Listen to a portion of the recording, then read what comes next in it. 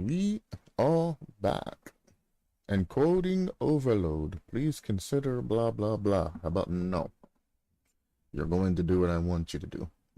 Anyway, we are back for another Q1 off. Today, we're going to talk about something that I deal with quite often. Because there are a lot of shitty ass situations to where people try to get in your way or don't handle a particular problem any type of right way. So, situation. Well, first, I'm gonna go over, the crux of everything. Then I'm going to give the obvious, I'm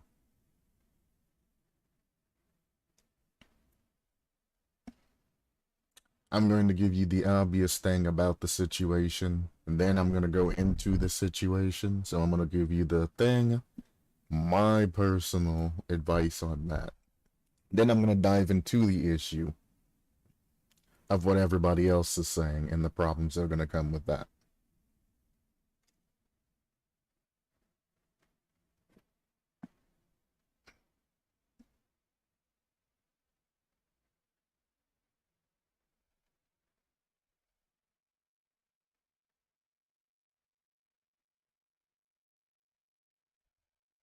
The hell just happened? Oh, there we go. I was about to say, my shit just closed on me. Alright, topic of the day is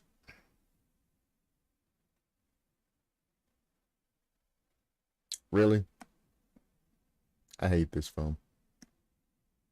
It just does what it wants to do. Okay, here we go. My come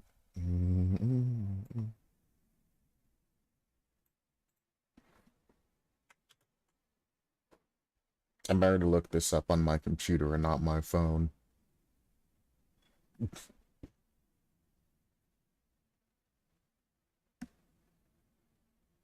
Actually, you know what? That's what I might do. Is just look this shit up on my goddamn phone or on the computer. It's from Quora, which is a very good place that people give, well, the dumbest advice to people that have the dumbest problems.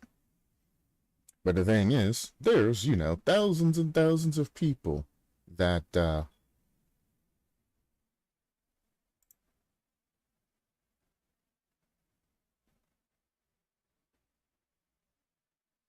there are thousands and thousands of people that use Quora.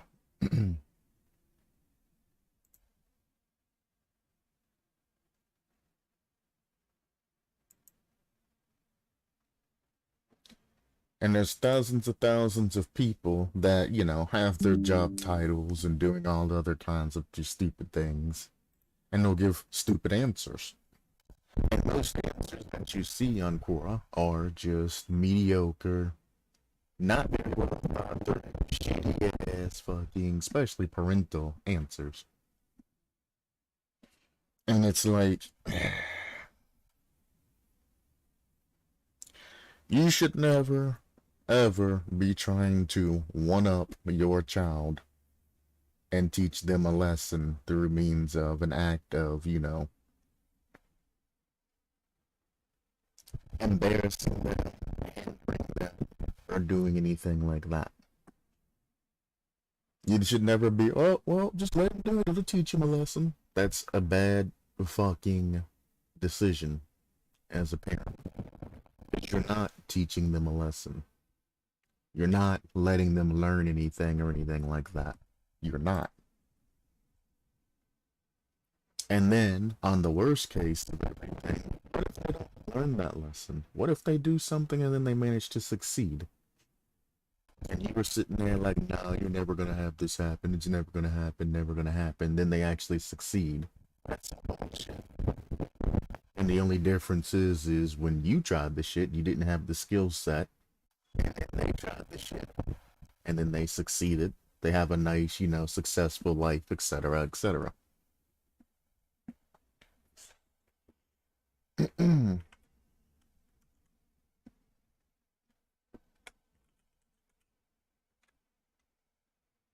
So let me look this up real quick.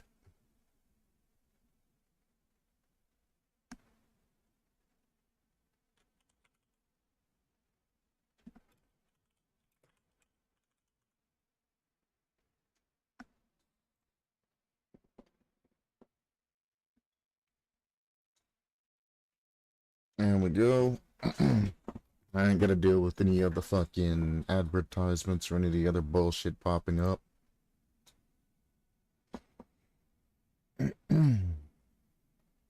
But because it's Quora, I can't just go to my desktop view. I have to actually go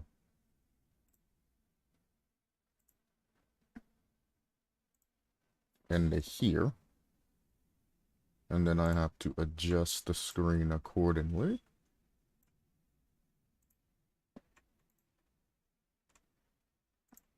Oh, wrong button.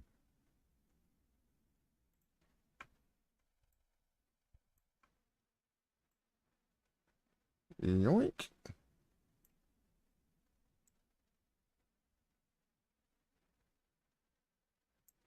Yoink. There we go.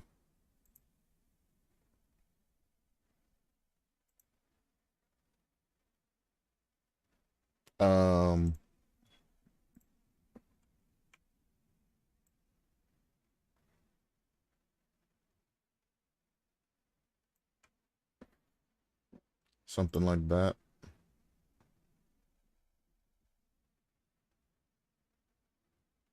Yeah, it's good enough.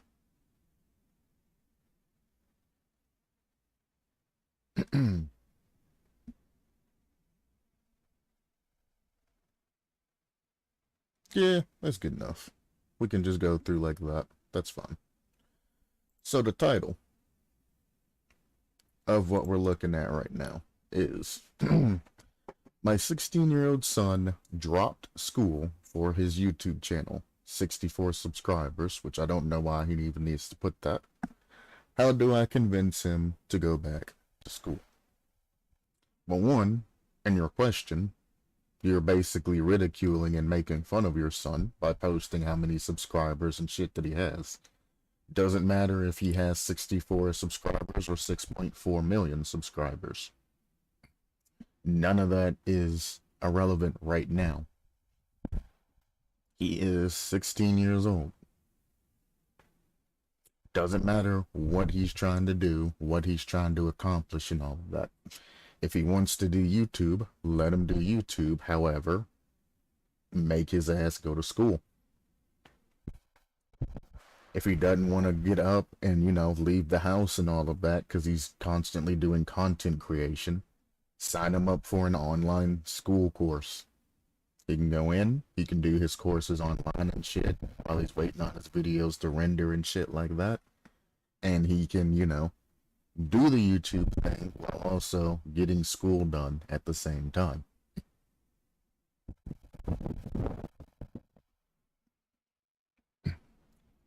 Or, since school doesn't last typically all day, and most YouTube creators don't post videos every day, help him design a schedule around when he posts and when he edits and shit like that, and get him used to the YouTube life.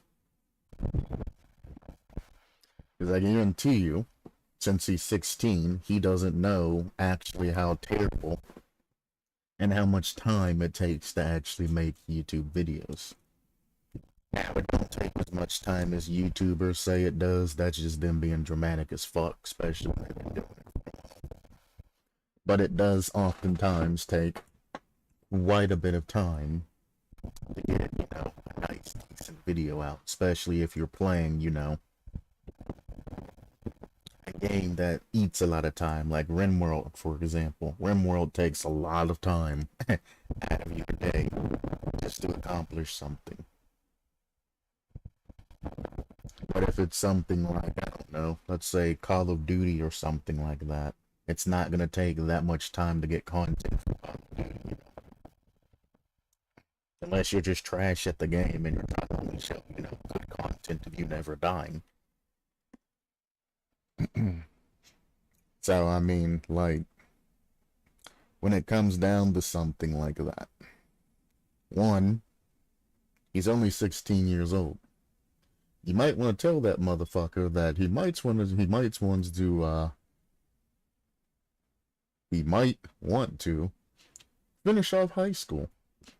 And he wants to score high in his grades and all of that so he can have a college or the option to go to a college or technical school to go for video editing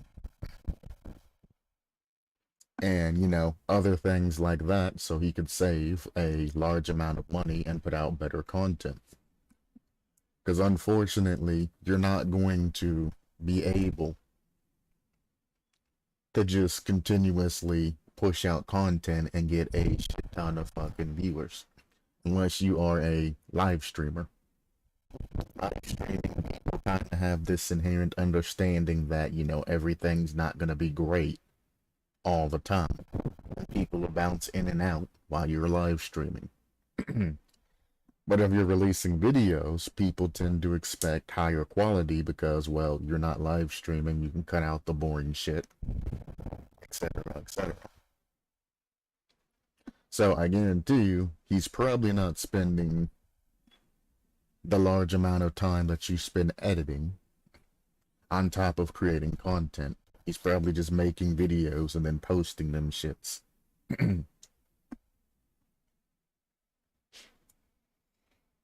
Now,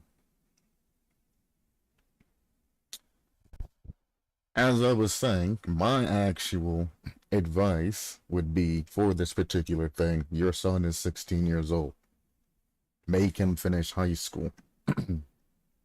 Teach him about the understanding and the importance of having a plan B, and teach him the importance of spending way too much time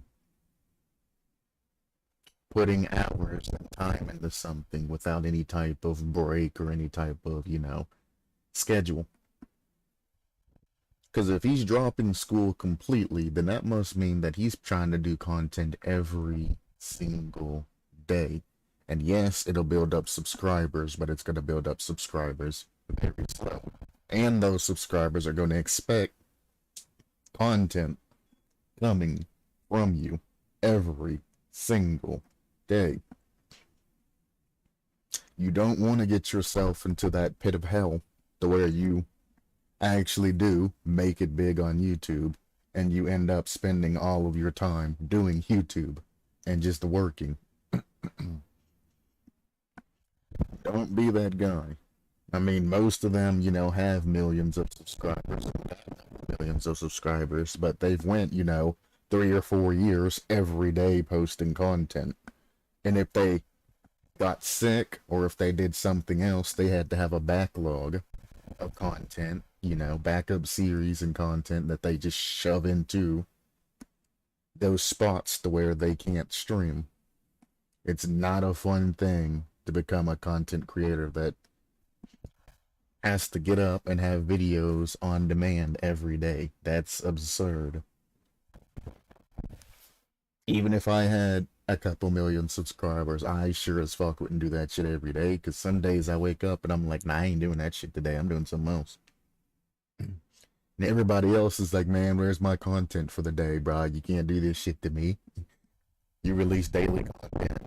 Where the fuck are you at? And then people start panicking, oh, he's dead, he's sick, and all this shit. And it becomes something big when, you start getting, recognition. Not to mention when you start getting donations daily and things like that, and people are actively giving you money and all of that for the content. If you don't show up, then they're like, oh, well, okay.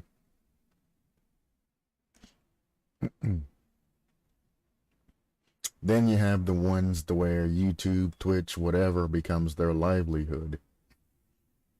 They decide to go out and buy a house and do all of this other shit, and then they end up having to stream all the fucking time to afford said house and their lifestyle and everything like that.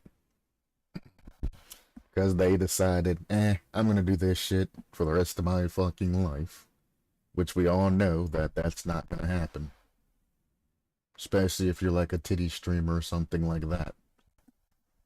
Soon as you hit that specific age and you start slowing down, that's the end of your career. And you're gonna have to either try to switch it up and become something else, like give advice or something like that. But I mean, people ain't gonna stay around for that. People are there, you know. You lose your shine and your appeal, it all goes downhill. So the smart ones that are investing in all of that, you know, and doing, you know, the things that you should do when you have a huge glob of money in front of you, are going to be fine in the future because they're making dividends and all of that. Untouched money that's just multiplying and multiplying. As the ones that are living, you know, day by day, spending all of that fucking money that they're getting monthly, they're just gonna fucking fall off the charts. And they're gonna be gone. And then they're gonna be begging people. And then they're gonna have to go to OnlyFans or something like that towards the end of their career. Or go into porn or something like that. Just to keep, you know, their people entertained and all that. And that's what generally ends up happening is an OnlyFans or adult content is what generally pushes out. They know they're getting old and people are getting tired of the same shit every day because they never really change up what they're doing. So they say, you know, you've been coming to my streams long enough, I'm going to start an OnlyFans and I'm going to try to pull, you know, a couple of $1 million and try to keep that money train going as long as it can until people stop subscribing. And then, you know, you take the couple of $1 million and then, you know, try to basically survive the rest of your life. But again, all of that has a finite end. You know? Being a titty streamer and having people fantasize about that shit only lasts for a little bit. Then you go to the OnlyFans and maybe you don't show everything. You leave a little to the imagination. Then you go full nude. After you get this third strike, now you're done. There's nothing else that you have that anybody else would be interested in. A lot like to try to come back and become, you know, gamers and streamers and do things like that and try to hold their popularity once they start atrophying and things like that. But a lot of people don't really like them for their personality and all of that. They're looking at their looks and their flirting and all of that. So when they try to become gamers, yeah, you'll have, you know, the hardcore simps stand by you and give you a little bit of money, but it's nowhere near the huge amount of profits, money, things like that that you were getting back in your prime of your streaming.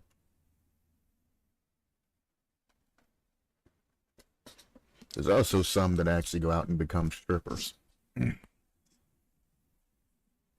as well, and prostitution and all of that.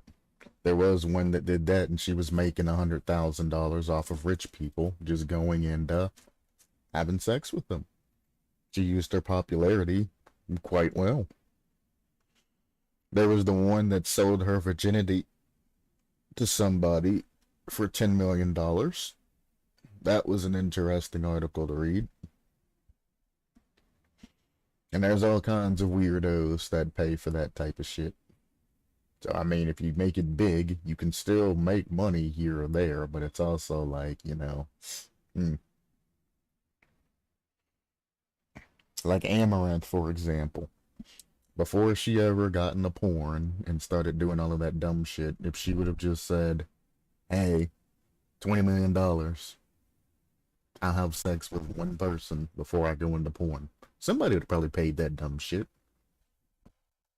Some dumb motherfucker would have jumped up and paid for that shit. And if not, you can always just open it to a GoFundMe. Everybody who pays, $1,000 or so gets thrown into a pool. Let that shit cycle. Once $1 million is raised, make a will. A will of people that's on that shit. Have it spin. Obviously, it's gonna be a scam spin. That you don't really know is going to win that shit. You're gonna scam it and you're gonna make it pull out a specific person, and you're gonna go, hey, this person wins. And it's gonna be somebody like, I don't know, an unsung mod or somebody in the Discord or somebody who's donated a lot over the years and all of that. And then you're gonna go to their house and they're gonna, you're gonna make a video and they're gonna be all happy and crying and shit and all that. And then you can either put it on OnlyFans as a Winnie thing, or you can keep it silent and just have them say that it was the most amazing thing in the world, and that, all of this other bullshit, that you're God, and all of this other shit. And then there's the raffle. Boom. Free money. Anyway. Hello, Galanonum. How's it going? But anyway, back to this. We have an answer on the 16-year-old son. One, you are still the parent. And you are probably still supporting this 16-year-old son. Again, make his ass go to school. Because not only is high school one of the most important times of their lives, especially around 16, 17, 18 years of age when you're going in, and you start, looking at other career paths. You start taking the SATs and the ASVAB and all of the other types of, tests and all of that, which basically lets the other colleges and things know where you're wanting to go. Now, again, for him, the best thing that he could go to would be editing college. YouTube content creators pay a fuck ton of money to editors. And if he becomes an editor, he still has a lot of job opportunities, even if his YouTube channel doesn't make it. He can literally just make videos, show some super high quality editing and whatnot, and go above and beyond. And then, put, himself on Fiverr or some other type of site, or go, advertising to become an editor. And you can edit for another YouTuber if that's, your shtick. Because there's a lot of editors that become popular and actually get, quite a following just because they edit for a famous YouTuber or a well-known one. You can edit for TV stations. You can edit for, anything. Game apps, their creations and things like that. Like anything. Anything that has a video associated with it that you're looking at. They need an editor for that shit. The job opportunities for a video editor is insane and increases almost every day. That's what you should be doing no matter where you're joining, is you should be keeping up with some sort of study for if your job doesn't work out for you, you always have a backup, a plan B. If plan A is YouTubing, plan B should be something else.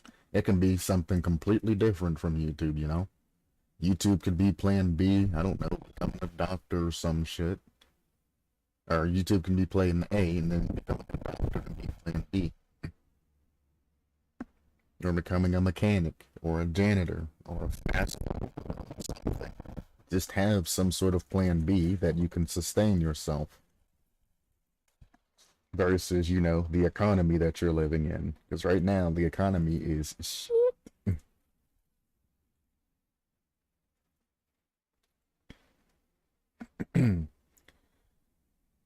Anyway, this guy is apparently a nurse, bartender, YouTube, and manga enthusiast. Sir, please don't put your past in a huge ass list to what kind of jobs you are, because this basically says that you cannot really hold a job down. That's what that tells me, is you can't hold a job down. You've gone from being a nurse, which is hugely demanding, and you're basically always on call and always doing shit, to quitting, to becoming a bartender, to quitting, to becoming a YouTuber, and then reading manga. What happened to you? What happened to you? Anyways. Hi, my name's Matt. Hmm. Never would have thought that his name's Matt. Never in 1,000 years would have been able to figure that out. Talk about redundancy. Bet you this man's never been to college. Now I imagine a nurse bartender making drinks in the hospital. That would be actually hilarious. And if alcohol didn't interfere with medicine, I would love to see a full liquor bar in a hospital. But he says, I would like to start off this answer by stating that I myself create YouTube content professionally that has been viewed millions of times, so when it comes to this topic, I think I can shed some light on it. What the fuck does this even mean? Currently, your son is 16 years of age, as you state, so my suggestion to you is have him read this answer and have him follow my advice. Well, somebody's conceited. It's conceited as fuck. If I go on your shit says partner at YouTube 2016 to present. I don't see no motherfucking YouTube channel put there. Can I go to YouTube and type in Matt Day? Is something gonna pop up here? If I go Matt Day, let's see. I type in Matt Day at YouTube and he has 155k subscribers and 271 videos.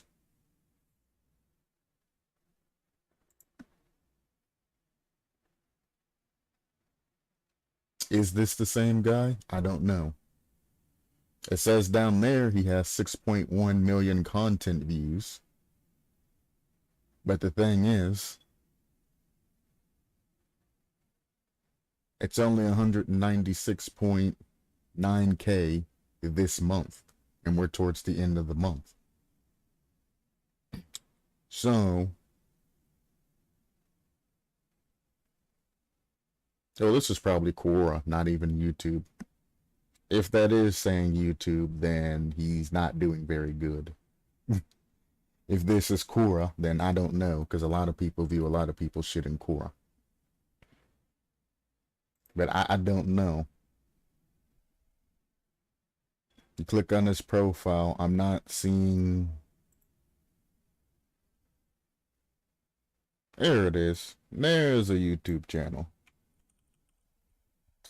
Let's see.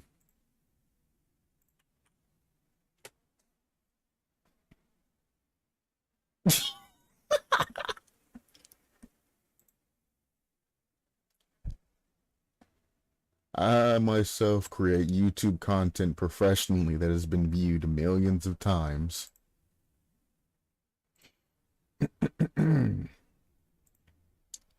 30.6k subscribers. 136 views, 63 views, 662 views. Now, He did get a Doom weapon thing up there. He got 1.7 million views here. Actually, this ain't even his content. Hold up.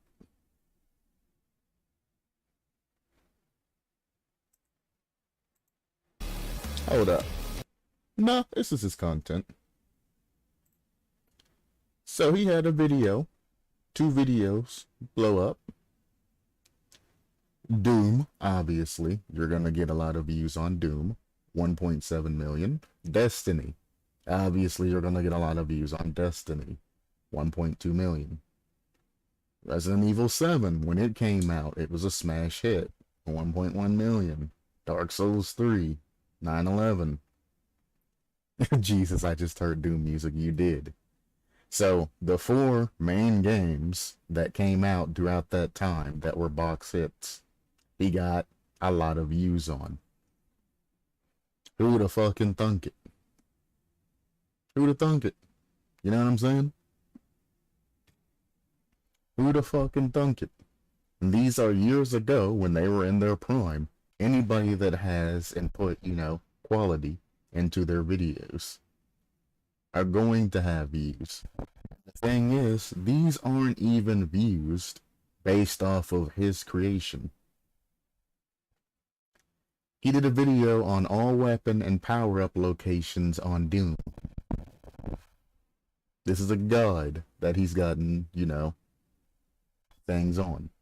Destiny, the movie, every Destiny cutscene,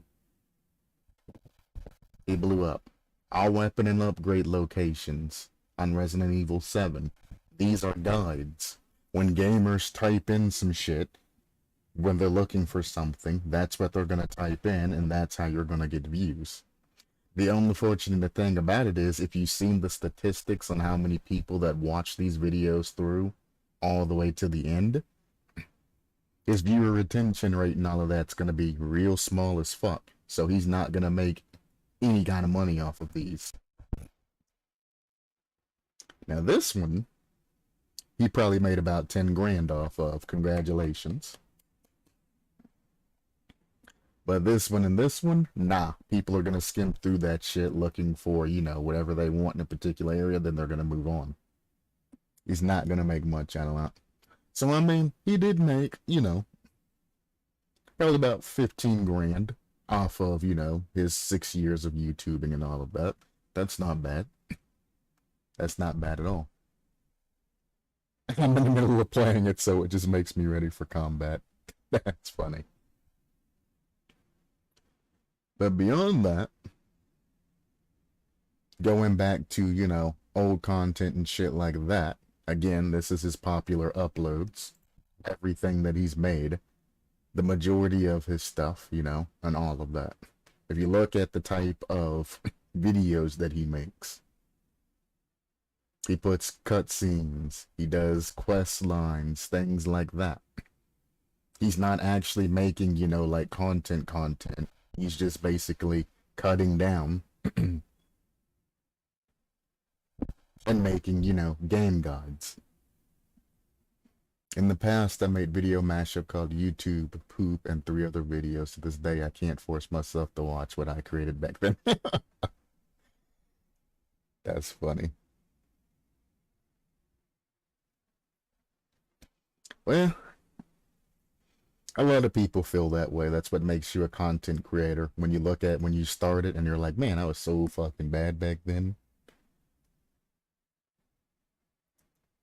But I mean, it's still good to have done it, though. But I mean, again, everything that he's made a guide of, and made where to find this, or how to do this, or, things that where people typically were searching for back then, because, I mean, back then things were a lot different. Especially 6 years ago. You're still getting to the age of, where people are looking up guides and all that other shit, and spreadsheets weren't huge.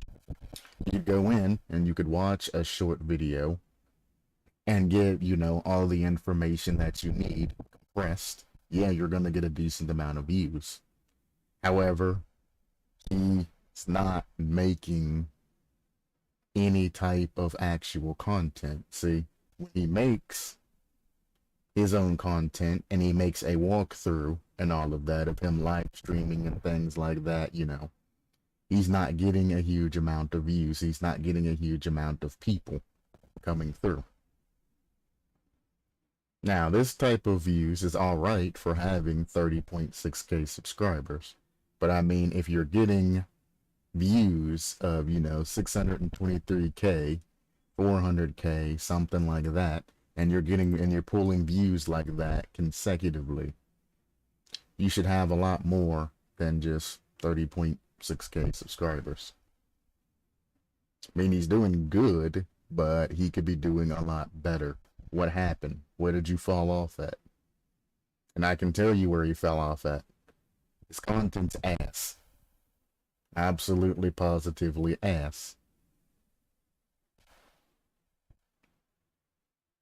But back in the day when he was making guides, that was what was on demand. He knew back in the day what people wanted, so he did the thing. Back when the games were coming out and people didn't know, he's like, alright, well, I'll just make a guide on it. And people would look up the guides because, well, people don't like to experience things for themselves.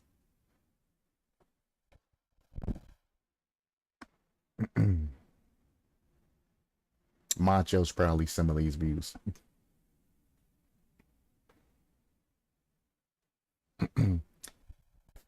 Then we come to, you know, nowadays, as you can see, no commentary gameplay, no commentary gameplay, no commentary gameplay, no commentary gameplay. It's not it, brother.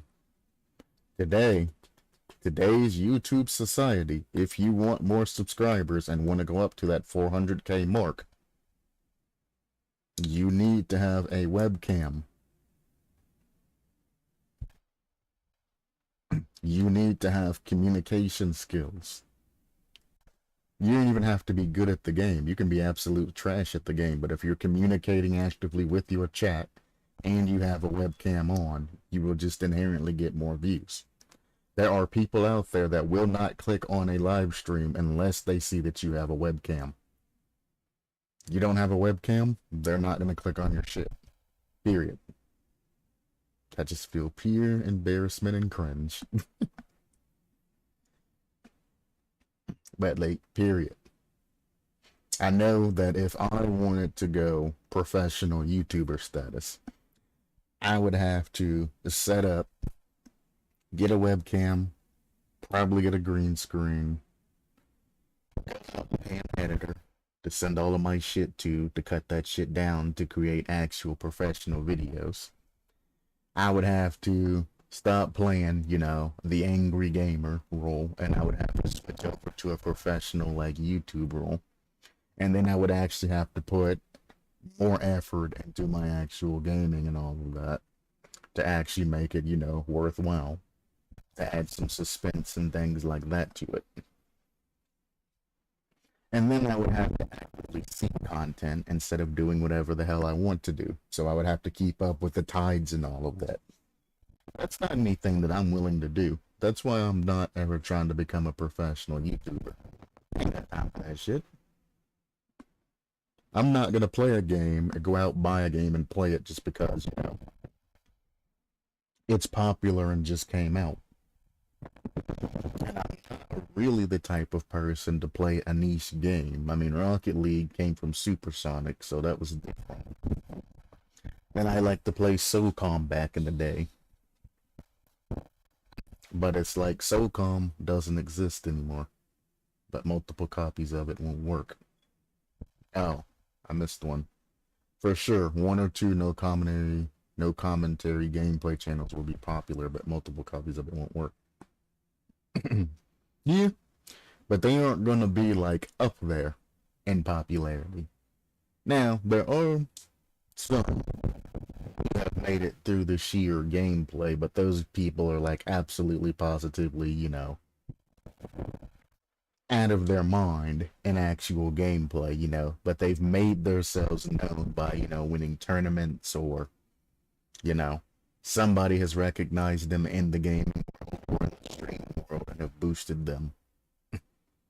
but most no commentary, or they've been around just for fucking ever. That's another thing. They've just been around for ever. Absolutely, positively forever. But nowadays, that's just not it. No commentary don't work. Having commentary will get you more views, and then having a webcam with that commentary will get you even more views. And it's like, man, you're never gonna get anywhere doing these shitty ass no commentaries and all of that, you know? He's still playing the more popular games, that are gonna pull people in. Digimon is always gonna pull people in. Xenoblade Chronicles is always gonna pull people in. There's a lot of people playing Xenoblade Chronicles, by the way. Things like that. Saints Row just now came out. Of course, this is gonna pull people in. Cult of the Lamb is being played mainstream by a lot of YouTubers because it's new and it's alright. You're gonna pull people in. However, making mainstream content without commentary, why wouldn't I just go and watch any other, bigger YouTubers that have commentary and all of that?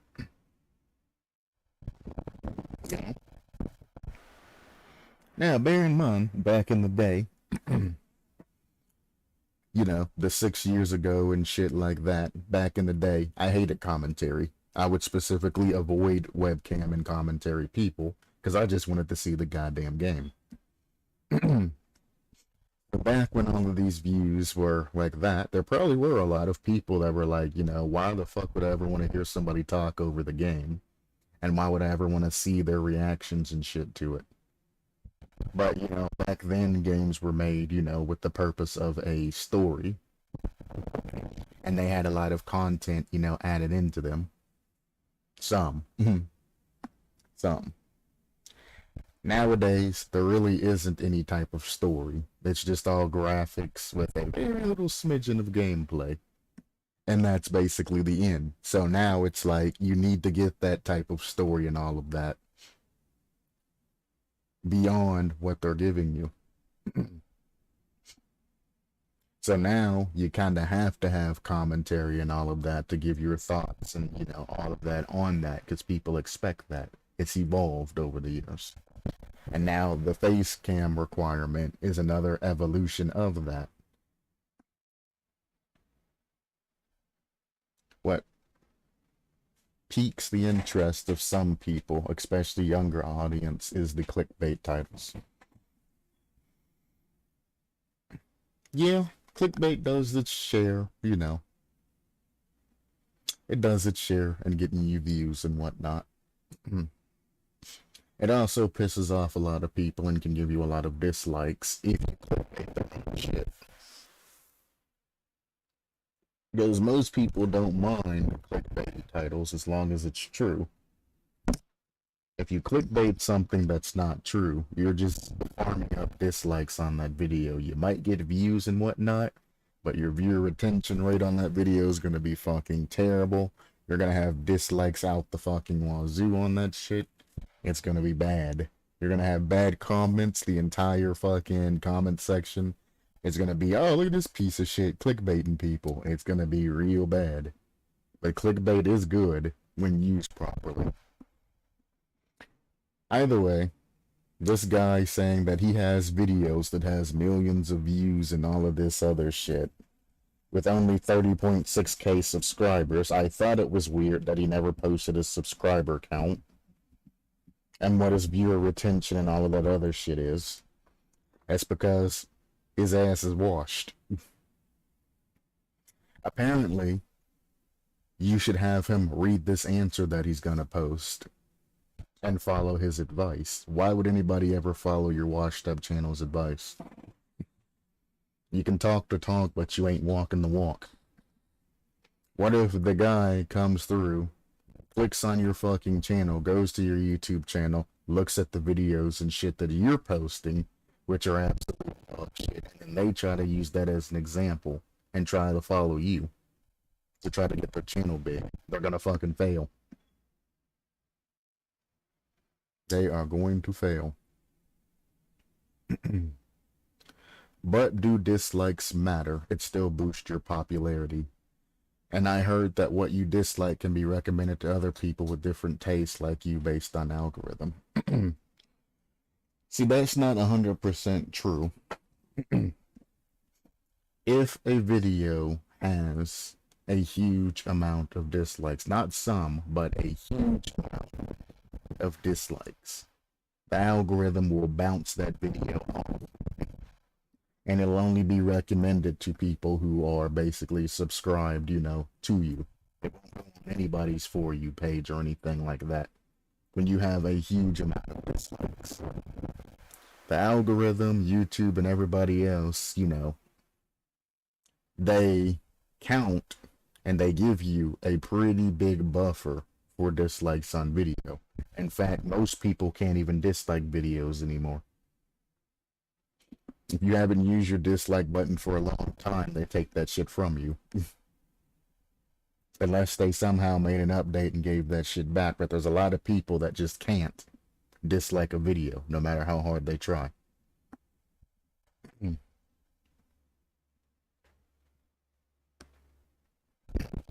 But now, there's a buffer for that particular algorithm that you're talking about. If you put out a video that has, you know, 10 million views, but only, you know, let's say 100,000, 200,000, 300,000 dislikes, you're still within a margin.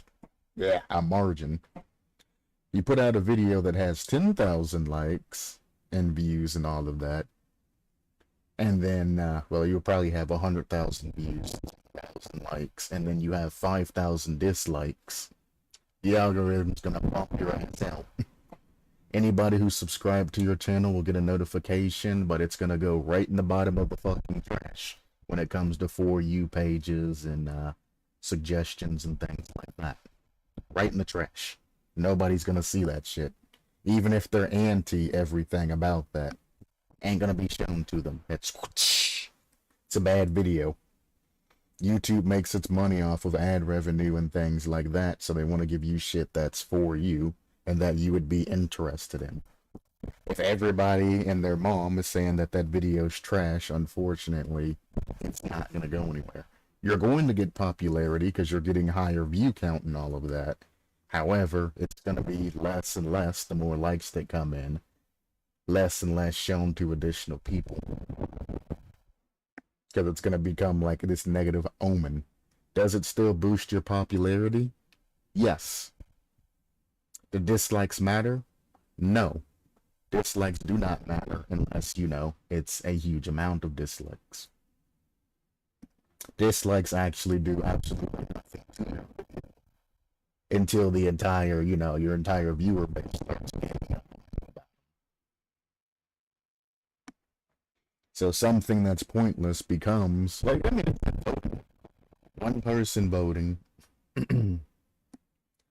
don't do much. But when you take a group of people and they start voting, now there's power. Essentially the same thing.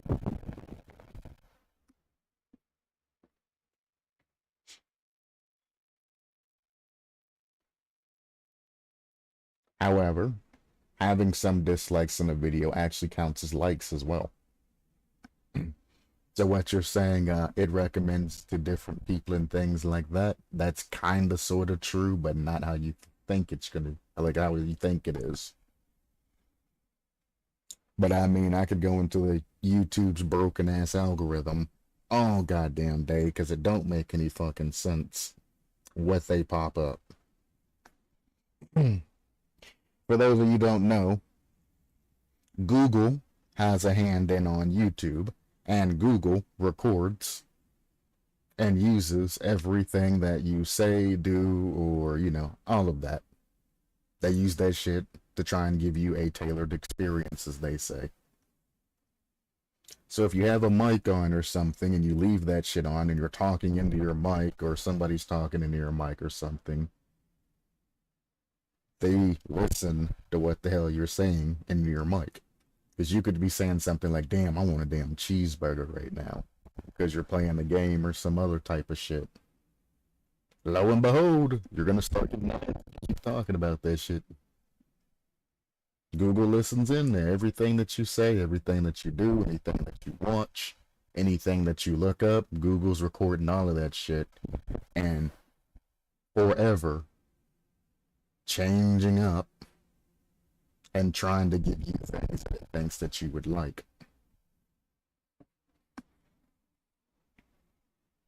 But I mean, you sign something when you start using it, especially if you're on Chrome, saying that you agree to that shit. So don't act shocked now. They've been doing it for years. It's not any type of, secret or anything.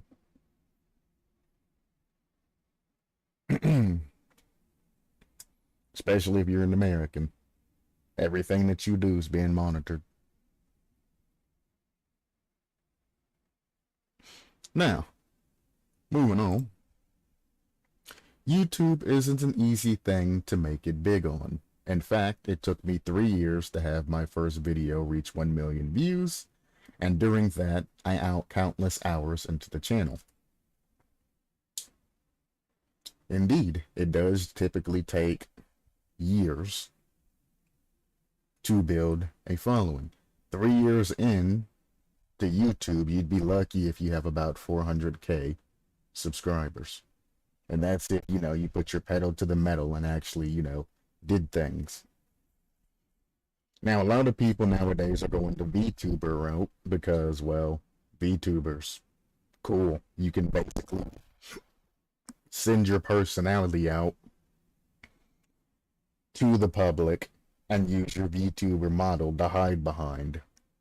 So if you don't feel like showering, you don't feel like being hygienic or anything like that, or if you're just ugly as shit, or don't want to be made fun of, or if you're young, or anything like that, if you have some sort of confidence issue or ego issue, you can just sit behind a VTuber model and you can move the model around, and it's basically the equivalent of a webcam. If anything, nowadays, it's better because they can still see your reactions and whatnot, because you can just pop up different reactions of how you're feeling and all of that, and it looks cleaner. More high def, better graphics.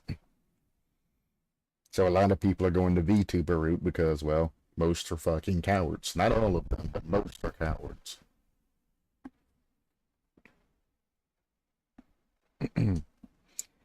Well, yeah, 3 years, you're going to be lucky if you can get, 400k subscribers. Generally, it takes about 2 years to get 400k, but nowadays, with all the competition, 2 to 3 years, 400k subscribers is where you should be at.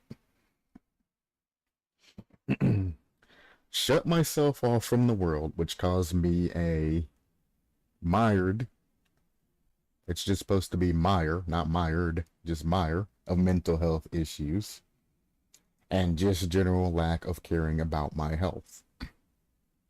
I don't understand how making content creation and YouTube videos could lead you to shutting yourself up from the world and developing mental health issues unless you're a fucking dumbass and don't know how to pace yourself.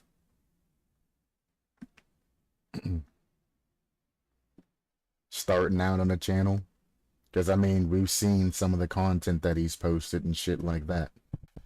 If you play through an entire video game in one sitting to make a guide and go through looking for shit like that, and you do that all in one sitting and release the video the same day, you're a fucking dumbass. YouTube didn't do that shit to you. You not being able to pace yourselves done that shit. That's why most YouTube video or YouTube content creators, with the exception of some, release content and take about, at the bare minimum, 1 to 2 days off a week. Some only release a video a week or 2 videos a week, Tuesday, Thursday, you get 2 videos a week. The rest of their time is their time. Some content creators, don't have much to do in their goddamn life because they've made it. They have a lot of money. They ain't got shit to do. The economy's bad. So they just release, videos, willy-nilly. Sometimes 2 a day. Sometimes 1 a day. Shit like that. But when they're releasing that one video a day, it's generally a short ass, like 20-minute video, 18-20-minute video that you see every day. I guarantee you they're not gonna wake up every fucking day, create content, edit that shit, and release it. No, they're gonna do one or two content sessions, send that shit to an editor, have them break that shit down, and then they're gonna release the content out on a schedule of everything being done. For those of you that don't believe me, go to the ones that are actually, you know, truthful about that shit.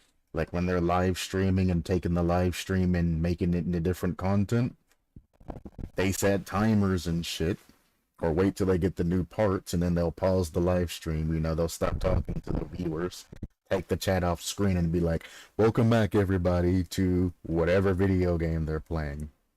Last when we talked about this shit, that shit, and another, and then they'll go back to their live stream and then they'll continue playing from where they left off. Same day.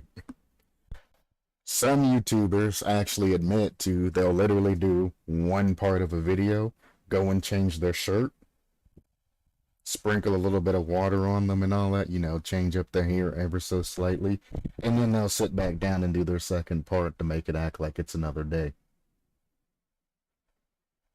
I thought that shit was funny when he came out and fucking said that shit. He's like, oh no, I just go in, change shirts, change up my hairstyle, and sit back down same day.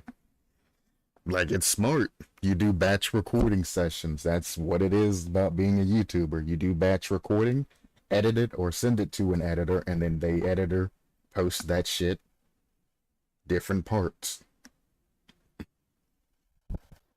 It's really just that simple. You ain't gonna find very many YouTubers that wakes up every day, records some shit, edits some shit, and then posts some shit. That would really be the majority of your day, especially if you sleep a decent schedule, like 8 hours, as they say.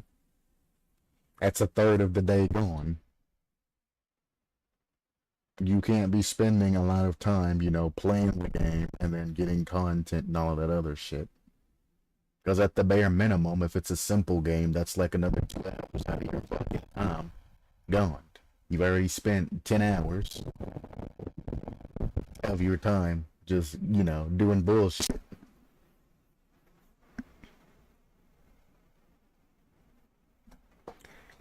But anyway, again, mental health issues and lack of caring about health. I don't know where the fuck you're gonna develop mental health issues from shutting yourself off from the world making videos. Because, I mean, if you're shutting yourself off from the world, that means you're fucking overworking your goddamn self.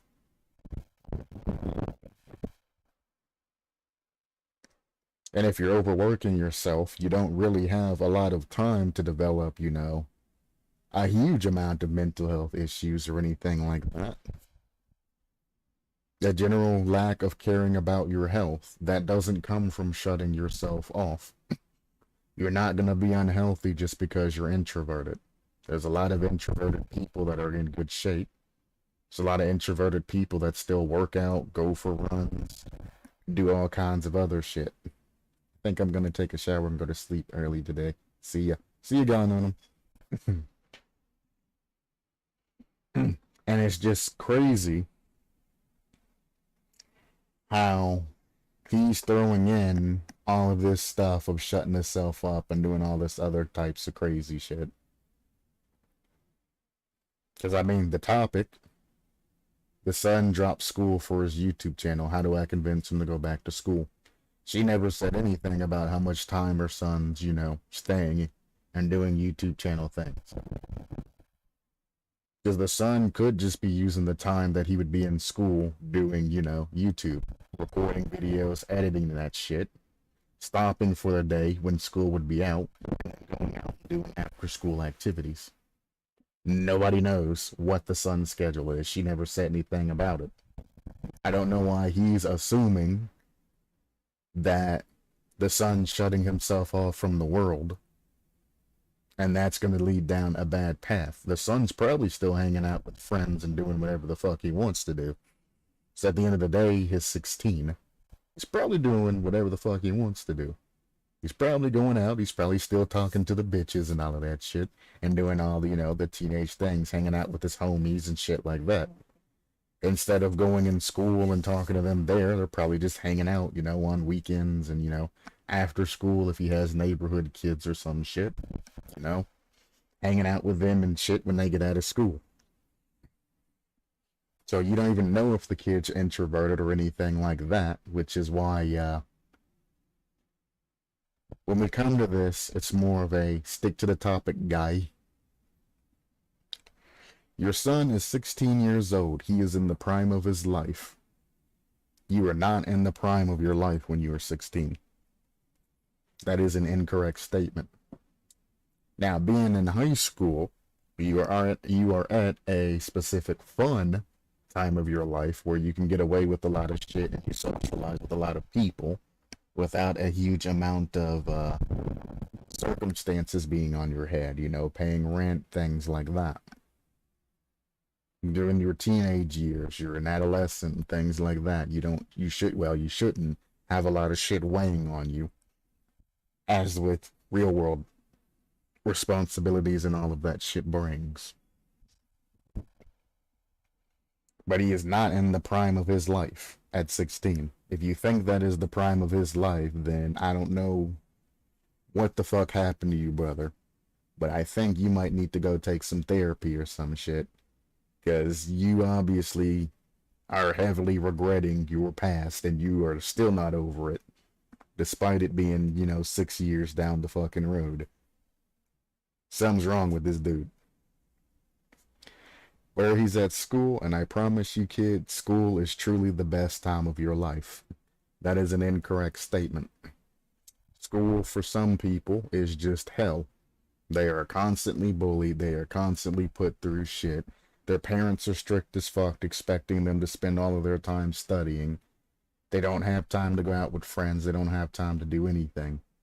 School is not, for everybody, truly the best time of your life. You obviously had a very good school life, and it was probably great for you and all of that, but I mean, you are... How can I say this without it being bad? I'm just gonna say you are a typical schoolgoer that had a decent experience. You didn't have any time, getting in with the main crowd and all of that. And whatnot. So you had a good school time, good school life. There are other people that don't. Nowadays, there's other people that don't even make it out of school. If you catch my drift. They don't make it through school. They go through their entire school life making perfect grades and having a good time and playing sports and all of that, just to have one person mentally break one day, come to school, and end their entire career and their future. And it's been happening a lot. So saying that school is truly the best time of your life, where there's a lot of lives being ended in schools, is not a true statement. And if you say that to the wrong people, they're probably going to clap your cheeks. I'm just going to put that out there. Watch what you're saying when you're saying it. My advice to you, oh, now you're finally getting onto the advice, except for, all of this other shit. Now you're finally getting to the point of your advice. My advice to you would be that if you are that interested in becoming a YouTube creator, go to school and study something related to YouTube content creating that you want to do. That is decent advice. However, before even going to school and talking about that, he should probably get acclimated with the process. Because, I mean, how is he supposed to go to school for something related to something he's doing when he doesn't have a lot of subscribers and he's just starting out? He doesn't know what's attached to that. If you're going to be the one giving them advice, You should be the person stating, you know, the things and job skills and whatnot he'll need for that, or at least giving him a source where he can look up different things that he can study and go into. The only thing you say is, do you want to be a vlogger? Study photography. Why? Why specifically study photography for being a vlogger? It's not going to be an Instagram, you know, post or anything like that. Vlogger is a video logger. That's what the V in vlogger stands for. Video. Video logging. Why would you study photography when it comes to, you know, vlogging? Things like that. You're going to need more than photography, buddy. That's just a start. That is one thing that he can study. When you're vlogging, you also have to be able to speak well, host well. You need to know about, you know, the things that are around you or the interesting things. You have to have schedules, planning, all of that. You have to have, you know, your money situation, all of that, your finances in order. You have to have some type of management on what you're going to vlog. You have to have something that you're going for that you're vlogging, etc., etc. Quality. You're going to have an editor that's going to edit those vlogs, unless you're just going to release any dog shit content. You know, you're going to have to put in money to actually get a good device to blog on. Things like that. Just saying study photography isn't helping that person out. Do you want to be a games journalist and report on video games? Study journalism. Why the fuck would you ever want to study journalism? And why would you ever want to be a games journalist if you're a YouTuber? Why would you want to be a games journalist on YouTube? You would go work for a fucking company that already has their YouTube channel and all of that, and you would support that company. There's no way in hell you're going to make it anywhere worthwhile on YouTube being a games journalist, just from the start. Okay, I feel like I want to be a games journalist. Okay, I'm going to start posting videos about that shit right now. I'm going to just start reporting on video games and all of that, and I'm just going to hope that people watch my content and respect what I'm saying. Like, no.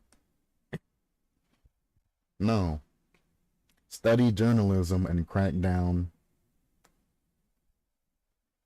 at English. Okay. I'm not going to say anything.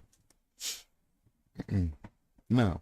Do you just want to play video games and be an entertainer? Study drama and film, which is my personal experience. Drama and film. You're basically telling them to be an actor. One, you don't need to study drama to become a successful YouTuber. Most people just kind of be themselves and all of that. I don't, but most people tend to be themselves. I have to put on a specific act because I just don't care. It would literally just be me just going in, playing, and basically it'd be like a machine playing a damn game. Nobody wants to watch a machine or a brick wall playing a game. So I try to add in some sort of reactionary or something to it to try and keep it from being just, you know, normal.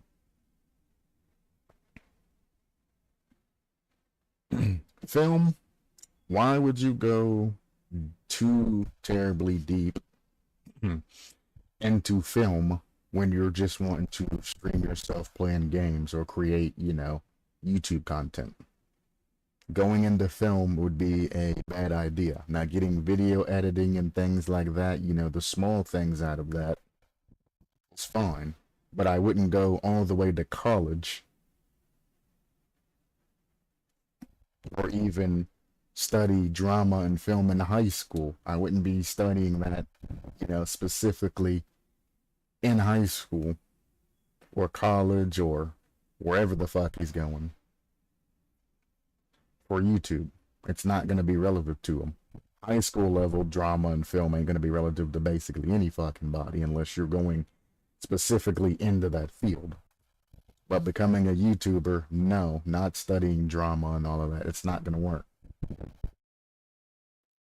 Just then you're gonna have this dumbass mask on your face the entire time. And you're not gonna be able to break your specific character. And you're gonna have to over dramatize everything, even if it's something simple, and it's like, nah, you don't need to do all of that. Should be working more upon the communication skills and whatnot, and how to have a proper discussion and, a debate, things like that, how to be, have a quick here or there, and how to make things smoothly and go through transition. But I mean, there's also a college course on becoming a YouTuber. For those of you who don't know, there's courses that you can literally take and go to college for to become a professional YouTuber. So, I mean, if you really were serious about the shit, there's courses. There's courses that are held every month, as a matter of fact, that I get emails and newsletters to that say, hey, come join our course. We're having a seminar today. Why don't you stop by? Like, no. Fuck your courses. I don't want them. So all of that shit is offered for free. He probably doesn't know because he's 16 and starting out. So, I mean, yeah. There's courses and that point you in a direction and what you need. And they give you the advice and all of that to how to become a professional streamer or content creator or something like that. They're everywhere.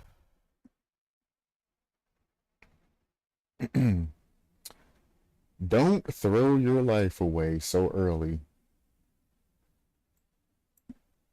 Don't throw your life away. So many negative people in the world that have no absolute faith in you will say those words to you. Don't throw your life away. You know what else they say this to people? They say this to people that are suicidal and things like that. They use it as an insult, and they use it to try and save people. Don't throw your life away for so and so and so and so. It's kind of a mercy, like if somebody's on drugs or something, don't throw your life away. It's not worth it. But there's also very condescending, where you're talking about something that somebody's passionate about and trying to do. And you come to somebody and that's what they always say to you. Don't throw your life away. That is the worst statement that you could say to somebody who's passionate about something. Because what you're saying is whatever they're passionate about is useless. Not worth time, not going to be successful about it. You need to do something else.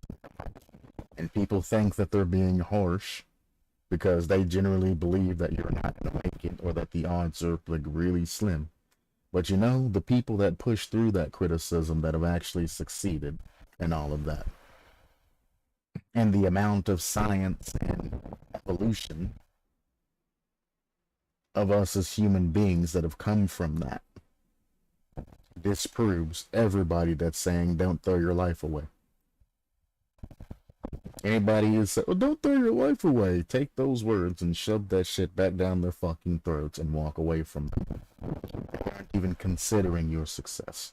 They're not even going to try to support you. They're not even going to compromise into helping you continue on by giving you a plan B or anything like that. No.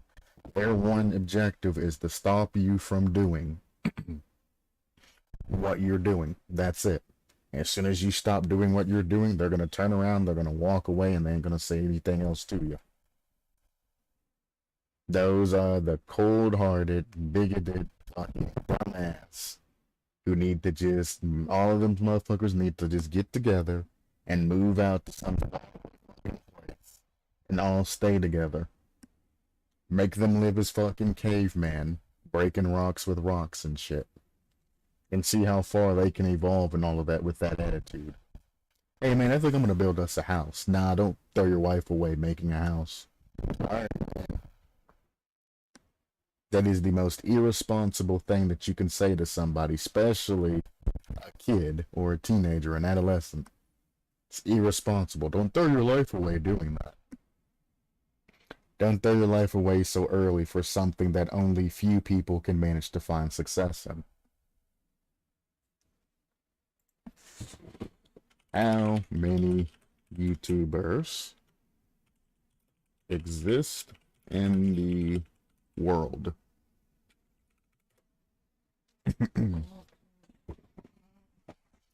37 million.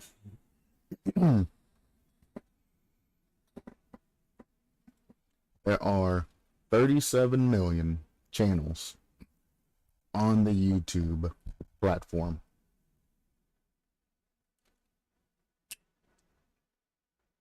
As long as you have a channel, you are successful. He just sets the bar a lot harder. So there are 37 million channels on the platform. Probably even more than that, but there's a lot of inactive channels and a lot of channels that don't really post comment or content. If you don't post content, you're not considered having an active channel. 37 million channels on the platform. Let's see if we can... How many YouTubers have over 100K subs? See if we can do it this way and narrow that down.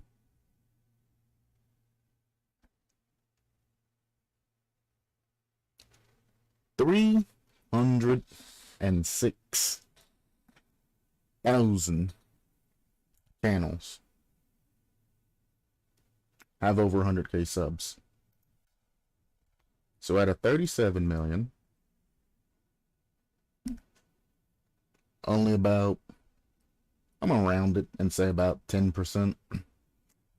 10% of them have over 100K subscribers. And that's just a rudimentary, you know, set of 100K subscribers. Anybody that has, you know, over like 8 to 10K are going to eventually keep growing. And they keep putting out content, they're going to keep eventually growing and growing and growing and growing and growing. This is just people that have come to the cutoff point. So I can easily say about 10% of people have that. How the fuck are you at 0.28% of all YouTube channels? There you go.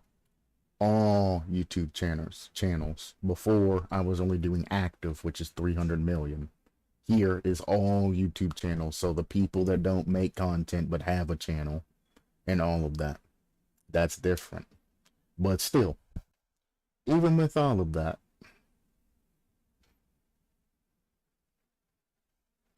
one in every 350 channels have a chance of success. Those are very, very good odds. One in every 350 channels, seeing as though this is of all YouTube channels, every single one of them. If you add into how many channels that don't post content or have atrophied over the years, or people that have given up, or, you know, channels like mine that really don't give a shit about growing or anything like that, and he has a passion for it, he has a very good chance of at least building up to 100,000 subscribers.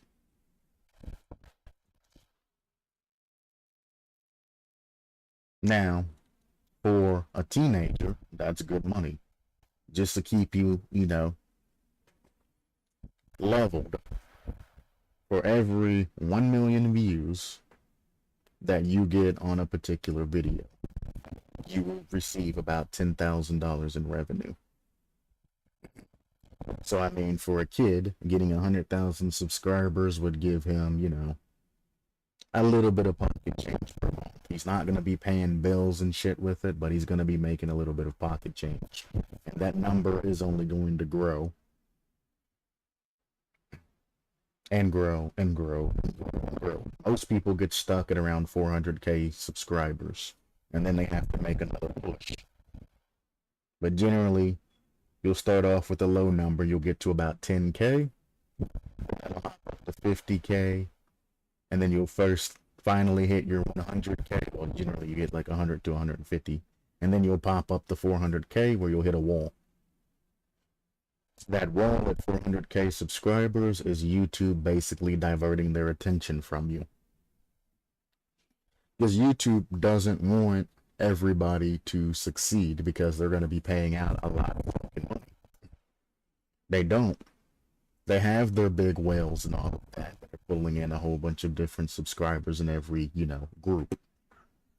So as soon as you hit 400K, YouTube takes off the training wheels and they stop helping your channel grow, and it's on you to keep your channel growing. That's why most people get stuck at 400K. They start building up so fucking fast, and then boom, next thing you know, they hit a wall. And they're like, damn, 2 years ago I was at, 80,000 subscribers, and now I'm at 400K, and you've basically hit that point. You've hit that wall. And then from that 400K, you start building up slow. Slow is absolute dog shit, even if you stay on the grind.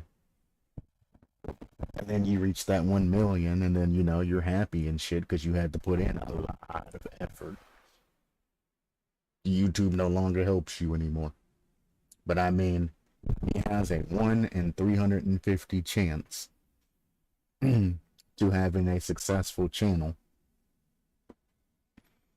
of getting like 100,000 subscribers. Again, for a teenager, that's amazing. If you can be 16, 17, 18 with 100K subscribers, you have the next like 10 years of your fucking life to keep building your damn YouTube channel and doing things and, keep pushing that envelope. So you're going to be real good.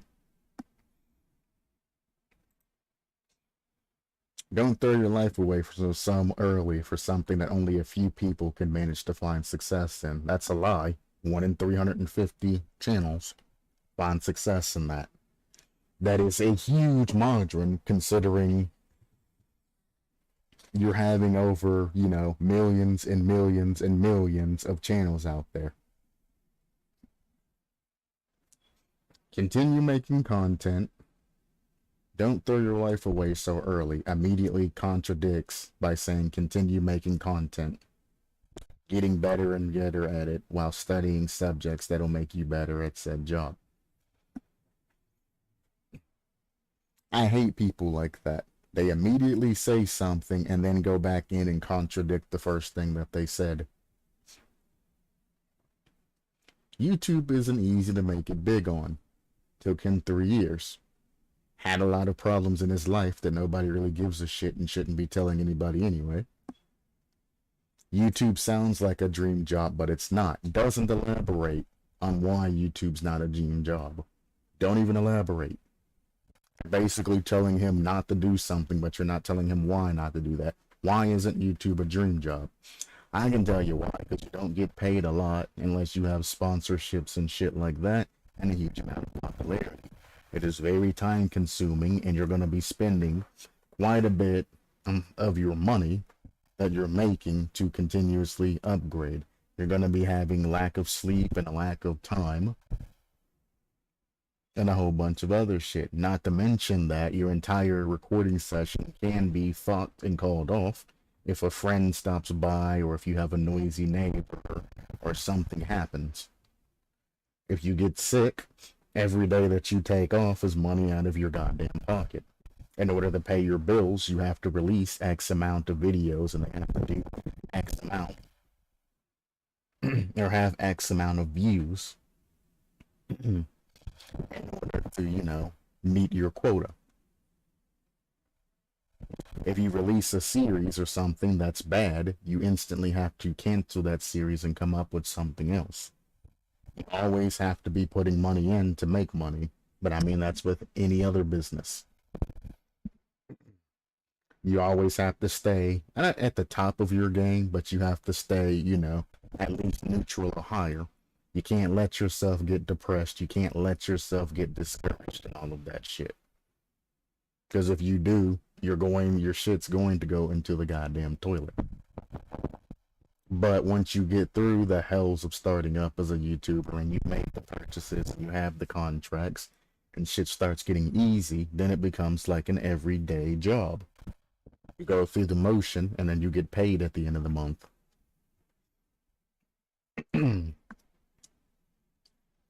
But the community dictates how many videos you're going to put out. If you're putting out banger after banger, then you might only need to put out 2 videos a week. If you're not putting out banger after banger and your views come from multiple videos, then you're going to be putting out videos daily or only taking a day off a week. And all of your days is going to be spent, you know, making videos. So a lot of people don't have money saved up, which is one of the things I recommend before becoming a YouTuber. And a lot of people don't say, save up money for a fucking editor. Go work a real job and save up like 10 grand. Go and hire an editor. Find a series that's, you know, popular, mainstream and all that, and find an editor that's worth your fucking time. Because I'm telling you, editors are expensive as fuck. Especially a contractual one. And then, wait, hold that money, find a good editor and all of that. That's after you've built up, you know, your community a little bit. And you have people that are watching your videos. Then start employing that editor to edit, you know, a video like once a week. Every Sunday will be like a super edit video. Because you don't want them editing every video or you'll go bankrupt. Have them edit like every Sunday's video and do something special towards your channel, like every Sunday or something like that. So even if the rest of your content's garbage, at least they can look forward to whatever's coming out Sunday. Then you'll have your mainstream. Like for me, I have the Dead by Daylight creation reviews, which I haven't done in like 2 weeks. I have a crowd over there, like Galenonum and all of that, who swings by to watch those, and we'll have, you know, a lot of hours talking about that shit. And then I have the Rocket League side, that when I play Rocket League, the occasional person will stop by and, you know, comment and talk about that shit. Just have different things that you can do that pulls, you know, different people, and then you're basically, you know, good. Hell, you're more than good. But these are the type of people that I just dislike. Don't leave school to start YouTube. Obviously. But I mean, drop school. What does this mean? Did he drop school for a day? Did he try to drop out of school altogether? You know, what happened? You know what I'm saying? Is he just left school for a couple of days to get a video edited and, you know, because, you know, a new series, the new Saints Row came out. Maybe he took a couple of days off of school to get Saints Row content built up and released because he knows, you know, Saints Row's just come out, or Cult of the Lamb has come out there, you know. Or let's say Elden Ring came out. He's taking a couple of days off school to, you know, release Elden Ring content. Hell, people were taking days off of work and taking vacation days and using their time up to play Elden Ring. Maybe he's just doing that and he's more responsible than you think he is. He's just taking a couple of days off to get this content that he needs to go out. And missing a couple of days of school ain't gonna fucking hurt him unless there's like a test or some shit. He can make the couple of days back up, but the content, you know, once it's gone, it's gone. How many days has it been? You need to be a lot more descriptive about what's going on with your actual problems. This is where the therapists and shit come into play. You come in, my son dropped school for his YouTube channel. He has 64 subscribers. How do I convince him to go back to school? The therapist should be asking you questions and inquiring to seeing what the fuck's going on to get a handle on the situation, and then they're going to guide you towards coming into a compromise or whatever with your son and all of that, and help you try to make those decisions and whatnot.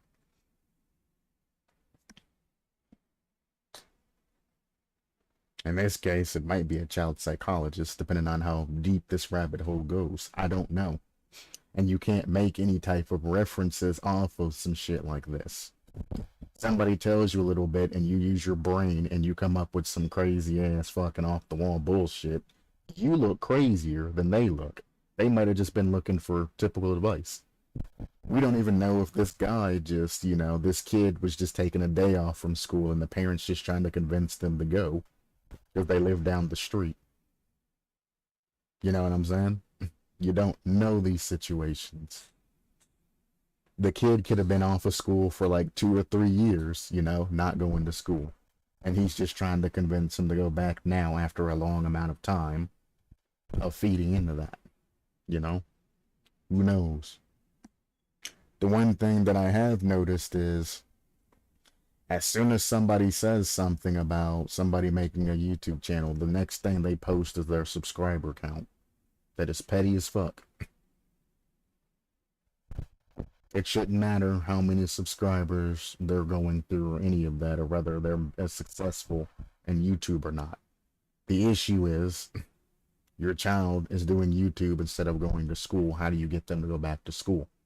So stop trying to shame your son and their subscriber counts and things like that and get to the issue that is at hand. That's being petty. There's another one that you guys can't see to the side that says that's posting their subscriber count. 7.1k people. 7.1k people agree with this shit.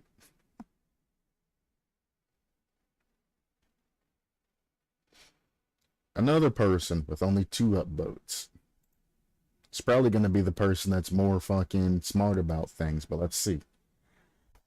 No job titles, no fancy spants, all of this other bullshit, nothing. Just average Joe. Let's see what they got. I think you should start off by the question why he chose YouTube as a career option. There you go. That one thing, think about it for a second, is better than this guy's entire fucking slew of bullshit that he spit out.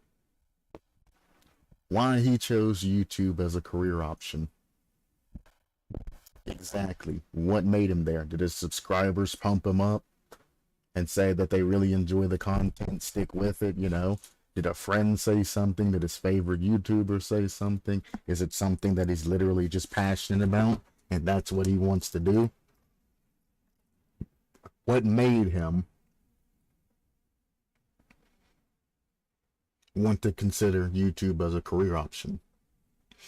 He must have had seen a long-term yield from there. That's not true. He's only 16. Critical thinking of a 16-year-old ain't that fucking high. Most people don't see any long-term yield or anything like that. That's what makes them mediocre. People don't think about what the future could hold, where they could end up at. That is completely opposite. Disregarding, he must have seen long-term yield for there. We'll stay on topic. These topics need precision of information to solve. AKA, we need more information. So let me give you some circumstances and situations and leave it to you to choose what to consider. Plus, obviously, they require slight alterations. I think what this person is trying to basically say is because we don't have any information, he's saying what I'm saying, because we have no idea what the situation is between you and your 16-year-old. Only thing we can do is give you advice based upon, the different scenarios that we could come up with.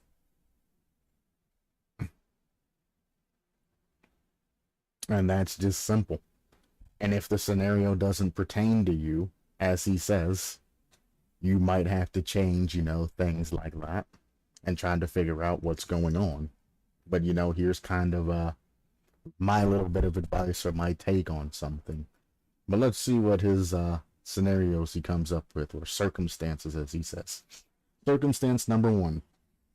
You've already had a set of common careers chosen out for him without any consideration towards its essence or passion, and never pushed him towards them. My dude, you were the type of guy who didn't get a chance on his future, right? Your parents were strict on you and made you get all A's and then made you become a doctor and pushed you towards that shit.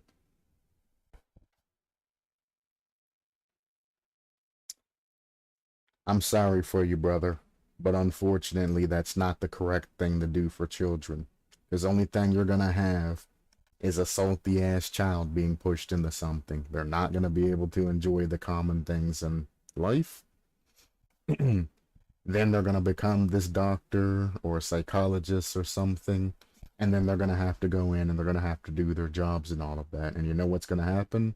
They're gonna become the piece of shit doctors and psychologists and lawyers and shit that are out there that don't pay attention to the common person because they're not passionate about it. You all seen them. You got the guys that really want to talk to you and find out what's going on, and you have the guys that walk in and they're like, "What's your name? What's your occupation? Okay, here's your plea bargain. This is what I can do for you." And they don't give a shit about you. You're just another number to them. Don't give a shit about you. They just want to get things through. They want to get their paycheck for the fucking day, and that's it. They don't care what your name is, who you are, or what circumstances, or whether you're innocent or guilty. They just want to fill out the pretty bargain, sit that shit in front of you, and as soon as you sign it, their job's done for the day, and they get that easy-ass paycheck. Well, there's other lawyers that'll actually do their job and will fight for you and try to prove your innocence regardless of what you've done or haven't done.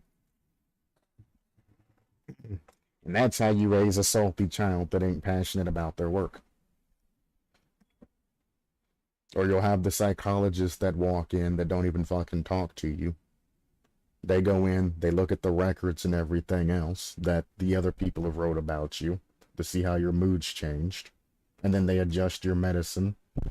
And then they fucking leave for the day. They don't ever fucking talk to you. You don't even see them half the time. Next thing you know, they're like, "Oh, well, your medicine's been upped." And you're like, "Why?" "I don't know. Doctor said so." Okay. And then that's the end of that.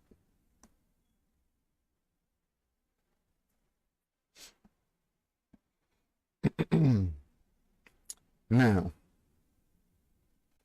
you've already had a set of common careers chosen out for him without any consideration towards his essence or power, passion, and never pushed him towards them. You should never set a career path for your child. You should help them come up with a career path. Because if you set a career path and you push your child towards that shit, the only thing you're asking for is rebellion, or, like I said, they're going to be negligent and becoming whatever you push them towards because they don't want to do that shit. It's like trying to make a child do anything else. They're not going to have fun. They're going to throw tantrums.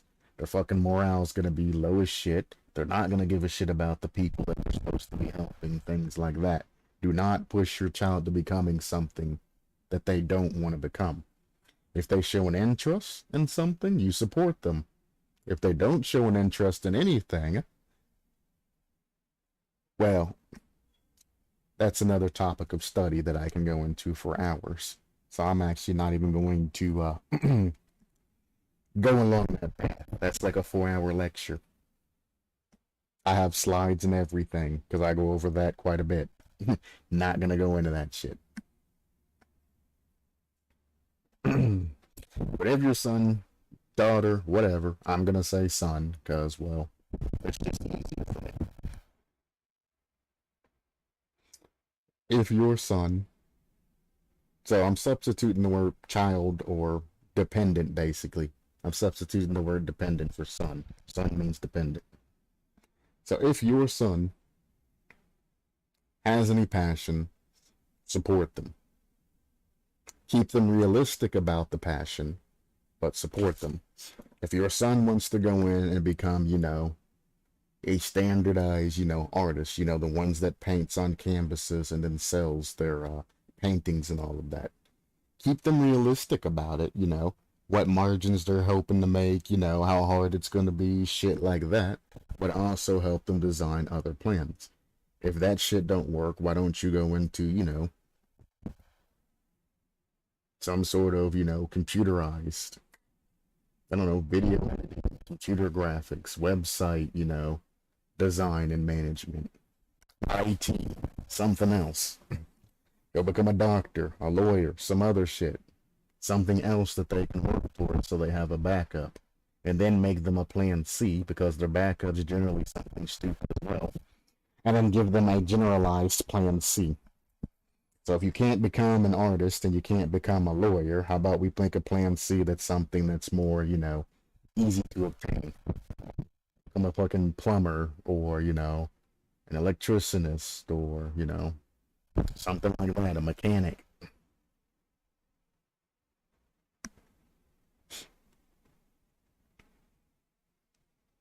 Let's see what his solution is.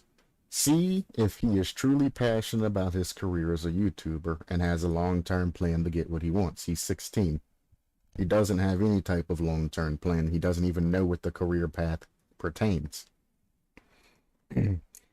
If this is in America, which I mean his name's Matt Day and he has a whole bunch of other shit. He's also, but if he is in specifically America, I can tell you one thing, most people that goes for a specific job set don't even know what the fuck they're getting into. And they don't ever realize that they actually don't want to do that particular job until after they've graduated and have went through it. And that is the sad fact in America. You know how hard it is to actually find out what you do at a particular job? Because how many people are just secretive about that shit? If you can't find somebody already doing the job and ask them about it, then you're going to be basically blind to it.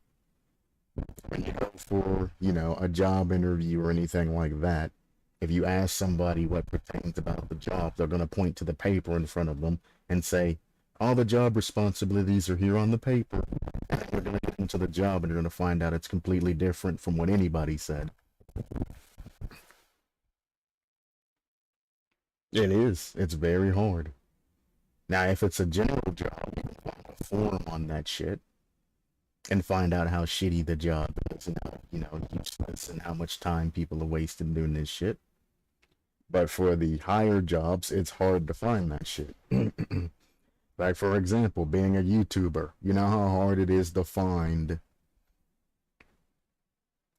how hard it is to actually, become a YouTuber, to do all the things that YouTubers do, and to stay relevant and whatnot. The money sink and all of that other shit that goes into that. It's hard to find out that information. Like becoming a doctor. The thousands and thousands of different doctors there are. Well, there's not thousands, but, the amount of different doctors that they are, and the amount of different jobs that pertains to that particular doctor. Etc., etc., etc. And how many paths come. Saying, yeah, I want to be a doctor when I grow up. Don't mean a fucking thing. I mean, it's good when you're a kid, but once you're there and you actually have to pick on what you want to become, it's like, damn, maybe you should have started thinking about what you wanted to work on earlier and not just a doctor. So if not, you're going to end up being a general practitioner. Or something like that. The doctors that you go visit in their office that basically don't do shit for you and then ends up referring you to a specialist doctor if you need it, or their general practitioner that, or family doctor if you want to use that. Same shit. That you go in, you say, oh, my tummy hurts, and they write you a little bit of a tummy description and they send you on your way. You're going to become that type of doctor, as opposed to like a brain surgeon or some other type of shit. It's a lot of paths and there's a lot of things to prepare for, and you also, in some jobs, you have to change your lifestyle. I'm going to tell you right now that becoming a psychologist, you have to change your entire lifestyle for that shit. Especially if you're going to like behavior tech, or being behavior, not a behavior tech's not a psychologist. But if you're going to become a behavioral psychologist, your entire lifestyle is going to change. It has to change for that. It has to change for that. And it's kind of ridiculous how much your lifestyle does change to become one of those. Now, you can become like a social worker or some shit like that and not have to undergo that much. But becoming a behavior psychologist and all of that, and going for the big bucks, you have to change. Your entirety of everything, your lifestyle, all of that has to change. All the way down to your mannerisms of speaking has to change. It's scary how much professionalism and how much of everything goes into that shit. And there are jobs like that that will literally change the way you live your particular lifestyle. There's already a lot of jobs out there that change the way you dress. You have a uniform or something like that that you have to wear, etc., etc.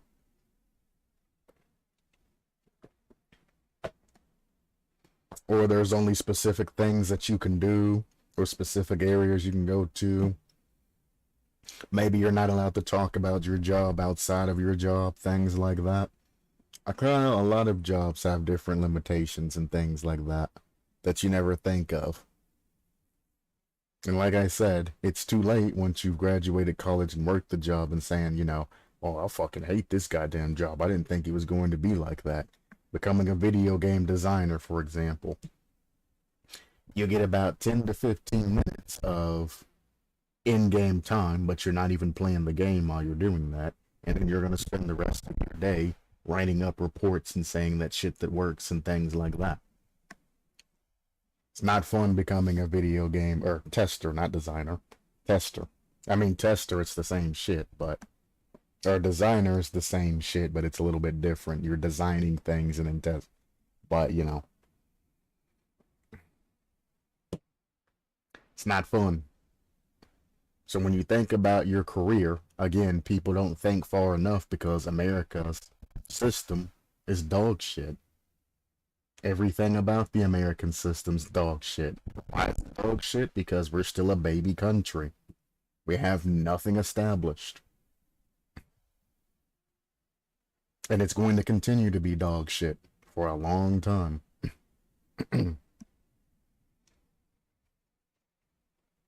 The American way is to say you want to become something, become that something, and then work yourself to the bone, deal with all the bullshit that pertains until you fucking retire or your body breaks.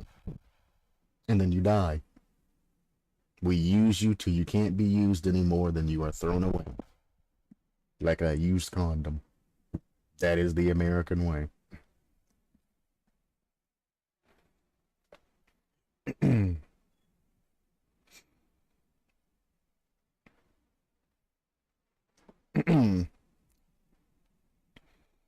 See if he's truly passionate about his career and has a long-term plan to get what he wants. He don't. He's 16.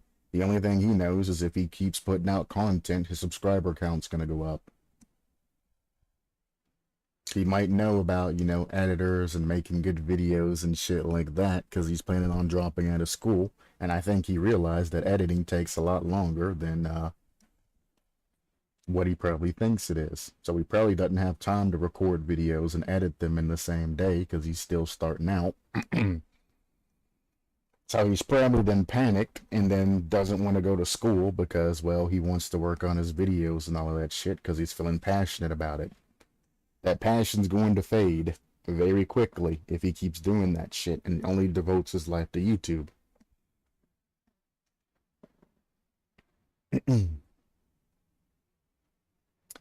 A reason why someone doesn't listen to advice is because they think that the other person doesn't understand them or their choices at all. That and they're just obdurate. They're stubborn. They think they know better.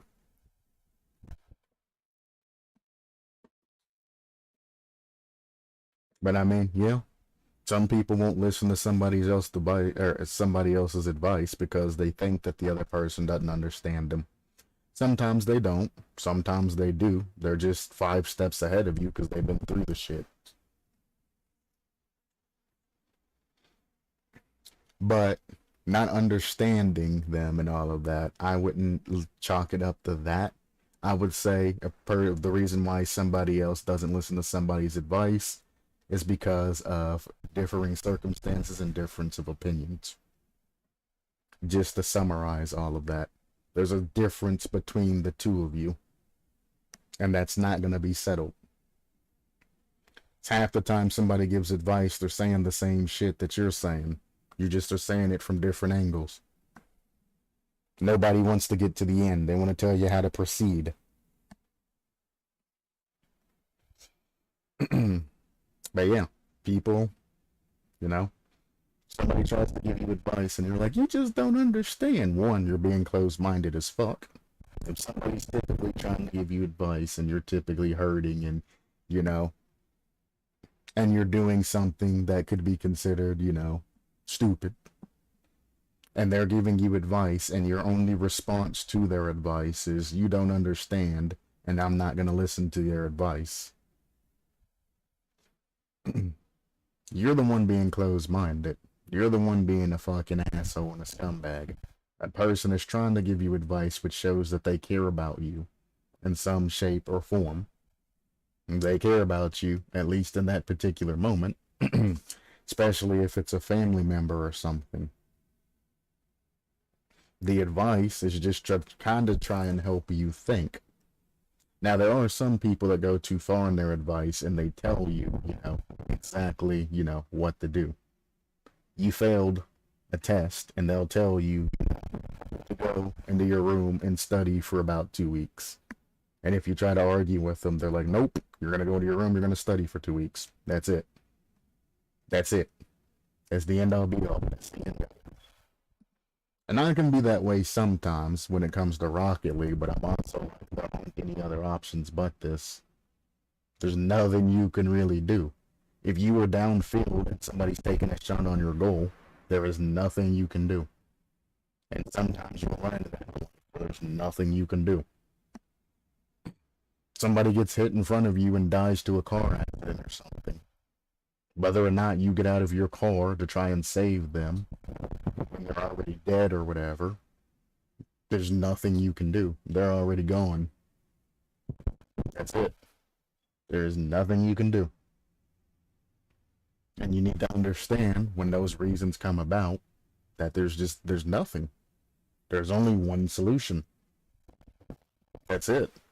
You can argue, you can fight, you can do whatever the hell you want to do, but it doesn't matter. 2 + 2 = 4. And no matter what you try to say, what you try to do, everybody knows that, you know, this is a proven fact. That's it. Yeah, it sucks. Yeah. I know you want to fight against it. There's nothing you can do. It's out of your control. And people are like that all the time.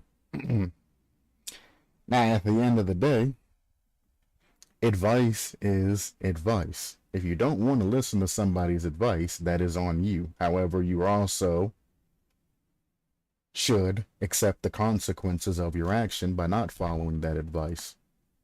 Then you should be respectful as to never bother that person ever in the future when their advice turns out, you know, correct. If I give you advice, you don't listen to the advice, and then the thing happens to you, don't come back to me asking for more advice. You didn't want to listen to my advice in the first place. You've elected not to. You've dismissed me. Now don't come back asking for advice in the future. I don't care if it's 4 or 5 years down in the future and all of that, and you're just lost and don't know where to go. Don't come back for me asking for advice. Figure it out on your own like you figured it out last time. It ain't gonna kill you. You'll get over it eventually and you'll gain your own wisdom. I tried to offer mine. You blew that shit away. You didn't listen. So why would I ever give you any more advice? That's it. Doesn't matter if I understand where you're coming from. Advice is advice. If you're saying, you know, I don't know why my tomatoes and shit don't fucking work, what can I do to help my tomatoes? And I come over and I'm like, fertilize your fucking land because you probably ain't fertilized that shit in forever. And you don't fertilize that shit, even though it's completely different things that we're talking about. You're wanting to know why the tomatoes ain't being fluffy and all of that shit. And you're wanting to know what you can do to the tomato or the plant. And I'm talking about the ground and shit. When you find out that your plant's not getting enough nutrients and they die out because of not enough, you know, nutrients in the ground, aka needing fertilizer or whatever, don't come to me saying that I was right and you were wrong and asking for more planting advice and shit like that. It's like, no. I gave you my little bit of advice. You blew me off. Don't ask me for any more planting shit. Fuck off. Go away. That's it. I gave you my one. And just because I wasn't talking specifically about what you were talking about and you thought that I didn't understand because you're talking about a plant and I'm talking about the ground, don't mean that my advice was just useless to you. Consider the advice and then move forward. Even if they don't understand, they're giving you advice about something from some scenario in some position. Consider that shit. Because even if it's broken advice that doesn't have to deal with what you're, you know, doing with, you could probably use a portion of that advice and help yourself with the current situation that you're in. Advice is advice for a reason.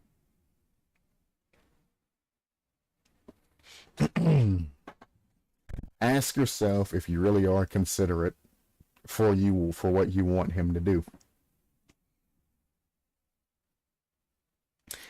Tell him that you want to understand what he is trying to do.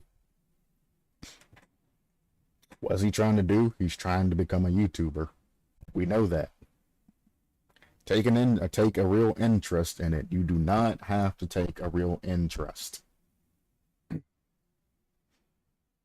in your particular son, daughter, whatever it is, and what they're trying to accomplish. You do not have to act like you're interested in that shit. That is some fucking dating advice that a female will tell another female or some shit. Just take interest in what he's into, you know? Find out what music he likes and act like you like that shit. No, because then you end up at a fucking concert or some shit and listening to music and shit that you don't even fucking like. You do not have to take an interest in somebody else's shit to appeal to them. You don't. You can support somebody, buy them tickets to their favorite, you know, concert and all of that shit, you know, etc., etc. But you don't need to take an interest into somebody else's shit. That is foolhardy and that is fucking... It's almost to the tune of a social suicide. Because eventually the lie is going to get out that you're not really interested in something, and that person's going to be heartbroken and shattered because they thought you had a connection and all of that. Then on top of that, you've been kind of sort of lying and kind of sort of manipulative. On top of that, then they're going to have to think that, you know, man, all of those times I talked about this shit and brought them along to all of these places thinking we were having fun, they were miserable. And you're going to feel like shit. They're going to feel like shit. Everybody's going to feel like shit. You should never force yourself to take a real interest into somebody else's activities. Even if you're married, you shouldn't force yourself to take an interest. You can participate with them and, you know, have fun times and all of that, but you shouldn't be taking and forcing yourself to take a real interest in something. Unless you have an overwhelming, you know, interest in that, then, you know, it's fine. See for yourself if he has a plan or not. Again, he's 16. He don't have a plan. Plus, if you're okay with it, I think you might have to let him drop the school for about a year. Why in the fuck would you ever let your 16-year-old son drop school for a year for anything? I don't care if he's using that year to better his life to join the military, Why in the fuck would you ever let him drop something? One, that's less of a workload. I hate to tell it to you, buddy, but most jobs require even more of a workload than what you're, used to. If he can't balance YouTube, his actual life, and school, he's not going to be able to balance paying bills, dealing with the relationships and all of that other shit, after he's moved out, if he moves out, having to deal with, videos, schedules, editor meeting, YouTube meetings, conventions, etc., and all the other bunch of events and shit that pop up in his life. The heavier schedule's good. You should make him go to school and get him used to being accustomed with having to do some bullshit work on the side throughout the day than having a limited amount of time to actually record and edit his videos. It'll force him to make a schedule to keep up with all of that. Which, becoming a YouTuber, you have to make a schedule. And you have to kind of follow that schedule to get everything out on time. Do not let him take a year off of school. Again, instead of making him spend the time of waking up in the morning, having to go through, going and wasting a bunch of time in classes, switch him over to an internet school, to where he ain't got to wait on a slow-ass, dry-ass teacher to teach him all of the bullshit that he needs to be taught. You can go in, he can spend 2 hours a day. Well, it'll be more than 2 hours a day, but he can spend about half a day, well, half of the day he'd spend in school, learning everything, and then he can spend the extra time. Because, I mean, back when I was going to school, I would have to go, I'd wake up at 6:30 in the morning, and then I would be walking off the bus at 3:30 in the afternoon. I don't know how many hours that is. That's what, 6 plus 3? That's 9 hours of my day that was devoted to school per day. If he can spend 4.5 hours getting all of this shit done and learning all the shit that he needs to do and completing whatever modules he needs to do for the day in 4.5 hours a day, some extra 4.5 hours that he can use for editing and making videos and shit like that. So again, making a schedule and fitting things into that schedule, finding alternatives, mix and matching things to give yourself more time, etc., etc. It's kind of what you want to grow into in maturity, be able to balance a bunch of shit. But letting him take an entire year off,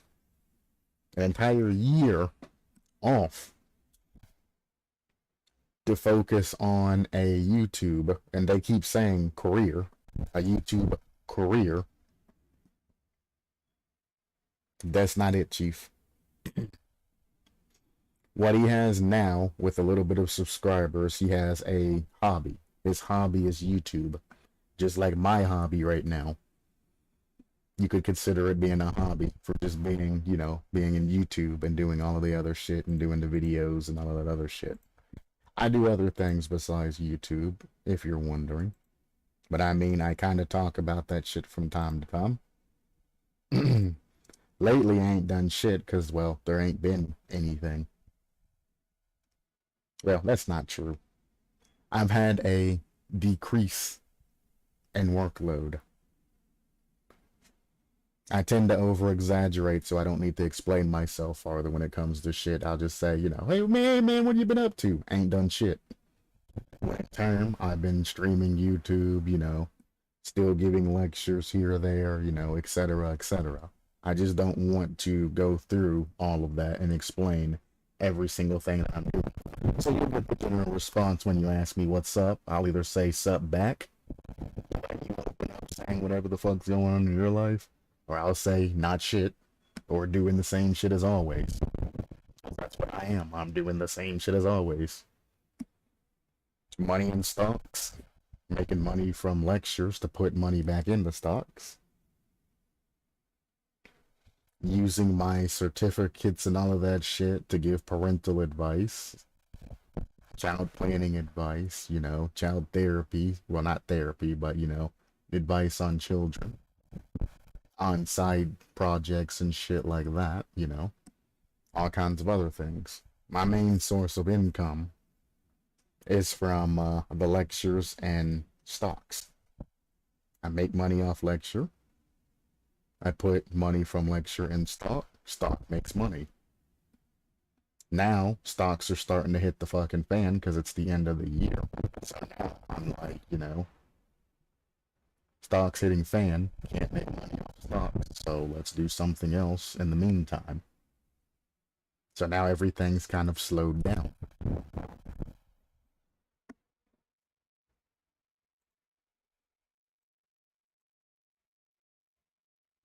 But I mean, excuse me, until October, I'm still going to be working all the way up till then. Towards the end of October, I don't work for the end of the year. I take a hiatus. I mean, I'll probably still be doing like bullshit ass YouTube here or there, but I generally take a hiatus from the end of October. I'll take November and December off because the 1st of January, everybody, fucking mom, wants to talk about some shit. I don't know what the fucking New Year's does, but everybody has issues at the start of the fucking year that they need to work out. It's fucking crazy how that happens.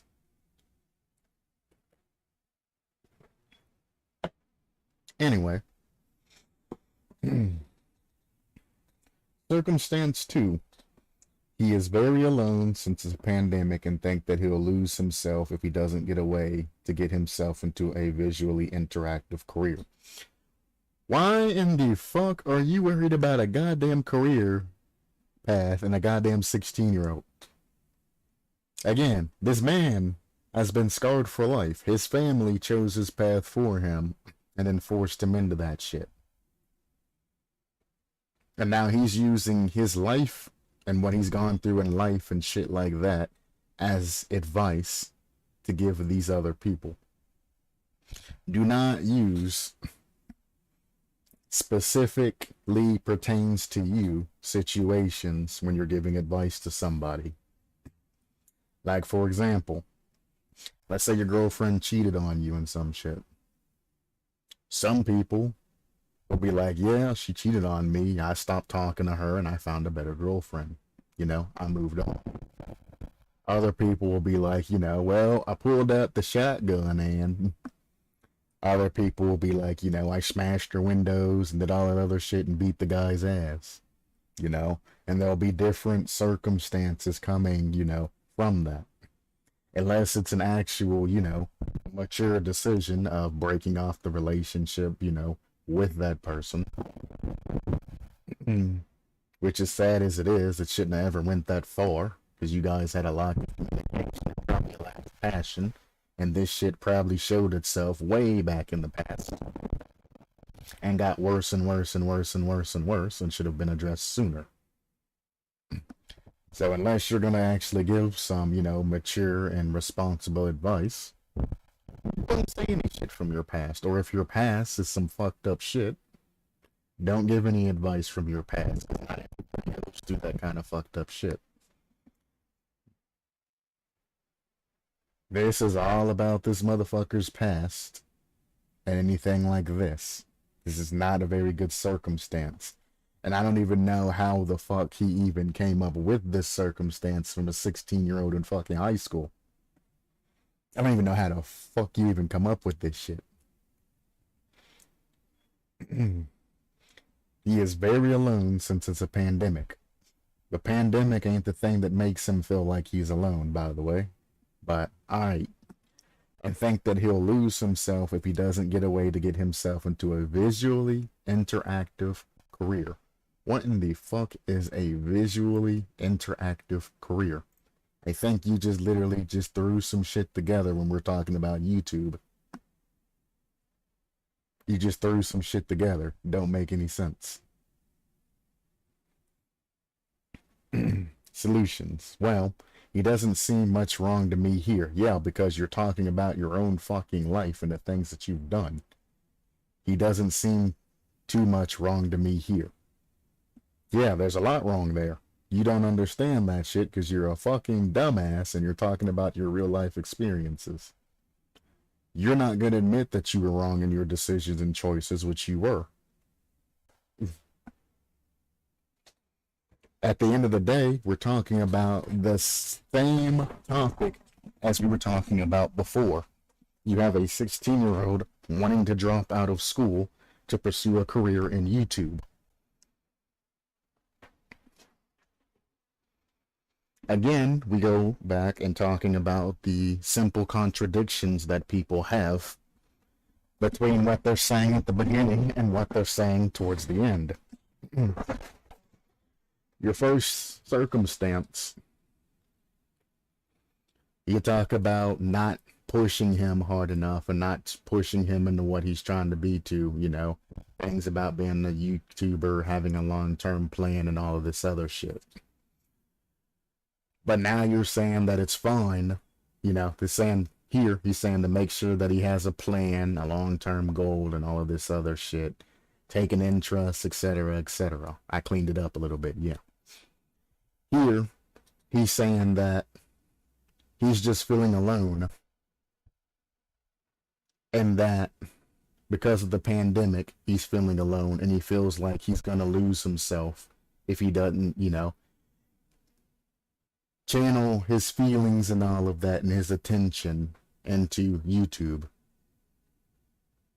But again, you just said up here that, you know, if he doesn't have any type of long-term plan or anything like that, then, you know, he's basically, you know, wrong.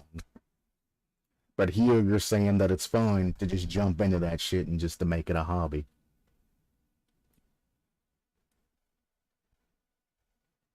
What is it? Do you need to have a long-term plan? Do you need to have a goal? Do you need to see dividends? Or is it fine because the pandemic's here to just throw yourself into a random-ass career? Which one is it? You got a contradiction between your first and second circumstance. Well, he doesn't seem much wrong to me here. He's trying to, in this case, we're assuming he's trying to drop out of school to become a full-time YouTuber. That was the issue. Now you're talking about something completely different. And his neuroplasticity is high. We don't know that. You don't know him. You know he's a 16-year-old. You don't know him. You don't know what his neuroplasticity is. And is way too prone to any long life mental health issues. See, that's ignorant speaking. You're making just a general assumption about all 16-year-olds saying that the neuroplasticity is high and they're way too prone to any lifelong mental health issues. You know how many people would be knocking at your door and shit, angry with you, saying something like that. Get him to a psychologist and get a way to fix this issue. So now you're saying that the kid needs a psychologist because he wants to drop out of school and become a YouTuber. I'm sorry to tell you, bud, but American children think this type of stupid shit all the time. This is just another American fucking issue. They think of that stupid shit all the time, and then the parent kind of brings them back to earth, down to earth. That's kids thinking. Oh, I like this. I think I'm going to drop out of school and I'm going to, you know, do this shit because, you know, I'm passionate about it. Yeah. American children have dumbass thoughts. Hell, children in all countries have dumbass thoughts like that. That's just kind of a child thing. He doesn't need a psychologist because he wants to drop out of school and go for YouTube full time. It's what you call a puppy dream. A puppy dream. It's fine. The only thing the parent needs to do is guide his ass back on track and help him understand that, you know, maybe not. You know, maybe not. Give up the rest of your life to try and just put all of your eggs into one basket. Maybe create a actual path and all of that and think about other things that you can do in the future. But yeah, that's just a kid thing. Wanting to drop out of school to do something that they like.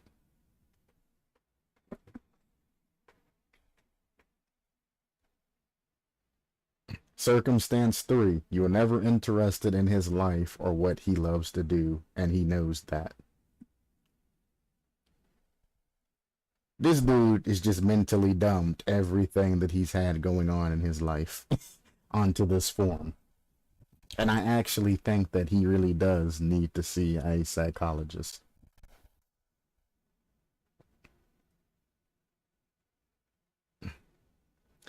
The kid, and remember, this is a very short 2-sentence statement. Son wants to, we're going to assume, drop out of school for a YouTube channel. How do you convince him to go back to school? There's 2 parts to this question. Worried about, or the son dropped out of, we're assuming, that the son wants to drop out of school for a YouTube channel. And then the second part of this question is, how do I convince him to go back to school? The more important thing, how do I convince him to go back to school? There's 2 parts to that question.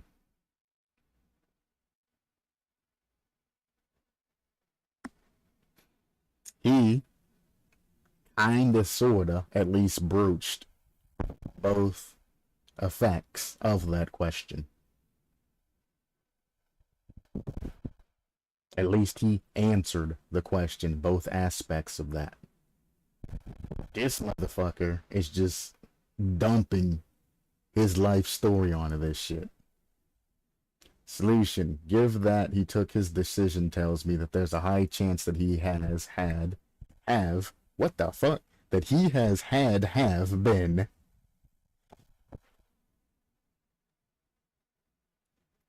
there is a high chance that he have been, holy shit, really very interested in a topic or more at the earlier point in his life. He's fucking 16. They get interested in a bunch of different shit and get attached to it.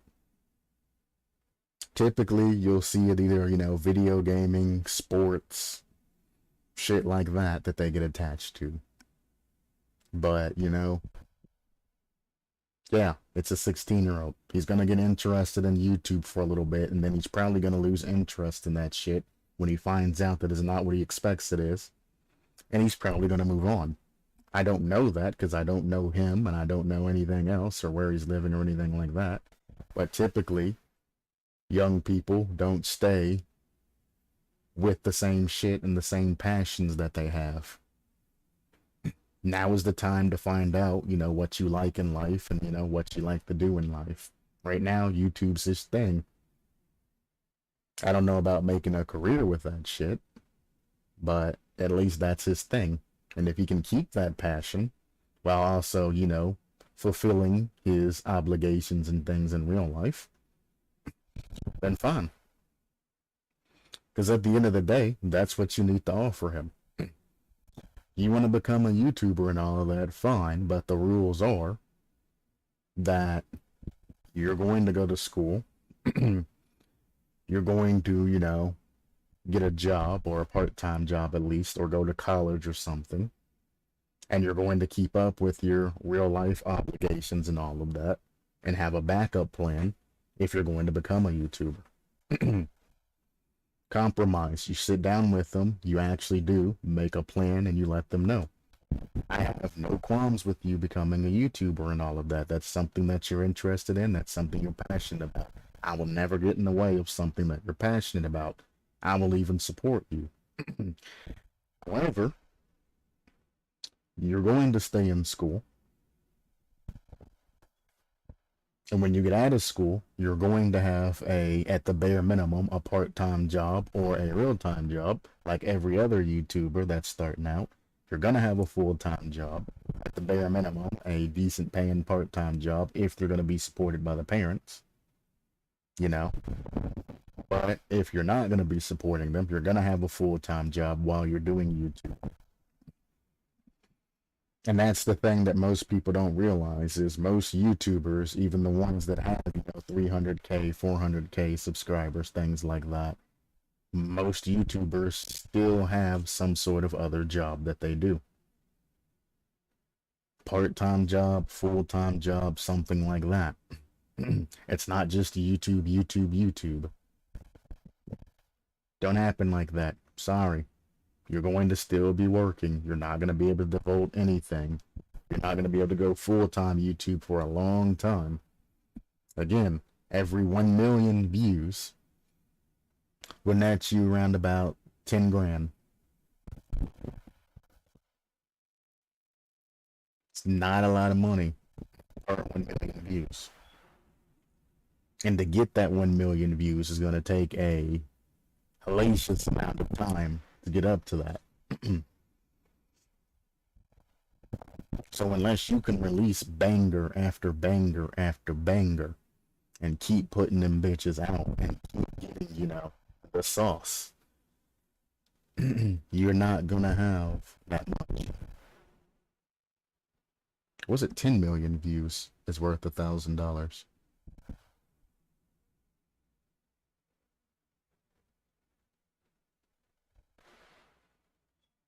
Nah, I think it's $10,000 per 1 million views. I haven't looked at the chart a while, but I'm pretty sure, yeah, it's 10 grand per 1 million views. Is essentially what it breaks down to. Obviously, if you have sponsors and things like that, it's a little bit different because they get paid quite a bit of money just off of the sponsors and shit like that. So, you know, they don't necessarily have to work because they're sponsored.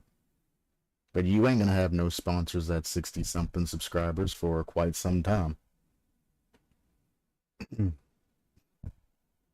So, yeah, you're gonna be working while also doing YouTube. So, you should definitely be forcing them to attend school while they're doing YouTube. So they can get that transition from going to school, you know, 8 hours a day, then coming home and doing YouTube videos. Then they get out of school and then they're going to college or working a job 8 hours a day. And then coming home and doing YouTube afterwards. And if they manage to keep up with that shit, then maybe they could have a good future ahead of them in the YouTube. But if they give up on it, then they're never going to make it in the first place. Because you're not going to be able to just do YouTube 24/7 unless you're supported by somebody else until you make it big. And we're talking about 2 to 3 years from now before he actually makes it big, unless he somehow pulls some new shit out of his ass.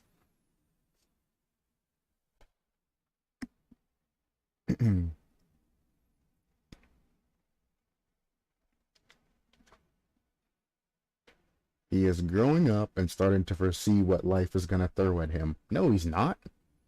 He is not growing up and starting to foresee what life is going to throw at him because he's trying to leave school. Life throws more shit at you. It throws a job and it throws bills and a whole bunch of other unforeseen circumstances at you. Having him leave school and saying that he foresees what life is going to throw at him is fucking ignorant as shit. He is getting rid of the work that he's going to have to do in life that isn't, you know, YouTube, and he's trying to focus on the fun aspects of his life, the shit that he enjoys. That's fucking speaking from sheer ignorance.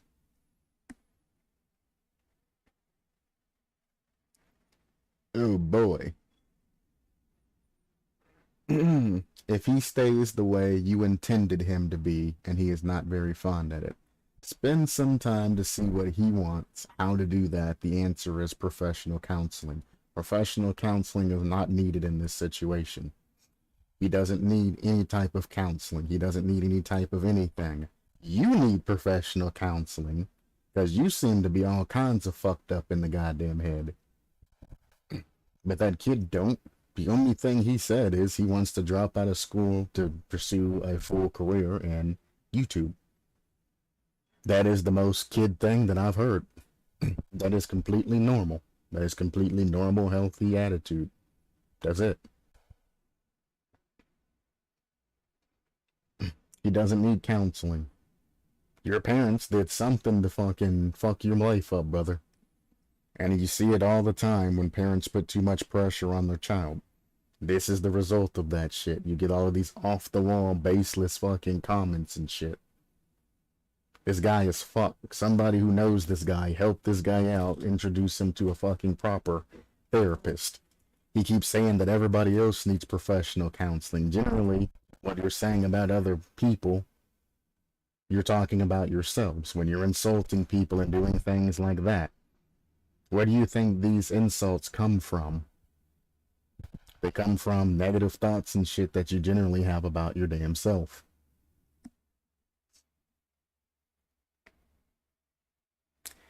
Overall, see for yourself not just what he is doing, but also what he needs to know / observe to get himself / get running towards something.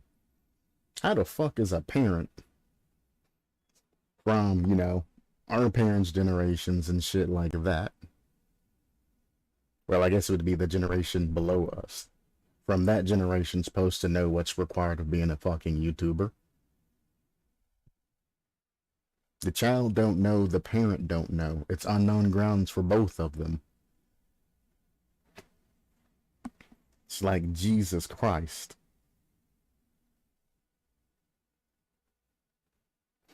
Although I'd say let him do it, just make sure to not let him stop.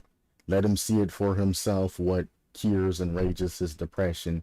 Let him have a year off. What the fuck kind of dumbass? I hope he doesn't have children. I really hope he doesn't, because he's gonna fuck up their lives. What kind of fucking dumbass statement? And he emboldened it. He emboldened his ignorance. You would actually let this dude, or this kid, 16-year-old, take a year off to focus on a career that doesn't even show growth until you're 2 to 3 years in. Then you say let him do it, but make sure not to let him stop. So if he jumps into a particular situation, figures out that YouTube's not the thing that he wants it to be, and he decides he wants to quit, you're just gonna sit there with what? A stick? And tell him, nope, you decided to go into this. You're staying. Because if he sticks to it with a year and he's not going to show any type of, you know, huge growth, because it takes a long time to actually get viewers and subs and all of that shit, he's not going to get anything. He's not going to show any type of results and all of that that you're expecting. YouTube's different. Your progression is how good you do. It's not like a regular job to where, you know, you can go in, bust your ass, and get a promotion quickly.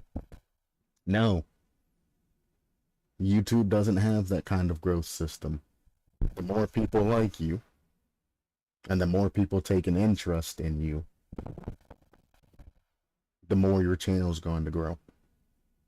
I guarantee you that he doesn't even know what kind of content that he's planning on putting out for, you know, the long-term effects of coming through YouTube and all of that. I guarantee you he hasn't even made a schedule of the games and all of that are coming out. I bet you he doesn't even have the monetary backing to even purchase those games to make series over what he's trying to make, you know, things of. Or if he's planning on, you know, doing arts and crafts or some other type of other shit. I guarantee you he doesn't have a schedule made or whatever the hell it is that he's trying to do YouTube-wise. And again, he doesn't have the financial backing and the money that he's going to have to put into that shit. Guarantee he doesn't have any of that situated, because it's beyond most people's reason of thinking.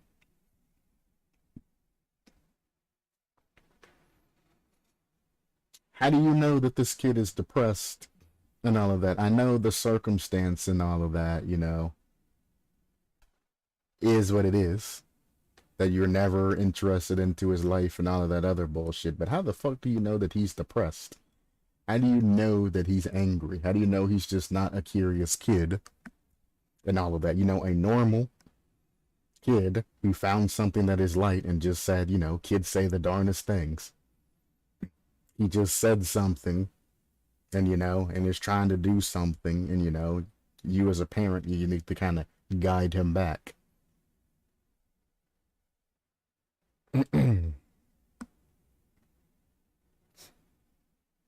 This is, Woo! Give this man a psychologist. He needs all the help in the fucking world right now. That's all I'm gonna say. I feel bad for this guy. Somebody completely fucked his world. And it's a shame to see people who are raised like this, that are trying to be raised to become an elite and just can't handle becoming the elite, and then they basically shatter.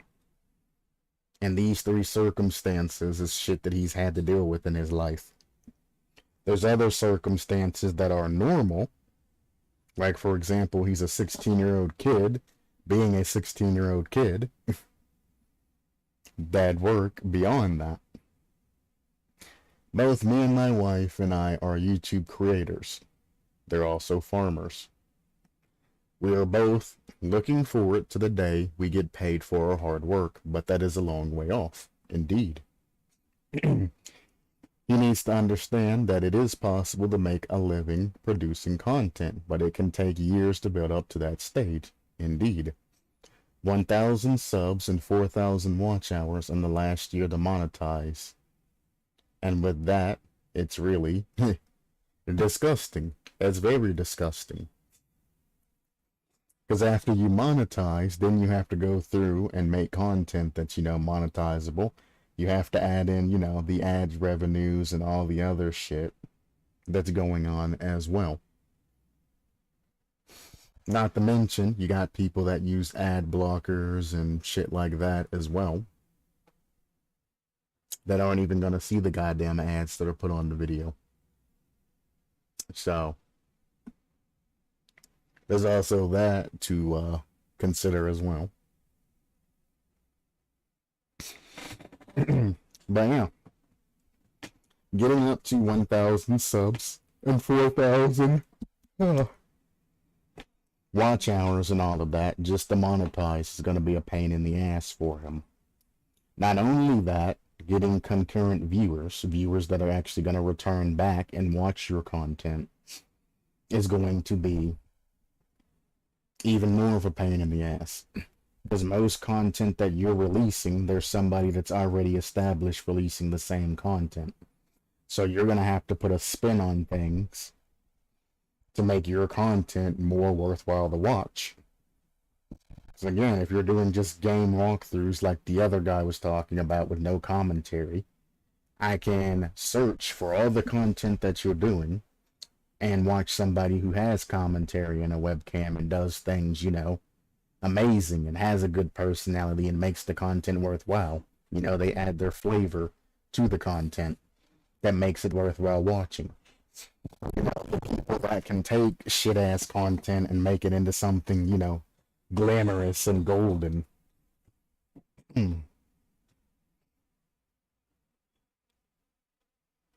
My guess is that YouTube isn't the point, it's the excuse. He can't possibly believe that he can support himself with 64 subscribers. There you go. Now we're getting into the nitty-gritty. I'm guessing that he may not even make it to the top YouTuber at his school, but he wanted to drop out of school, so the question is considered, what's going on in school that makes him want to get away that badly? Would have a 2-part conversation with him, do the math, show him how much, he'd make in a year, how he needs to get, to become partnered with YouTube, etc., etc., and then ask him, what's going on with his life. There you go. There you go. There's your voice of reason, which I was going to talk about that afterwards, but since he's going into it, that's another thing. You say that he has 64 subscribers and he's trying to quit school and go full-time in YouTube. That is a classic example of somebody diving into their work.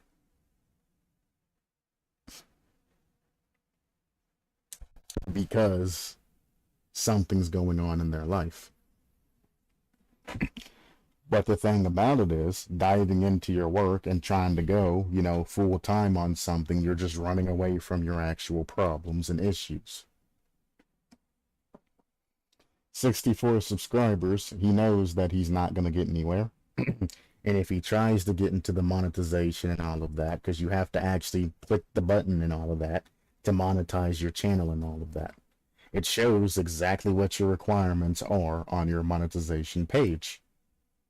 Which, despite popular opinion, you're actually allowed to show your monetization page and all of that shit via YouTube.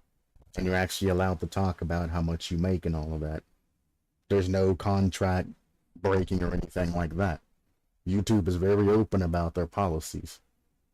You're allowed to say how much you make. Most people just don't because they're embarrassed. You got 400,000 subscribers and all of that shit, you know.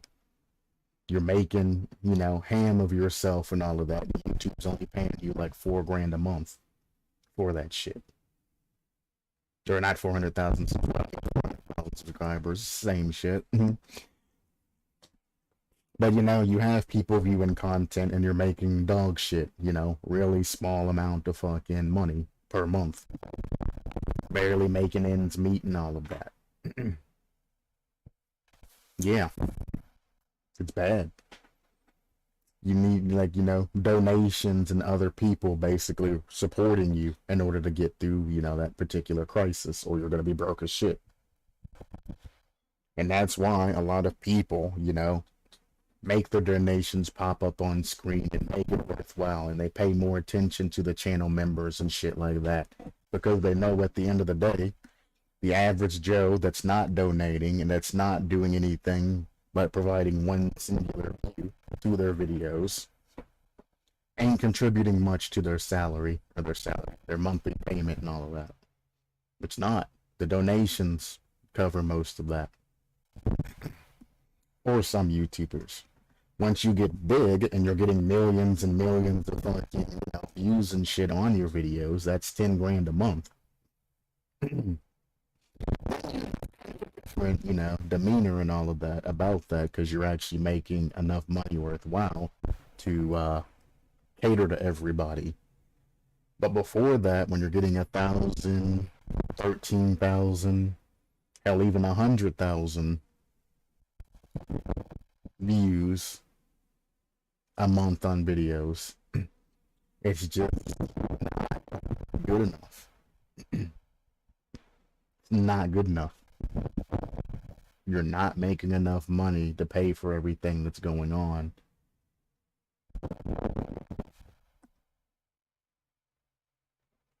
So that's why most people, when they're like, how much do you make? And they're just like, well, I make enough. And they won't answer you because it's embarrassing for them. They don't want to tell you that they make dog shit off of that. And God, they're not going to tell you how much they make off donations. No. That's a fool's gambit to tell people how much they make off of them in donations, because then people expect more. If you're making $3,000 off YouTube and $20,000 off donations a month, you don't want to tell your viewers that you get 20 grand off of donations. One, it's going to make them consider not donating to you as much. And two, they're gonna hold that shit over your head. You're getting $2,000 to $20,000 a month. You should be able to do a 24-hour live stream, or you should be able to increase your production, or you should be doing this. And they're gonna keep expecting more and more and more and more and more and more and more, because they see that you're making a good amount of money a year. Don't ever say how much you're making from donations, but it's fine to say how much you're making off YouTube. It's gonna make you look poor as fuck. Especially if you have no sponsors. There's one to decide. Should I allow my daughter with 1 million subscribers drop out of high school? No. No, you should not. Because I guarantee you that, one, she probably ain't got 1 million subscribers, because, I mean, you would be able to just say her name, whatever her YouTube channel is and whatnot. People that have millions of subscribers end up becoming pretty well known in what they're doing. But hey, if it is true and your daughter actually has 1 million subscribers, congratulations. Why in the fuck would you ever let her drop out of school? Why? She's still a child. She's an adolescent in fucking high school. Even if she stays with it, she needs that high school education, or at least a diploma, because it's going to be a pain in the ass to get the GED later on. High school diploma, free, easy to get. GED requires extensive studying and shit.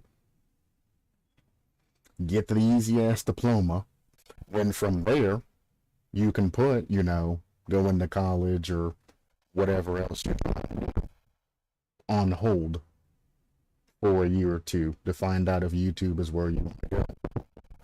Because you can always seek further education.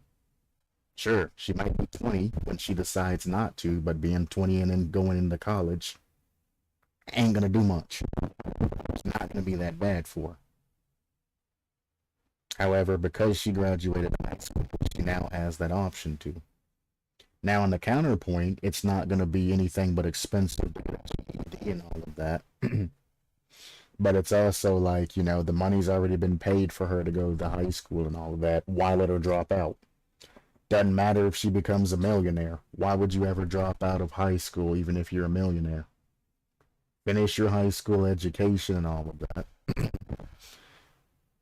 If anything, just go there just to enjoy your little bit of, your childhood that you have left. Just enjoy the people around you and shit like that. If anything. It don't take much to graduate high school. You can graduate as long as you're over an F. In some cases, they graduate you anyway. The bar for high school graduation ain't that high. Now, I understand there are some circumstances where people are able to finish high school due to family issues, due to other things, or just some people just the sheer stupidity. They could have done it, they just refused to. There are some circumstances that comes from that, but I'm also like, if it's offered to you and you have the ability to get it unhindered, why the fuck wouldn't you just stay and finish out high school? I mean, what are you gonna do?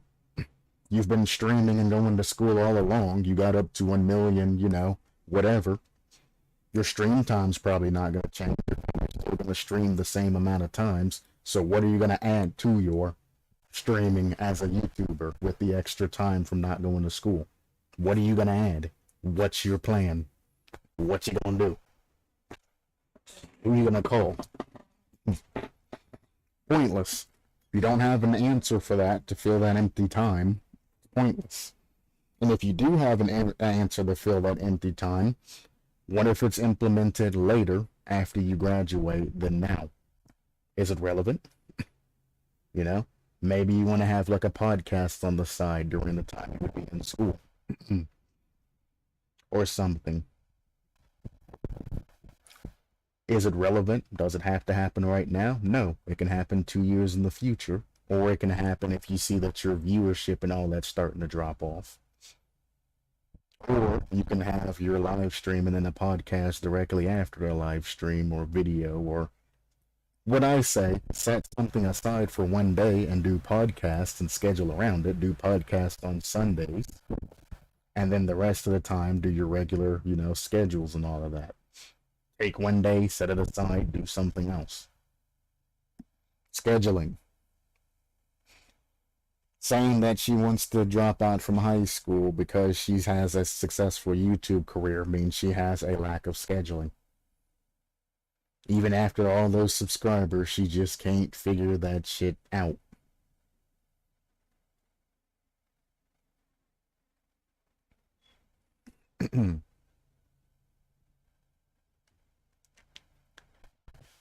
Bum, bum. 2 days ago, I learned that a new friend of mine at school had over 100K subscribers and made $4,000 a month from YouTube alone.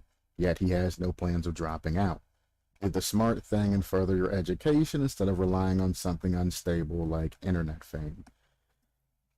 One, your friend's full of shit. He's not making $4,000 a month off of YouTube alone. He's full of shit.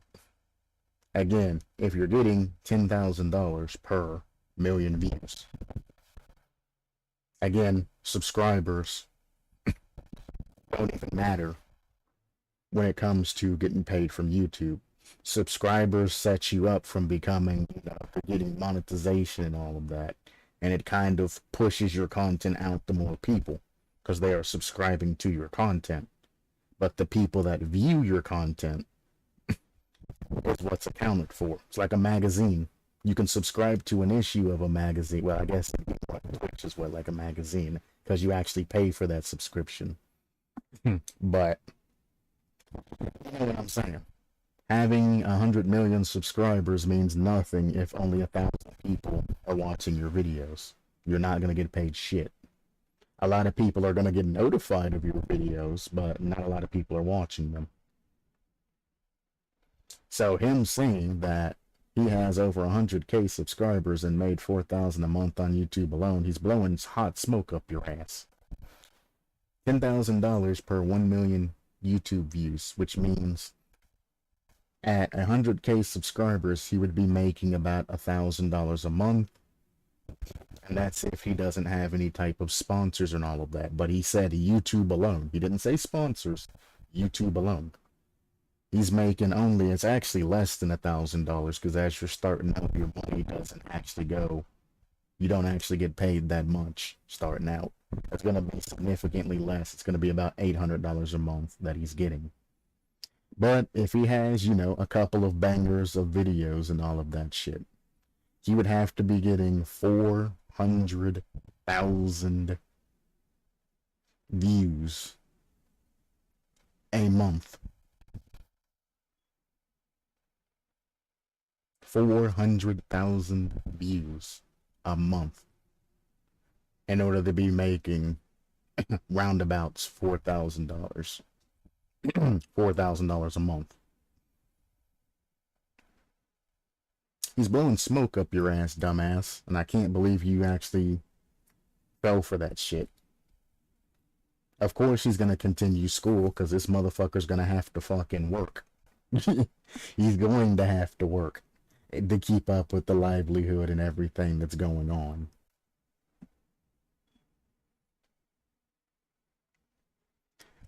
Much of these answers are from YouTubers. As a parent of a wannabe YouTuber, I'll give you my perspective. He's 16. Who paid for this is a very... This right here. This right here is the dumbasses. He's a legal assistant too. This is the dumbass parent perspective who should have their children taken away from them. The ones that want to prove their, or basically abuse their child and use their dominance over their particular child to make them bend to their will. These are the people that don't deserve to have children. This right here. Who paid for his computer? Who paid for his equipment? Who pays for his food, water, power, high-speed internet? Who even he bought or built the computer and set up himself? Whose roof is he under? You see that? Even if he paid for his own computer, paid for his own equipment, and all of that, whose roof is he under? See where I'm going with this? Yes, I see where you're going with this. You're a type of parent that deserves to have the children taken from you. You are a terrible parent, and you're going to flex whatever you can to feel like you're in control over your child, even if it means hurting your child's future or distancing yourself and putting a rift between your particular relationship with your child.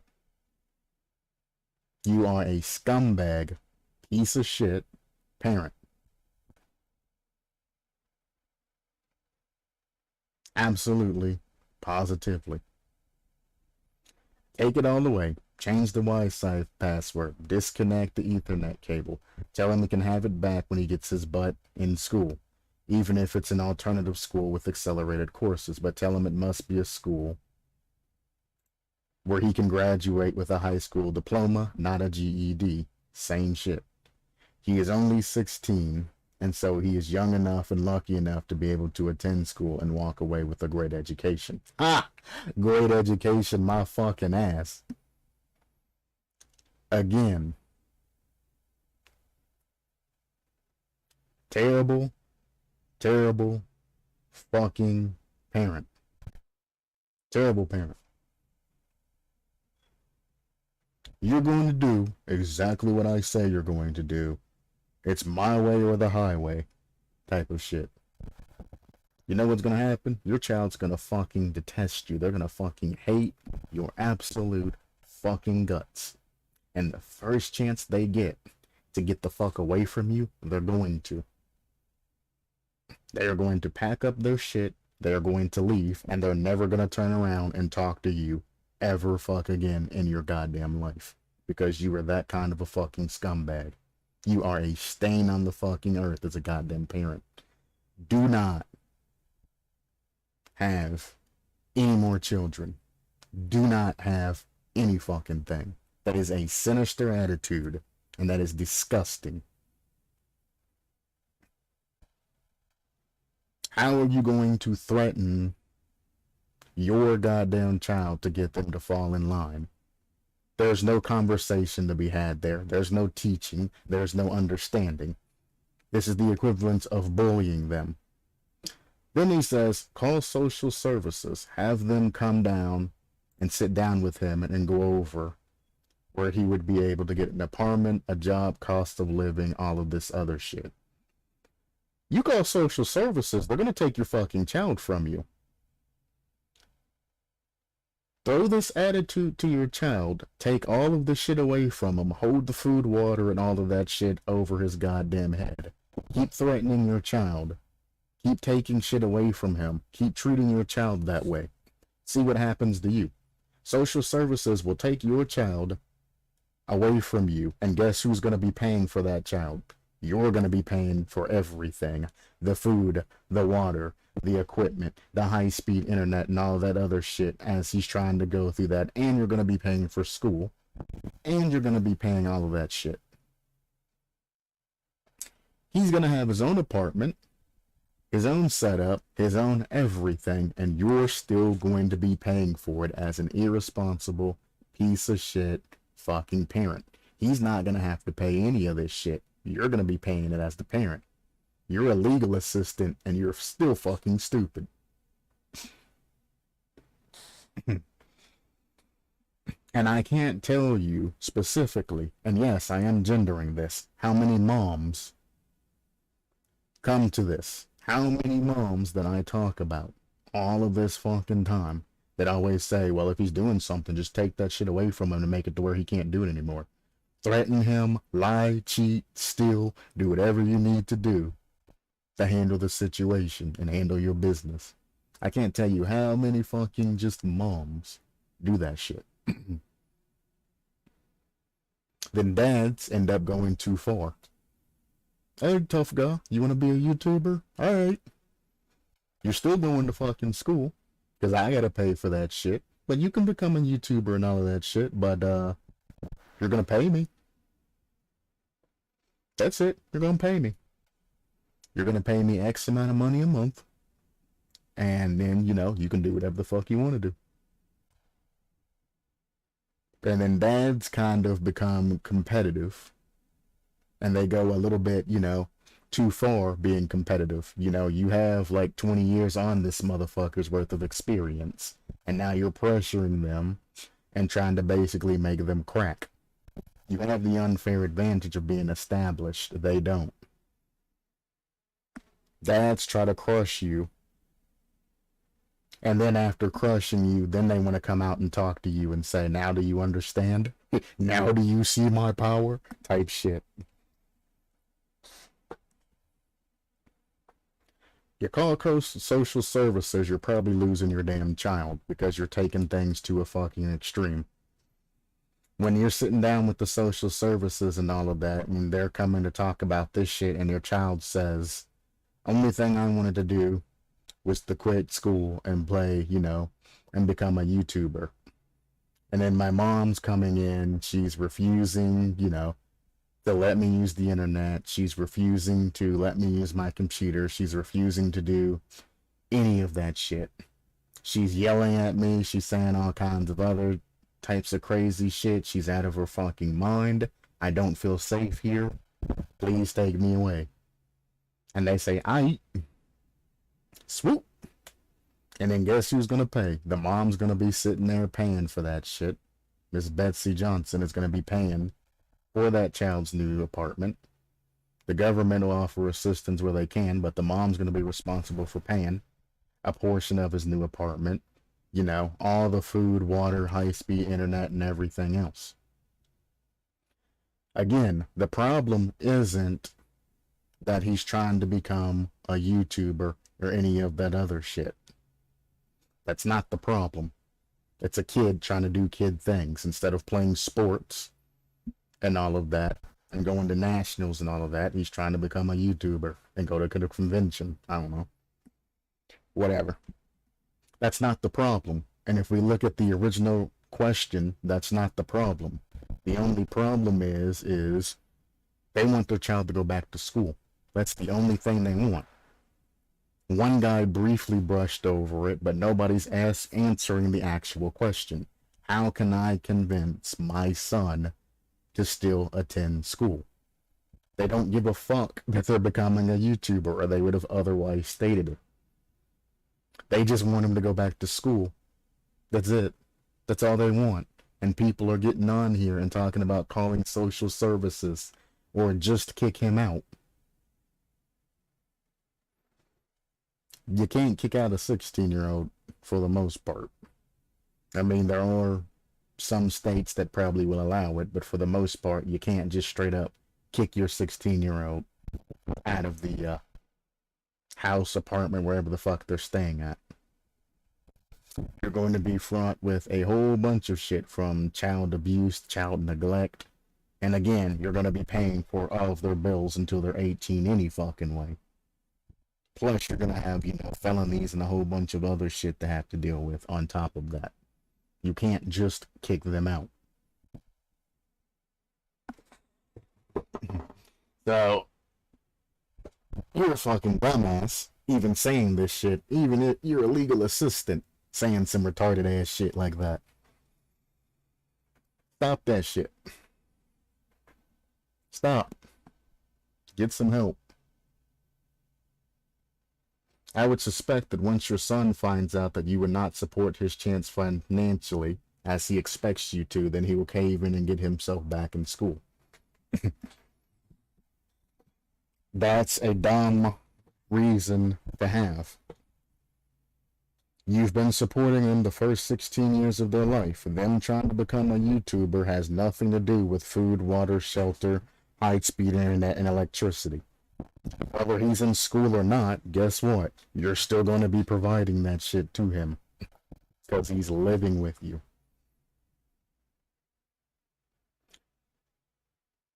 And nobody gives a shit about any of this shit. Again, we're talking about getting this child, who the parents think is lost, back into school. We're giving advice on how to pressure your kid, how to threaten your kid, and how to make them understand. Because, I mean, eventually, he might actually start making money and all that shit. And eventually, he might become a successful YouTube channel and all that shit. Why not support him in doing whatever he's doing, whether it's a sport or whatever, and just having him understand? Because at the end of the day, you just need to make him understand that he needs to go to school to have, you know, all the other shit, which was explained earlier, you know, to have, you know, other chances, more of a future, just in case shit don't work, you know, just in case you get tired of YouTube, etc., etc. This motherfucker's talking about calling social services and kicking them out because he wants to drop out of school. Again, we're assuming that it's a drop out of school and that he didn't just take a couple of days off to stream a game. Like Elden Ring. Supporting the choice of his financially. What you're going to do, going through all of these extreme things, is you're going to make your son not trust you. Again, first chance they get, your son's going to ruin your fucking life. Absolutely, positively ruin your fucking life. And you'd better hope that your son's not fucking crazy or vindictive like I am. It's me personally. Go ahead and kick me out when I'm 16. I'm gonna go out there, I'm gonna see the horrors of the world, I'm gonna get hungry, I'm gonna starve, and then I'm gonna get angry. I'm gonna get very angry because I tried to do something and you kicked me out for it. You didn't try to help me understand. You didn't guide me. You didn't try to help me, as the parent should. And if you're not gonna help me and try to support me and all of that, keep your fucking legs closed.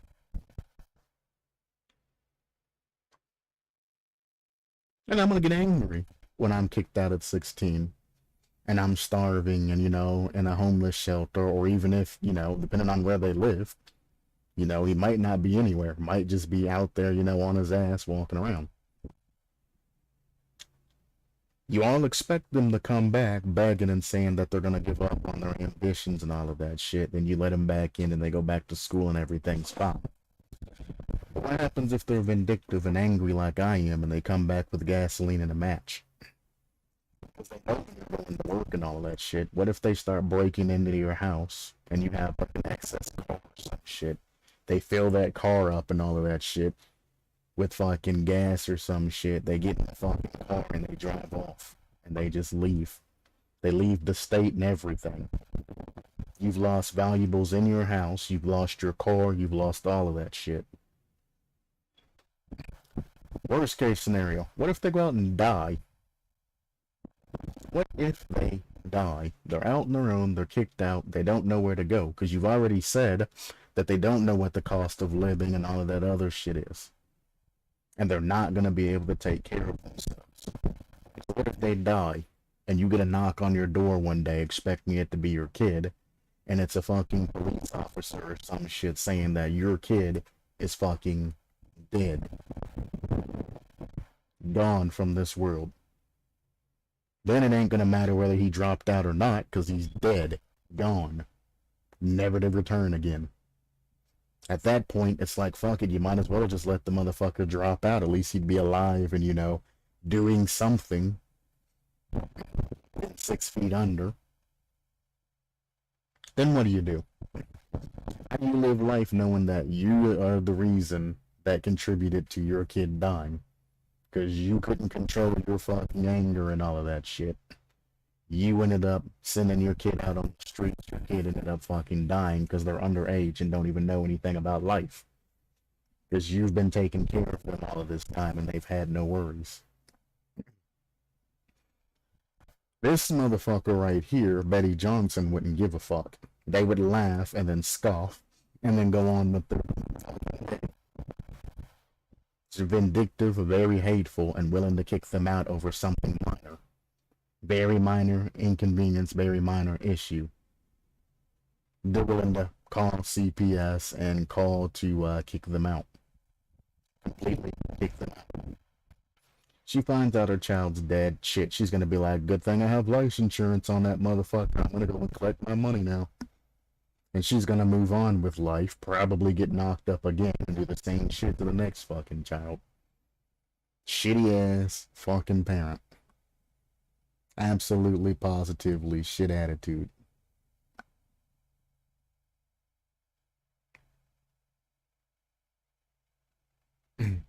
I think the best way to go forward is to compromise once he gets back in school. Give him the choice to return to school with his friends or to find a school with alternative course styles. Now we're getting somewhere. Perhaps the accelerated program mentioned above. I wouldn't put them on accelerated anything. Tell him he has until Monday to decide, or you will pack up anything he bought with his own money and drop him at the nearest apartment complex. One, you're gonna get charged for that shit and the police are gonna come knocking at your fucking door. Fucking dumbass. Don't do that shit. This is child abuse, and again, child neglect. You're gonna end up in prison for that shit, and again, still paying for your fucking child. Your child's gonna be taken, you're gonna be put in prison, they're gonna be living off of a fucking nice-ass fucking bond that you're gonna be paying for them. And he's gonna get away from your toxic ass. Finding an alternative way to go about school is great.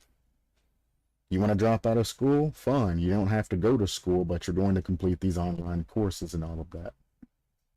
I don't care if you have to take a week off of YouTube and whatnot to get the shit done, but you're going to get the shit done.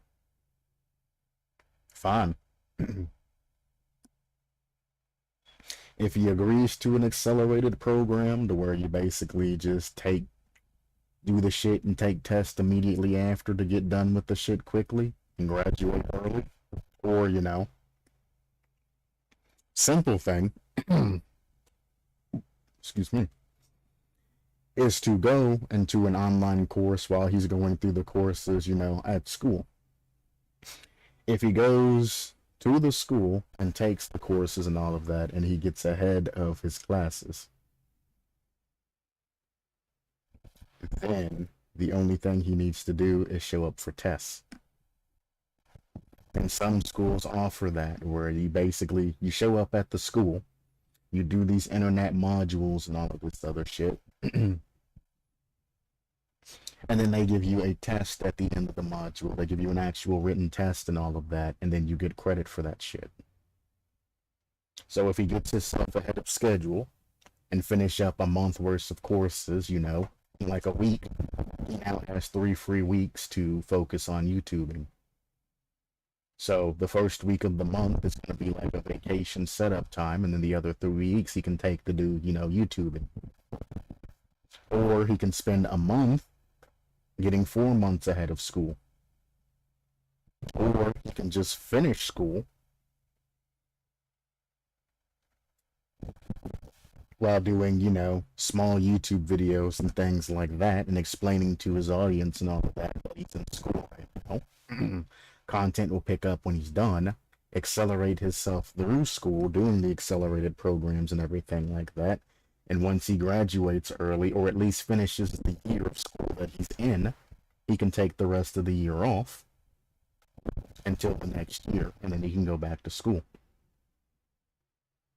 Again, there's a lot of compromises and shit that he can do. Just get ahead in school. Worst case scenario, you can homeschool him as a parent if you have time for that, and go through things that way. If your son's bright, he can teach his fucking self, and you won't even need to homeschool him. Those modules and shit that they have are very powerful and very quick on teaching, because you have an upfront, like a personalized experience is what you have. When you're sitting in a classroom in front of a bunch of people, teachers have to keep the same tempo. They aren't going to have time to go over the shit 5 times with your particular child. And they're not going to keep the shit on the board. They're going to say the shit, then erase the board. If you didn't get it, you didn't get it. Whereas when you go to the online modules, you just hit the play again button, and you can go through everything again, and again, and again, and again, until you understand the shit.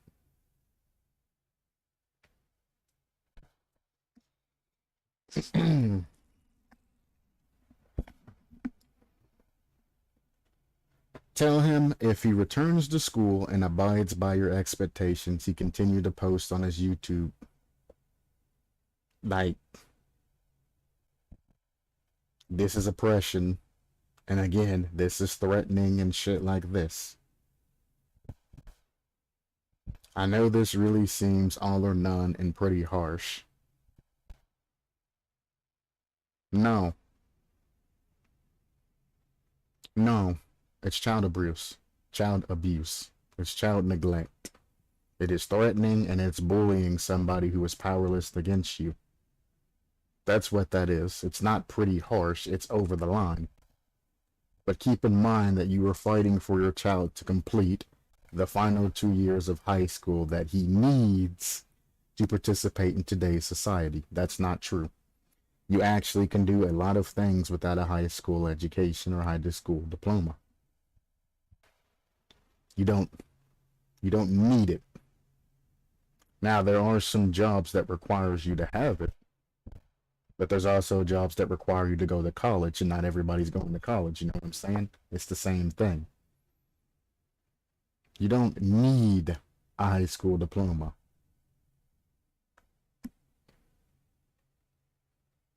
Hell, you can go and become a mechanic and get paid get paid more, or a diesel technician even, and get paid more than the fucking plebs that graduated high school, and some of the plebs that graduated, plebes that graduated college. You can get paid more than all of them and not even graduated high school by becoming a diesel technician.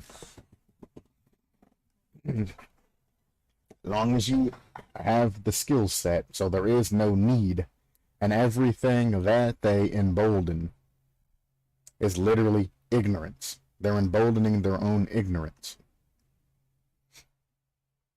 Keep in mind that there are almost no jobs, if any, that are available to a person without a high school diploma. There are a limitless amount of jobs available to people without a high school diploma, especially in today's society when the pandemic and the lack of jobs and everything, or the dearth of jobs and everything that's going on. You don't need a high school diploma. People are taking people that want to work. They don't give a shit. They're not even doing the interview process in some places. They just want capable people who can work. That is sheer ignorance. Sheer ignorance coming out of this person's mouth. It has to deal with somehow how they were raised or some shit. Because I'm like, no, Meta, I will not download Horizon Worlds right now. If anybody knows, I did a one-off yesterday, day before, about Horizon. The metaverse thing that Meta/Facebook came up with. Nah, I'm good.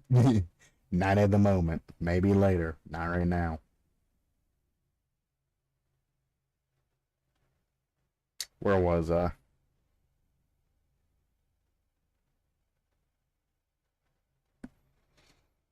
Nowadays, you don't need a high school diploma or anything like that.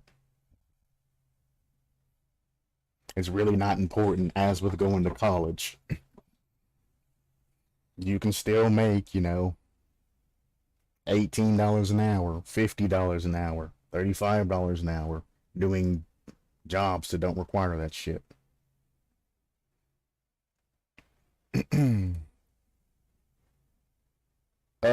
Another abuse topic, and I'm sorry for whoever the fuck their child is.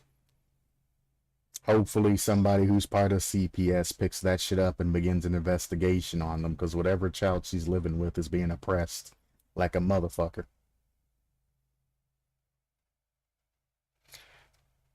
As an aside, I tell my son he needs a backup for his YouTube career. He needs something to do while he builds up followers. That's not a backup. That goes in tandem. He's not doing backup work until he builds up followers. He's doing a job. YouTube is a part-time job. It's not a career until you've made it big. YouTube is a part-time job. He's going to get another part-time job. 2 part-time jobs make a full-time job. He's investing in the YouTube part-time, and then he's going to be investing into his actual life. Going to school, doing things like that, as I stated earlier. Most YouTubers, to even have hundreds of thousands of subscribers, still have a full-time job that they do. Because they can't afford their style of living with everything like that. It's not a backup. He's gonna have to have a job with his YouTube. Creates watchable content, perfects his brands. I have told him he should build his knowledge of computing in areas of coding, network engineering, computer engineering, as well as business admin, majoring in marketing, online business management, accounting, personal financial management, and all of these areas are great post-secondary studies that he can get into. Yeah, but he's not trying to devote all of his fucking time into that shit. You've literally just stated a whole bunch of different areas of study that have job opportunities available to them. Again, another fucking ignorant statement.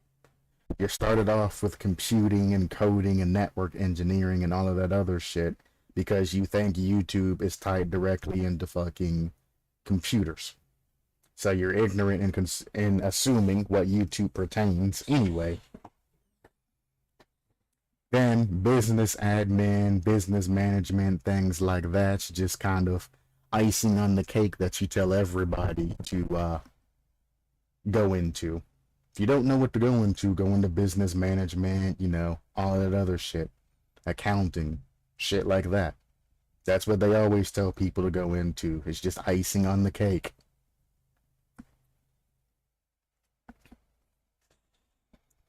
Shaking my fucking head. All of these areas are great post-secondary studies he can get into and work on in the public-private field until he's making equal or more money on his YouTube page.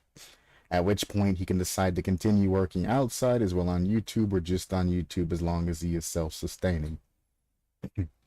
Well, it looks like you've decided your child's life before your child even had a chance to. You say, fine, you can do YouTube, but you're also going into one of these different things. What if your child doesn't want to? What if your child wants to do something else? You know what I'm saying? Whoever's parent this child is going to go through fucking hell. Hell on earth, and she's going to do everything in her power to ruin your YouTube career. She is. She's going to constantly be putting him down, constantly making him study and trying to keep him away from what his passion is, as much as she can. And she's going to interrupt him every chance that she gets. She's the type of parent that while you're streaming wants to say, hey, take the trash out and do your chores, just to make you cut your stream early. While you're editing and spending hours and hours trying to get things, you know, done. She's the type to interfere with that shit when you're actively working on something. It's the kind of asshole, fucking abusive ass, fucking scumbag ass parent. Abusive as fuck, she is.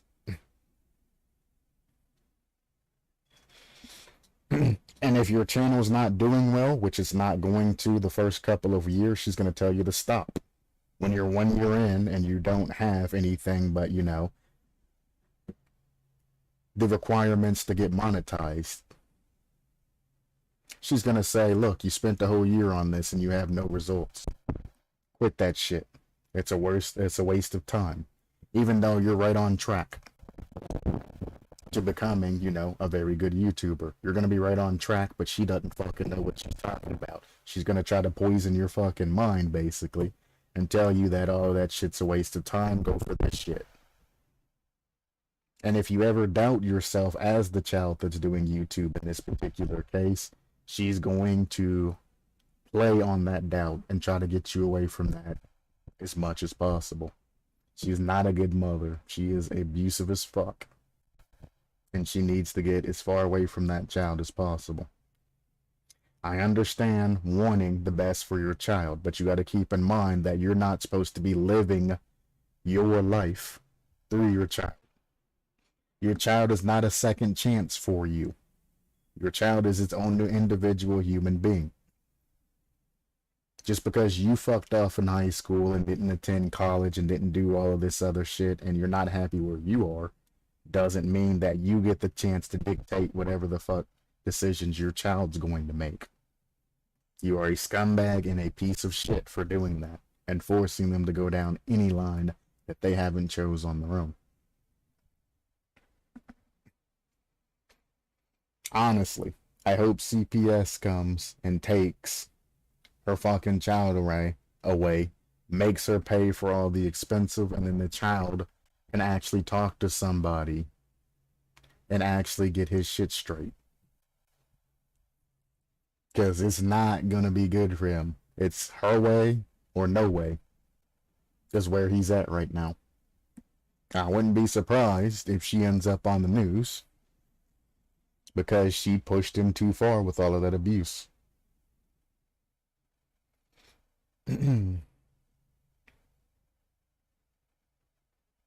Keep in mind that there are almost no jobs, if any, that are available to a person without a high school diploma. There are a fuck ton of jobs. Those fast food places with teens working there, they're almost always students. That's a fucking lie. Now, if you go to a high school or a fast food place that's by a college, yeah, you're mostly gonna find college students working at that shit. Or if you go to a fast food place by a high school, yeah, you're probably going to find more students working there. But in general, every teen working at a fast food place doesn't mean that they're going to be a student or something like that. It's all dependent on the area.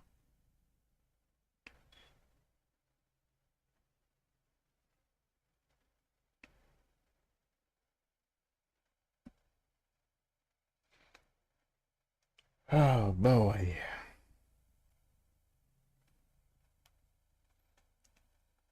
But honestly, though, what'd be fucking hilarious is if her child joined the military or some shit and said, fuck her. Said, I'm gonna do whatever the fuck I wanna do, bitch. Go fuck yourself. She says, that's fine. I'm gonna kick you out. He's gonna say, that's fine. I've already signed up for the military, you dumb ignorant ass bitch. Go fuck yourself. Leaves and doesn't fucking turn around.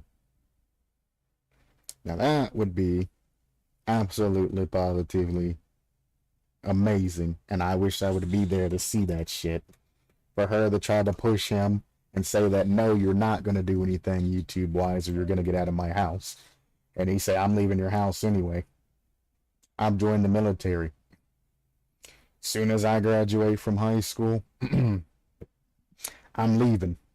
You can try to kick me out, but you're going to have to talk to my sergeants and all of that and explain to them why you're kicking me out.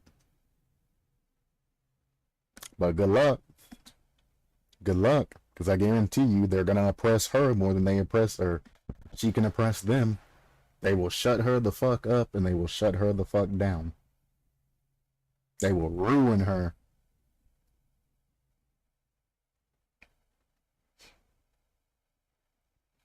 I've been there. It just don't always work. Well, yeah, you're in fucking middle school trying to operate a YouTube channel. Who would have thought that that shit's not gonna work?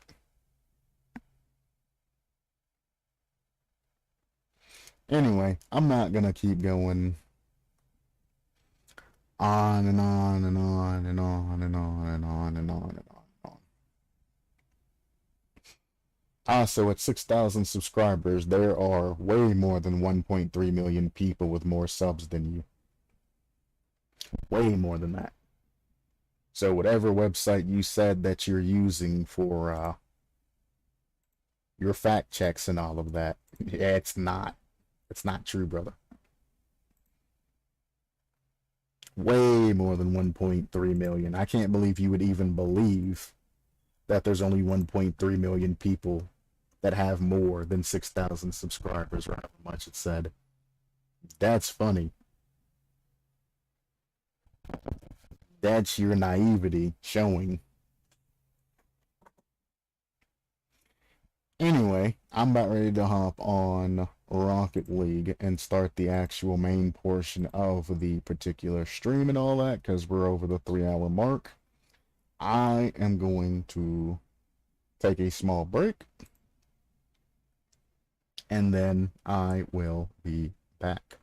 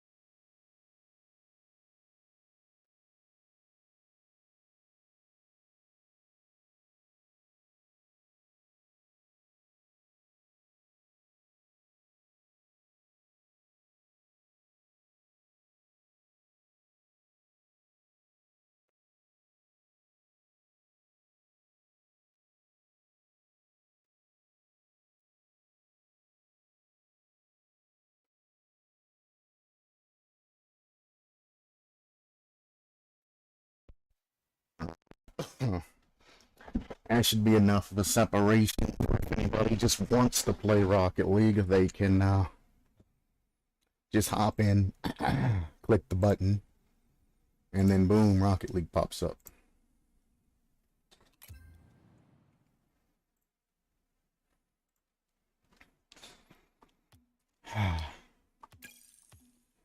So, true story.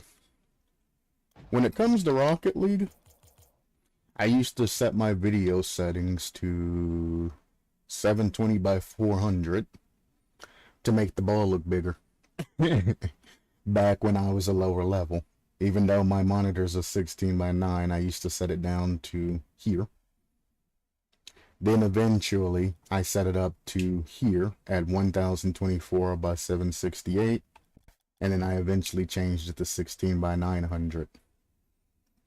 Because my eyes are bad. And if you set it to a higher resolution, the ball gets bigger, which makes it easier to manipulate. It was the best decision of my life, and if I could, that was an unnecessary demo, and now they're scoring in your net.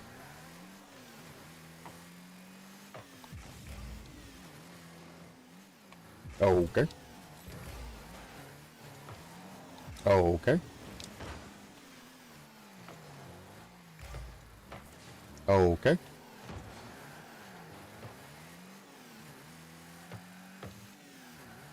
Yoink.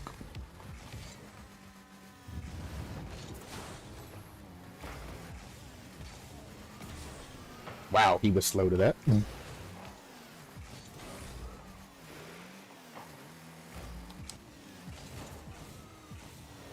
I didn't get that touch off towards middle.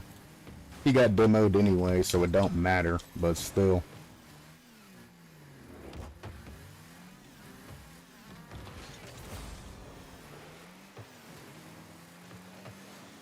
I'd have pinched that off his car into his own net. He went way too wide to challenge that. Oh, teammate, why didn't you go for that?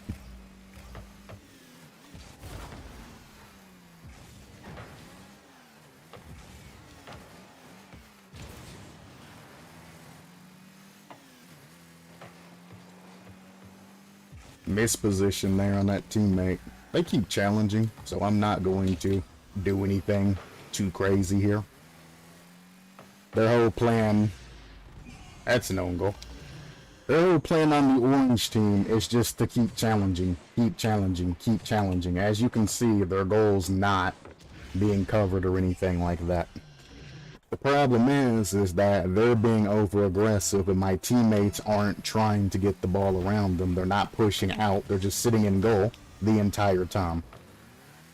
And their clears, when I'm going out for the clears and all of that, they're not doing anything. They're just kind of chilling and making these soft touches because they're saving from a stationary position. Proper positioning in goals. There's another unnecessary demo. See what I'm talking about? They got like nothing going on here.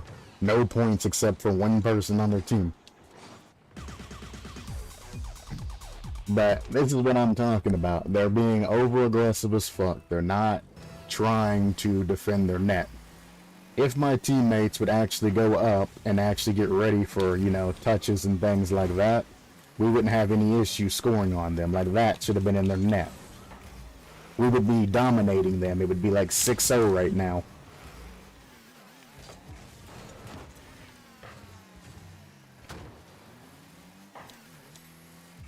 But when you have an aggressive team and a team full of cowards that don't want to actually push up on the miss clears and all of that because they're being overly aggressive, you get nothing.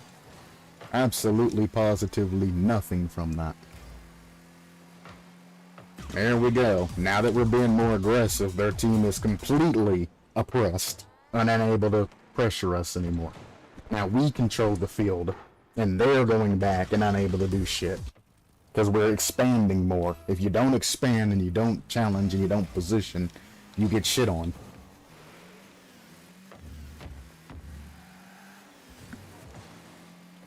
Teammate, why are you faking back? That's a pass. I was kind of hoping I was going to get that boost. Not going to lie. Tried.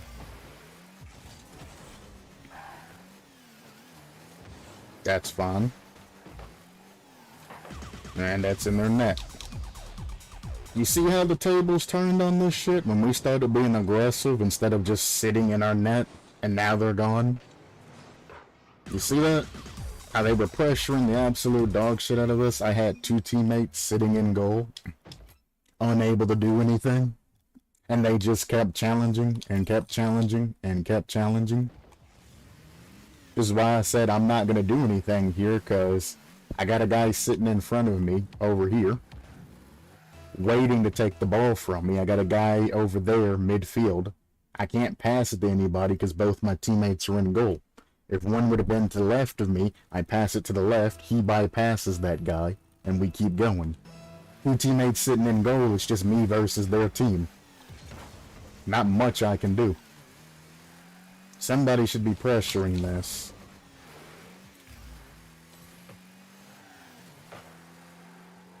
He had all that space and he decided that an air dribble was what he was gonna do with that shit. Alrighty then. I'll grab this too. I was hoping for a straight clear.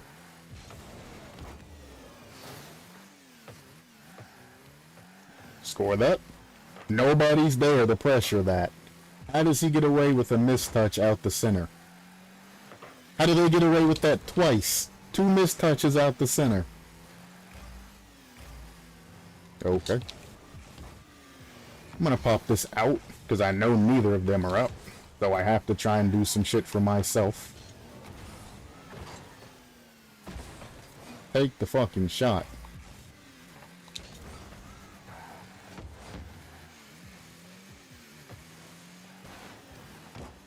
That's fine. Ah! His landing was so bad.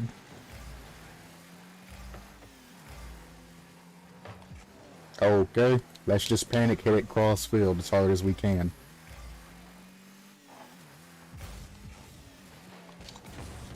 Oh, well, delayed touch, alright. You caught me off guard with that one. And then my other teammate didn't react to me whiffing that. You see that shit? He went all the way back to goal and then jumped for that shit. There was about 3 times he could have intercepted that shit. But going back to goal and then picking it up like that's not the answer. You seen that the guy is passing and going back for that again. You're under a limited amount of time. He's just gonna touch it. He ain't pay attention to either of us. He hit the ball perfectly between us, by the way. That's not on. I'm gonna let him pick it up. He should have picked that up much earlier.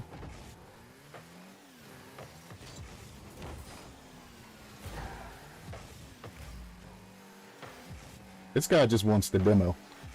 I'm gonna actually ignore and act like he don't fucking exist. Hey, your buddy likes demoing. What happens if I get in here?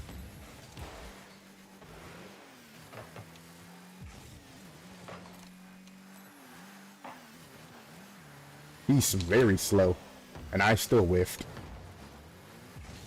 Easy save. Don't. Well.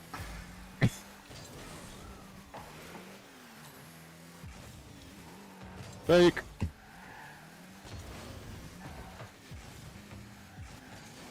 Oh my. Shoot it.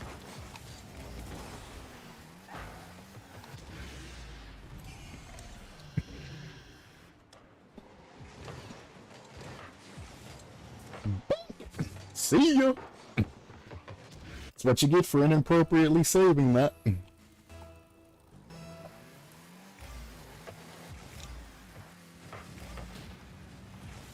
That demo was nasty. I'm gonna grab this boost because they're probably gonna go for them bitches next. I'm gonna let them both flip downfield.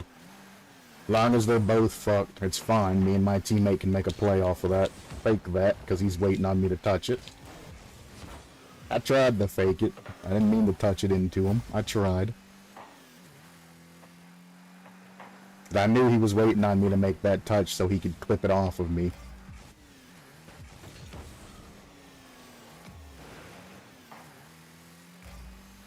That should have been a bang clear all the way across to where I was. You're waiting too long to challenge that, brother. Pop this off wall, make it awkward. Even if they challenge it, it's going to be a slow touchdown. Easy counterable. He mistouched it, so all I gotta do is just get in the way of this guy. There you go, right into their net. Those mistouches. You passed it and dined it up perfectly for us. All I gotta do is just keep your guy from getting back in the net and it's open. Maybe they'll start trying to fucking demo and bump us now that they understand that, hey, trying to be nice to you guys, but you're not letting me be nice. He scores that, he's a god. Nah. You really think I was gonna 50 that with you, crazy man?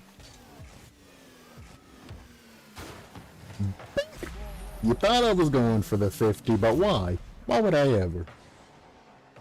If he hadn't pre-jumped, he wouldn't have been in the situation that he put himself in. There's another free goal. Again, if you just don't do what they're expecting you to do, you can easily take advantage of the situation. I wish he would have faked that. I'm not in voice chat with him, so I couldn't tell him to fake that, but I kinda wish he did. I don't think you're getting that. Forgot his other teammate was there, even though I looked at him as I passed him.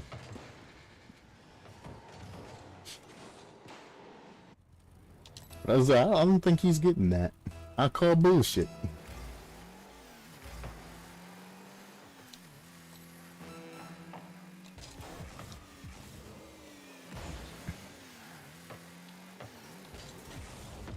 Damn.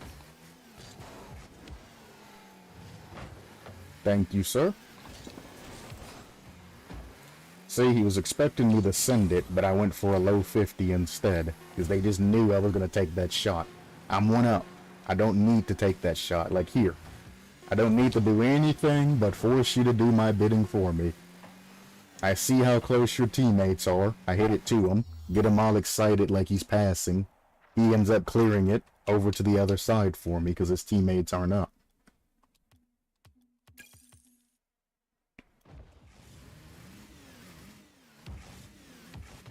Just don't do the obvious.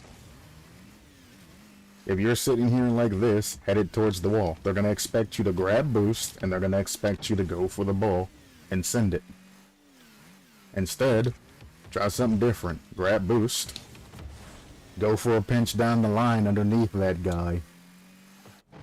Try to go for like a kookser or something. Or, as you're going, turn the ball right towards the end as you're getting to the wall and then go under him.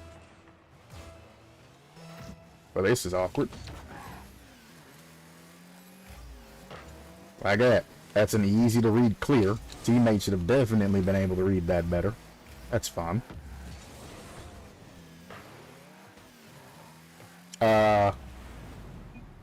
Is it a bot?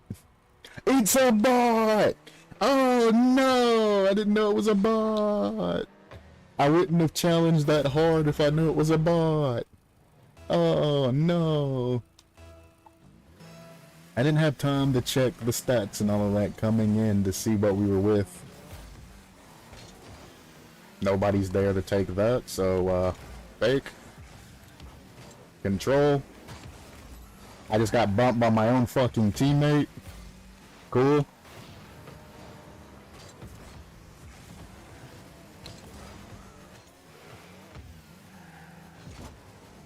All three of them came up, no? Well, now that one's back still, but he's not in a position.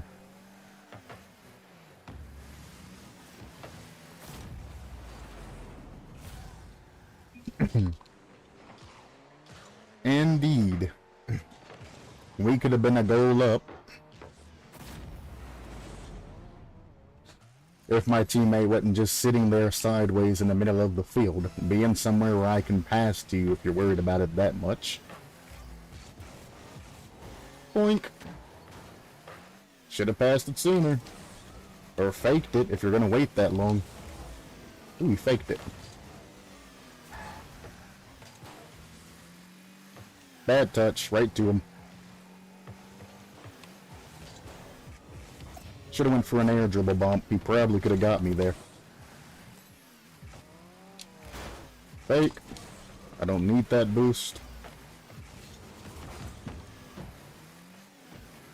But in me pulling him to that boost means that I'm not going to get demoed from behind when it comes to that shit. So you let him have the boost and then you attack his net because you know you're going to get the shot. Might not go in, but I know I'm safe. I can take a little bit more time there. And their net. We'd be up by 1. Just saying.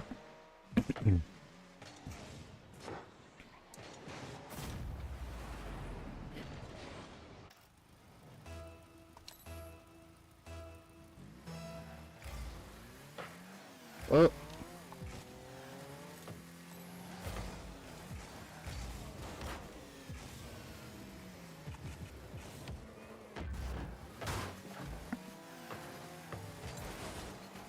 Boink.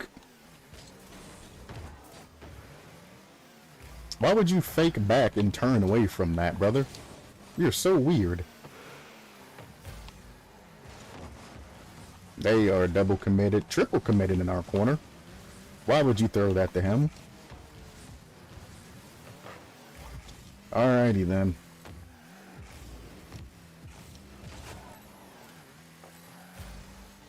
Doink! Right in our net. Yep. There wasn't much I could do there, unfortunately. I needed to catch that and send it to the side.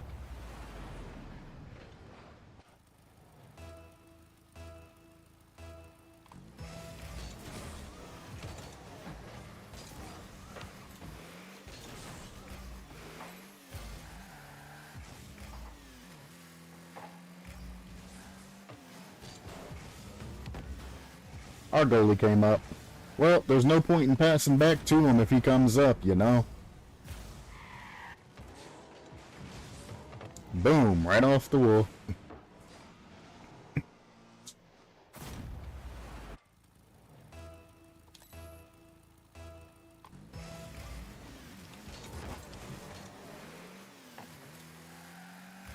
Empty as can be. Teammates being slow as fuck right now. He could have put that in their net.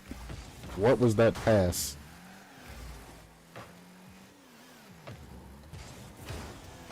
I bumped him, but you better save that. Thank you.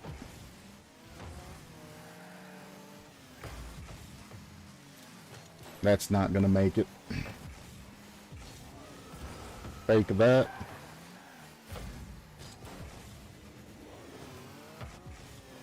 I didn't even get a flip reset off of that. Shoot it! Shoot it! You're there! Shoot it! Why are you waiting on your back man to score for you? Shoot this shit! That's yours!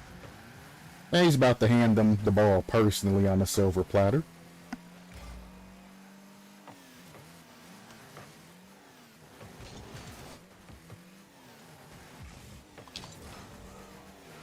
A backflip's the best he can do. Alright, I've seen enough. A backflip's the best you can do in that situation. He wasn't even in control of the fucking ball. He was literally just bunny hopping behind it. And a backflip, that's the best you could do. Oh, brother, oh, brother.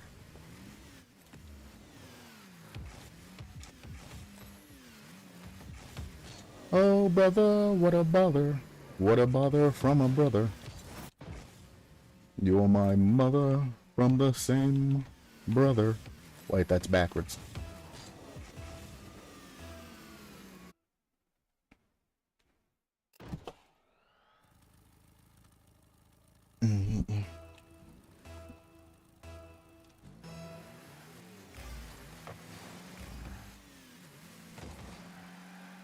Just wondering if he was going to turn back for that or not.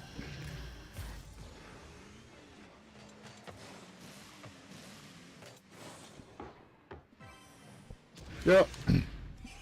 Dad's being humble.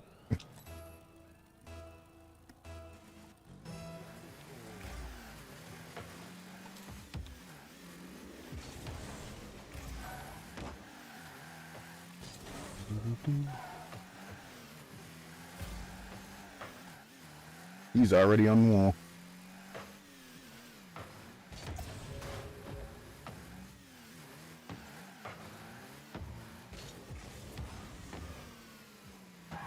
One of you guys can go up in the field to help me out here anytime now. I mean, I can save all day, but it doesn't mean that I want to.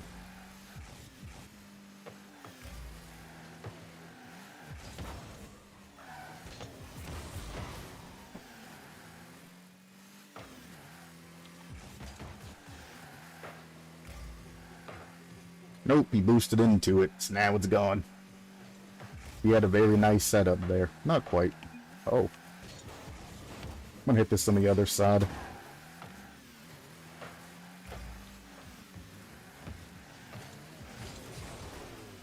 I bumped him, so teammate has space to save that. Especially if he does the dumbass thing and passes it like that off of a breakaway play. You gotta realize during breakaway plays that you do not have any type of help. It's a solo play. Every time, it's a solo play.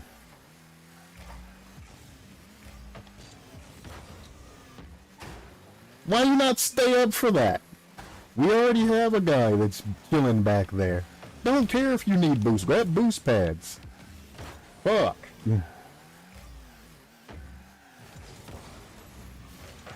Alright, well, rip my touch off wall to teammate. Catch that. Go. Go. Go. You got people back. Hate fucking champs to do that shit.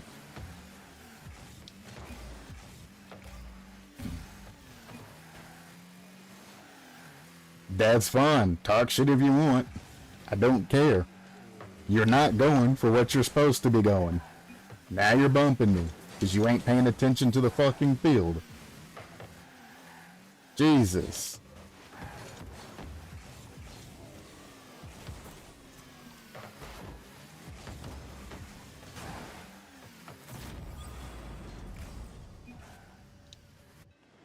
Huh.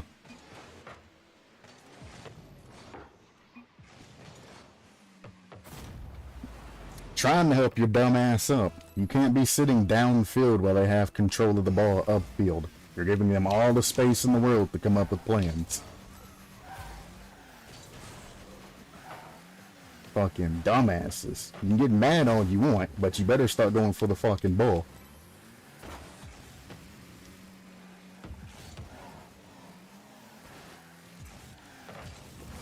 Ah, I couldn't get it.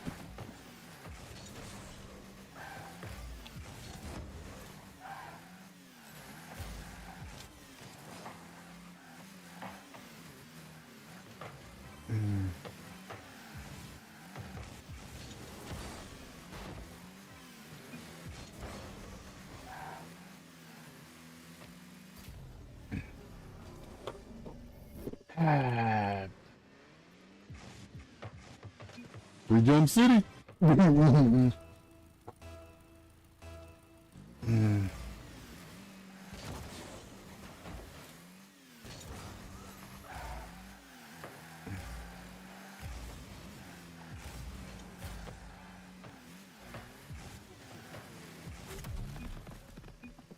Nice shot.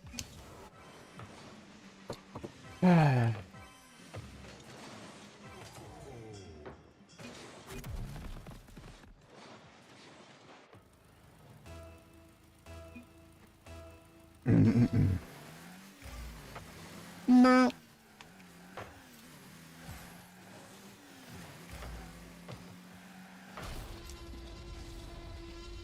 Close one.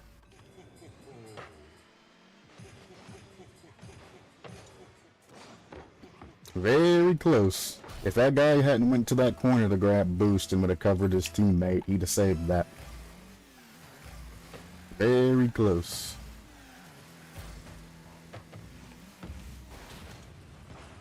I probably should have seen that coming. That's free though.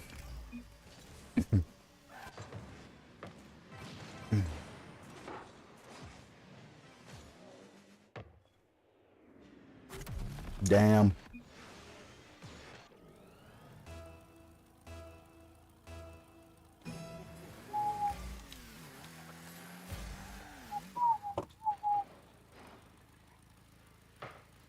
Who hesitated?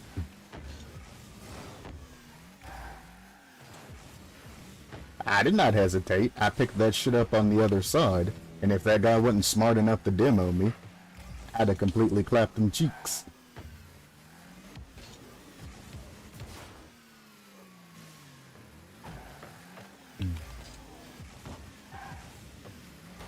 Boink.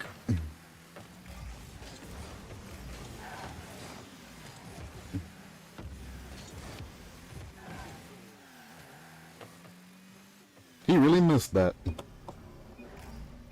Imagine calling someone out on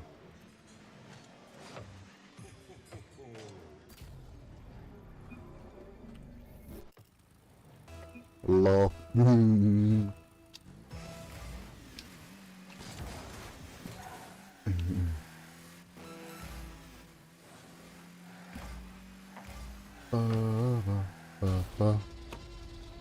But hey, after you calling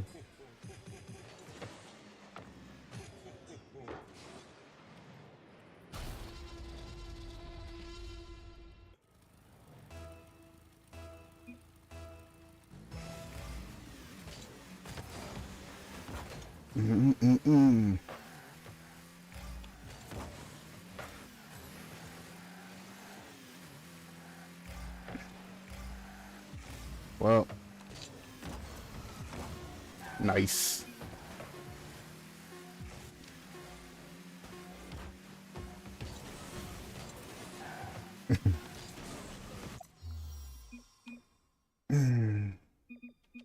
GG.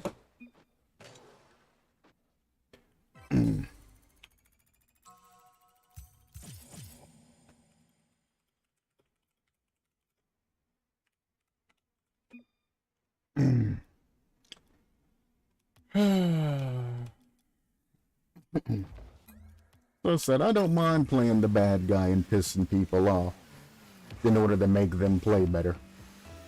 I really don't. I will piss you off. I will tell you to take the shot. I will call you trash, whatever I need to do, if it improves your play. I don't mind being the bad guy in that situation. Because as soon as I did, he started scoring because he started challenging early.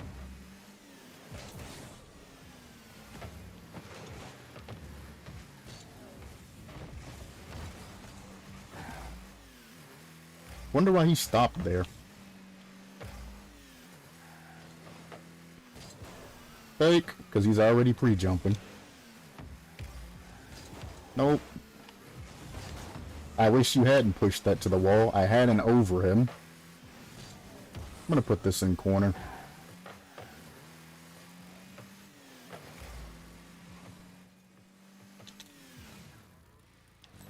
Why did it take him so long to challenge that? I would like to have dribbled that out.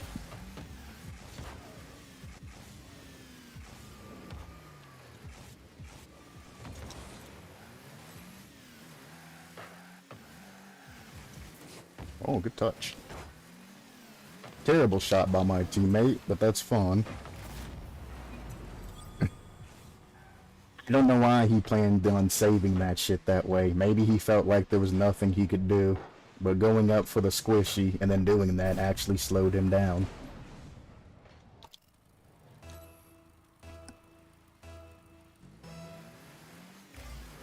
He almost got it though. So I can't say that it's the wrong decision. I'm just saying that it slowed him down.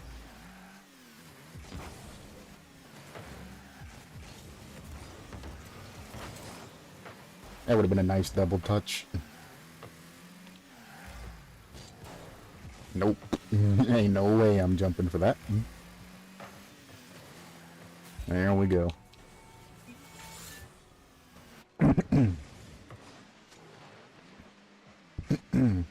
Doink!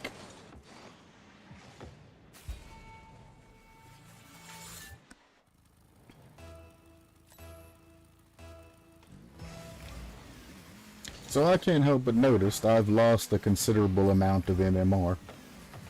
We're back to the dumb touches and the excessive demos and shit like that.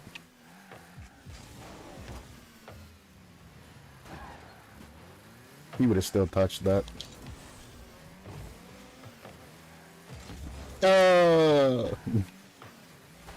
thought I had more boost than I had.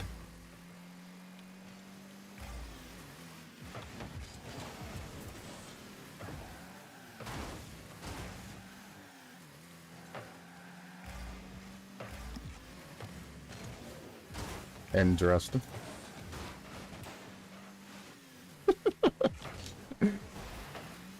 Oh shit, he could have easily scored that if he'd taken his time. I was too busy fucking with my teammate.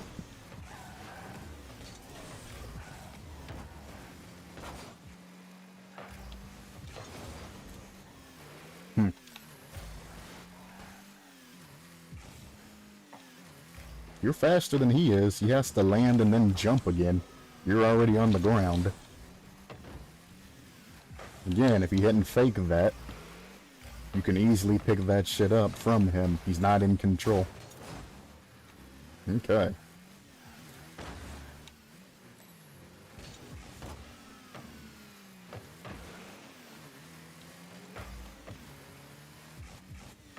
The backflips. They kill me inside.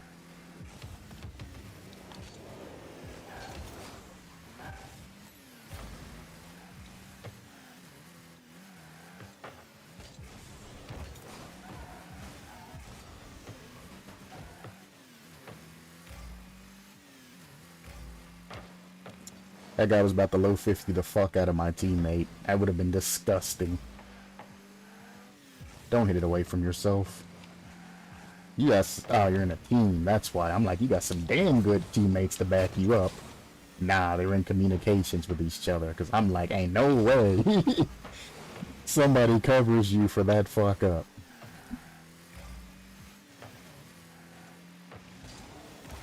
I mean, you should have known that he was going to hit the ball around you when he stopped. Right here. When he stopped to line up his shot, you should have known that your position's not going to work for it. You should be updating your shit constantly. He took time to think about how he could get around you. That's fucking terrifying.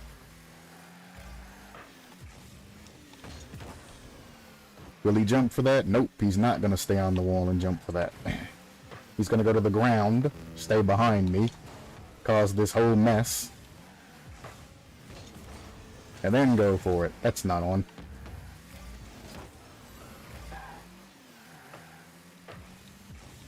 Nope, now your goal's open. Score it. Hurry, hurry.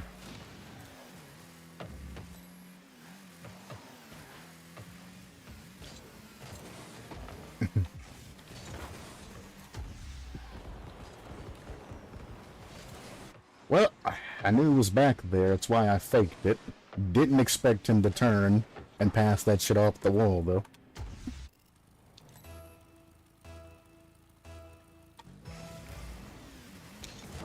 Doink. I thought that was my teammate for a second, and I was like, how? Is that in? Nope. He pre-jumped, he's a dumbass. Two guys challenging in the corner. Let's just watch and point and laugh. Ha ha. Ha ha ha. Ha ha. I'm not going. You can go.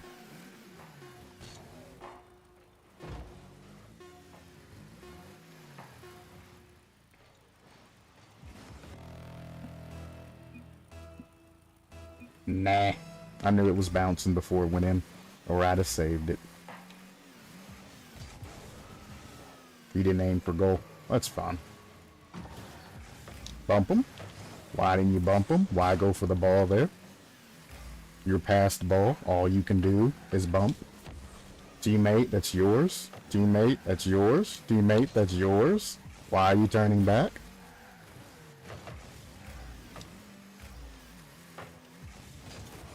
Nice flick. The backflips. Jesus Christ.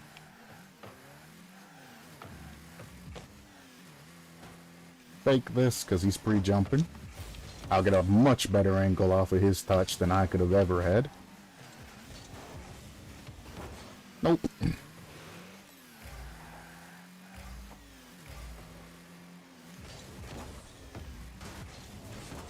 Oh, that would have been in his net too. Come on, man.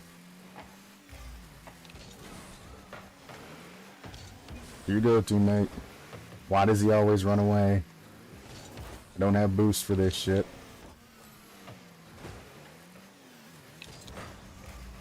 It's probably going in. I have no faith in that teammate.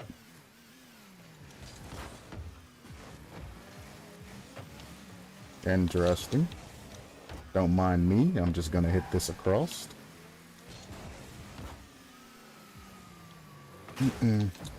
Nah, we can play. Are you on right now? Whoops.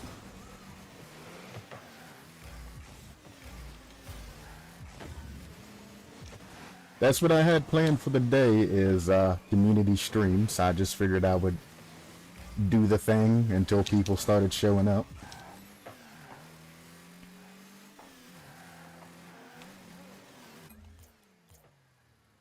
Yeah, you won.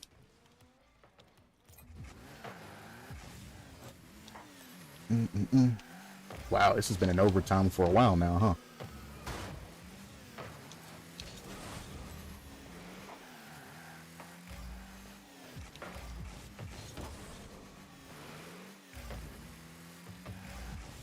Let's see how many people we can get stationed.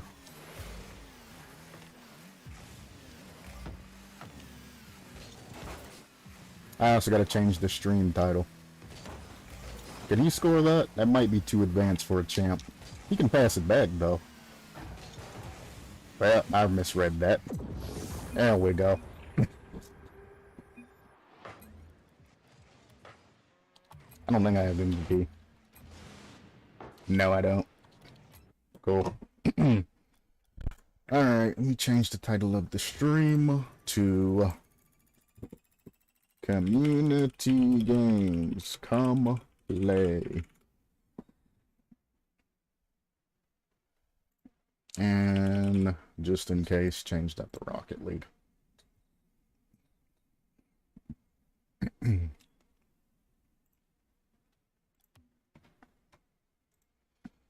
Alright. Do you need a warm-up game, a warm-up 1v1, something like that? Or are you good to go?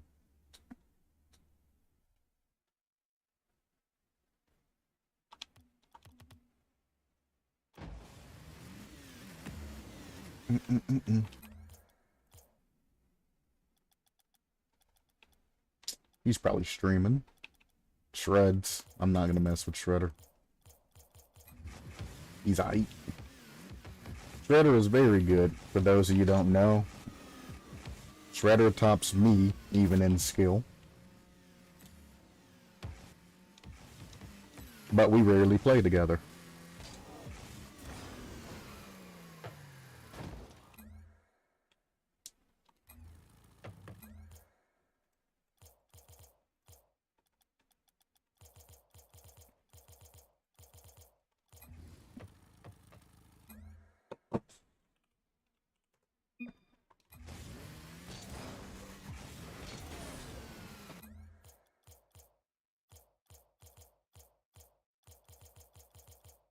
How?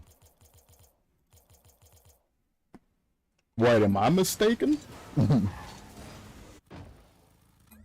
I thought you were Twist. Ah, well then, just add me on Steam.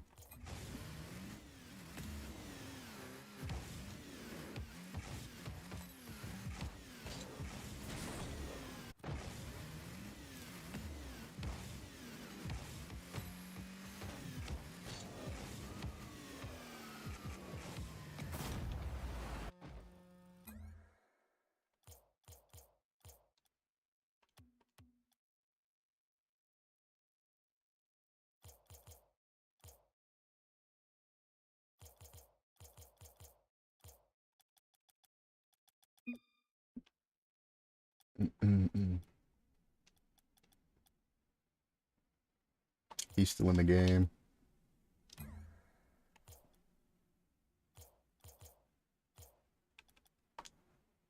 I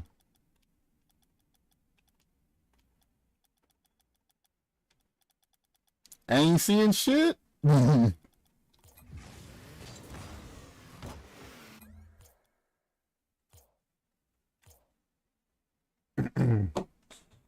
You up for community games. I mean, you can see my screen right now. I ain't getting no option.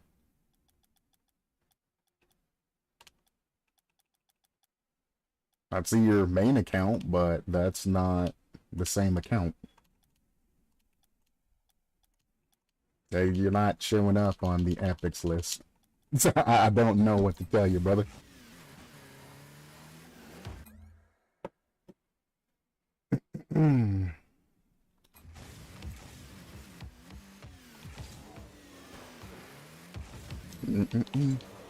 Now, me personally, I'm hiding offline or I'm invisible, because, well, I get tired of getting non-stop fucking party invites as I'm fucking playing. So I just went invisible. God damn. There you be. It's not. It shows you online, but it still ain't showing you, in-game.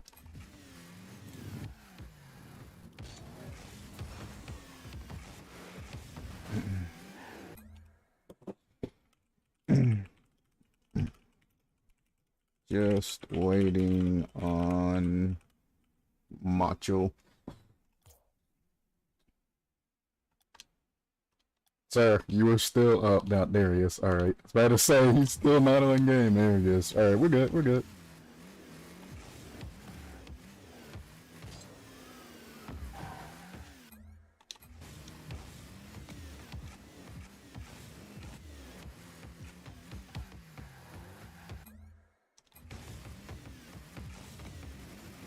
Yeah.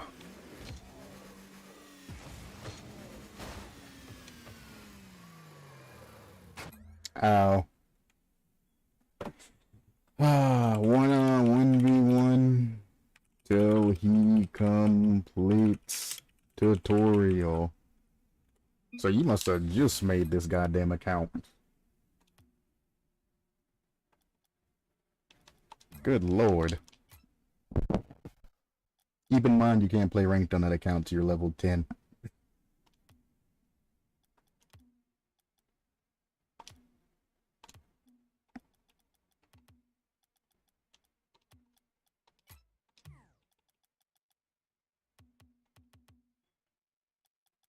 I always choose random standard only, and it always gives me a fucked up map. I think that shit's a fucking scam.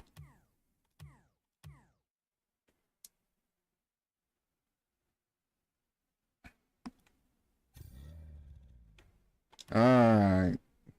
Cool. He's in it.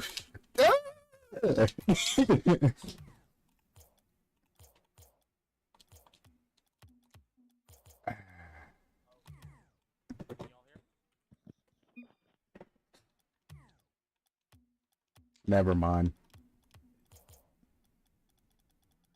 What can I do? Let's do ceiling shots. Is my voice working? Not for me. I didn't want to side flip there, you fucking controller. Why would I ever want to side flip that?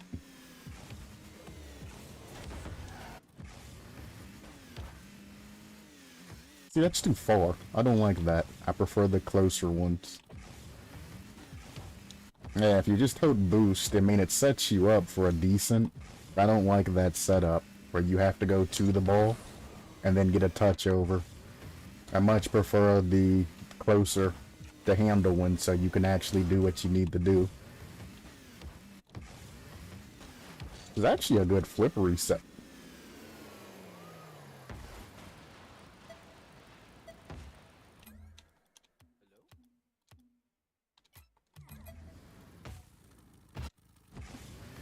This is also a good flip reset. This is also a good flip reset tutorial. Not rhetorical. Not rhetorical. Tutorial. Hoo-ha. My flip resets are off today. I mean, I could cheat and use the arrow right flip reset, but... Holy shit. No, it's not my aerials, it's my launches that are fucked up. Yeah, my launches are fucked up. There we go. Yeah, that's better.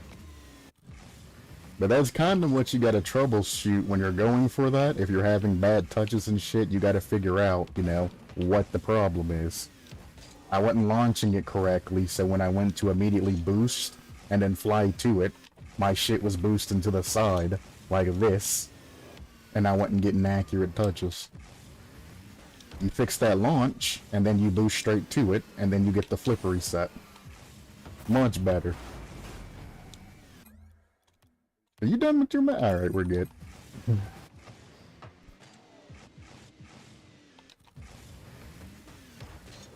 So I'm like, god damn. I know I'm not that bad at this fucking game. I want to see what... No. God damn. Honestly, we could have started a Discord call. What rank is this? Anybody's got Bakis on?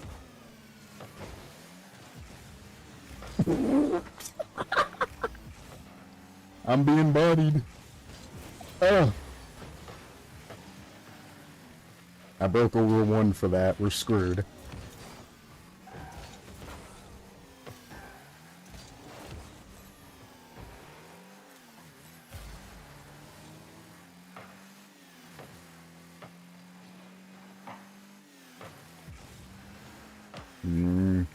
Okay. Interesting. Oh, you son of a bitch! It's gotta be Champ 2. It's gotta be Champ 2. I missed that. Somebody score that. It's gotta be Champ 2. Look at that. My dude touched the ball backwards to one of us and immediately went after my ass. This is Champ 2. You can't convince me otherwise. I missed that shot. That's sad, because he was open net. Somebody? Oh, they're in a row 1. Ah! Whoops doesn't help. Whoops means you make some mistake. Anyway, I'm opening up Discord. I'll be there after that. Discord after match. And we can do things that way. Discord, get off of my screen. I cannot see. I cannot see. Really, Discord? Really? Since when is Discord? I had to look at my OBS screen in order to see where the ball was coming from. What the fuck?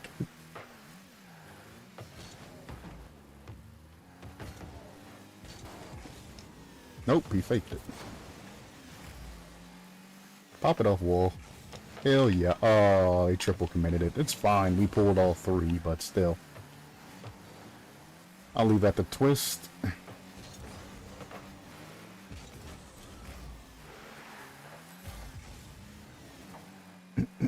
That's open. Right on in there. That guy deserved everything that happened to him there. Run flip, well, back flipping, but still a front flipping back to goal and then making a sloppy ass touch. You deserve everything that came to you.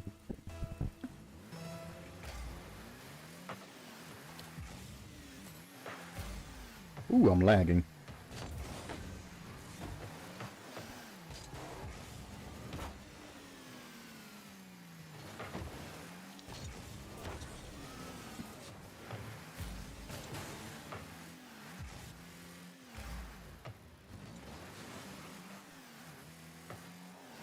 That's fun.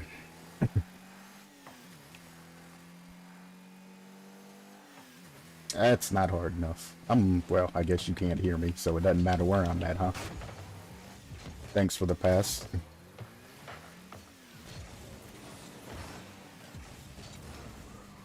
Gonna go up.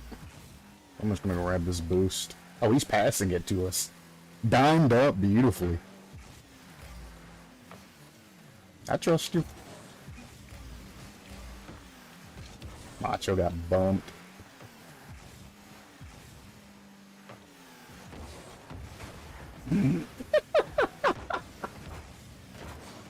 Send it to me.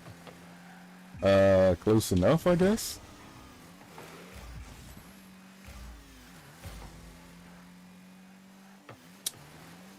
Seen that coming.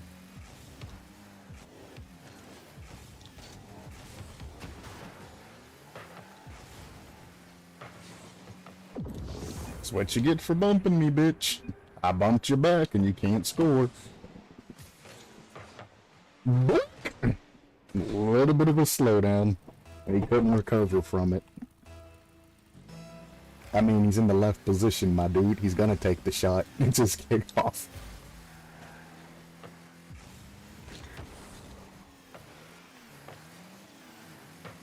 Okay, I see you. Good pass, good pass.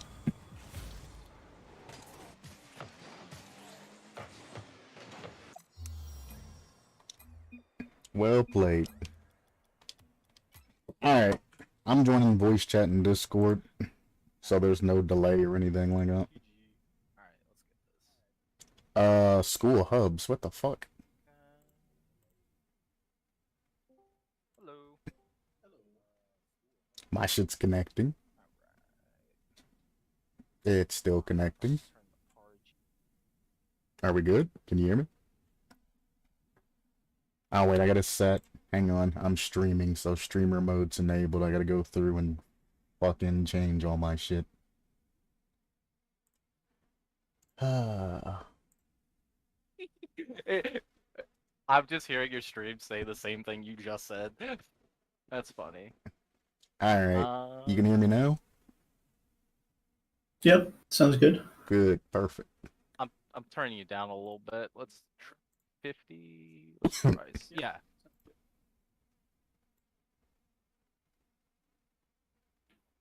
Alright, now both of you say something so you're not blowing out my stream. Hello. Okay. Alright, that seems good. It's not peaking or anything. All right. I need to turn off your stream while I'm. You don't like streamception? It's a lot. I actually do like stream session. Macho Man is in an online game. God damn. Is that the same? Ghosted. Oh yeah, it's my. Yeah, that's my other account. Wait. How did? What? Whatever. I abandoned the match. Hopefully it'll get a. You shouldn't if it's a casual match. Yeah. Ready. I must have like got like busy doing the thing and then forgot to get out of the lobby. So yeah, I'm good. Controller's a little tricky though. Man, don't even get me started on that piece of shit stank ass controller. Yeah. What do you say? You say not sure how many games you can play. That's fine.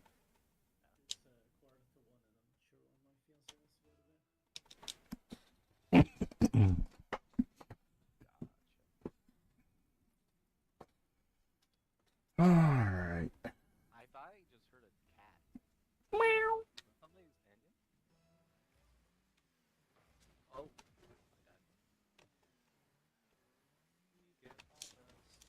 Dude still is just sitting in the goal. I see that. Wait.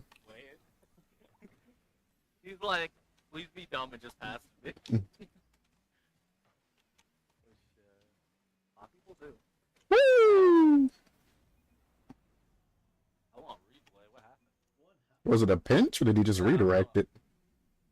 Bad elbow, and then just a That's nice, a little redirect. nice little redirect. Fair enough. Good shot. Savage.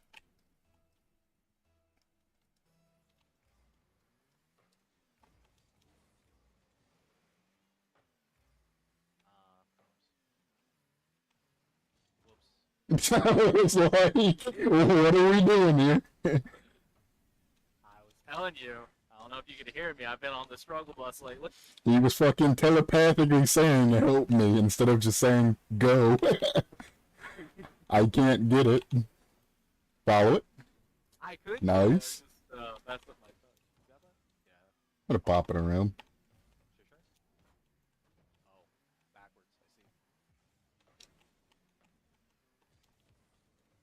see. Shoot it. Touch. Get away. Oh, you're down. I go up more. My bad. Smart man. That's all I can say. Smart man. He played us for fools. Nice little touch offside. Yeah. He got me good. Try to reach the wall. He's like, I'm not going to wall. Clean. What a save, though. Oh, center. Damn. Get it. I might. Oh, behind. To you? Never mind. I missed. A wall. See if someone picks it up. In this corner. Whoops. Careful. He's in front of you. Bounce. I got it. No, never mind. Go for it. That works too.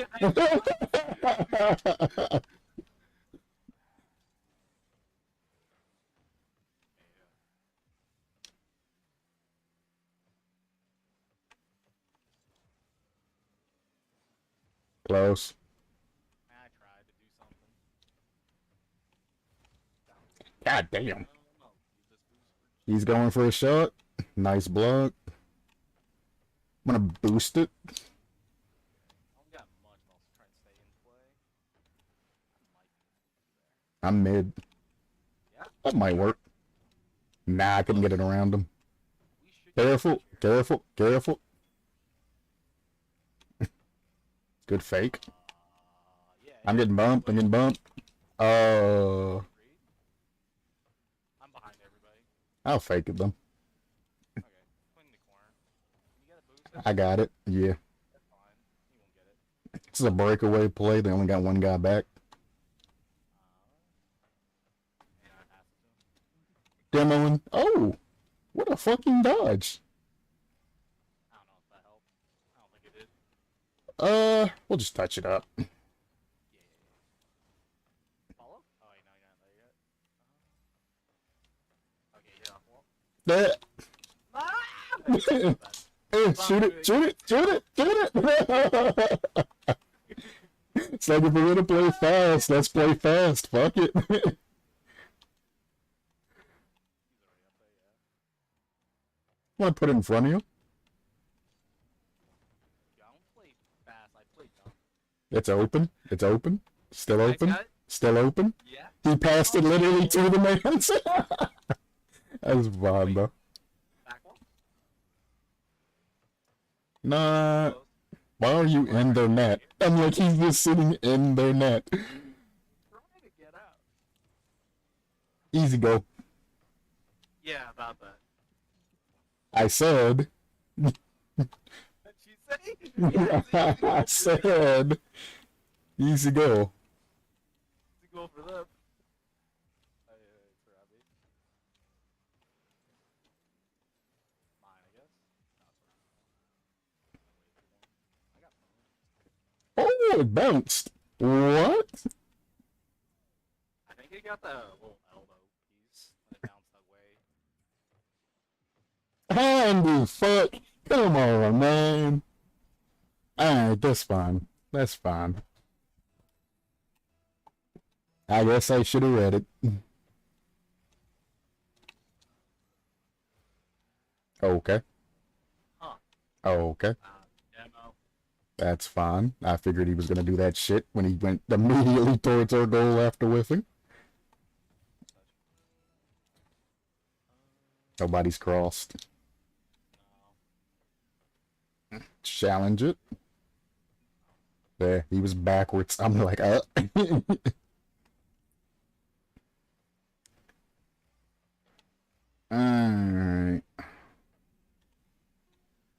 I can't get up there. I don't have boost. I can block that, though.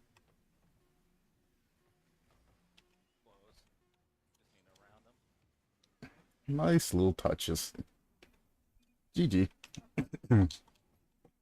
Alright, you ain't gotta say well played that many goddamn times, guy. Jesus. Nah, I feel bad. The worst is when they're like, that was fun. I'm like, was it? Exactly. It was fun for you, baby.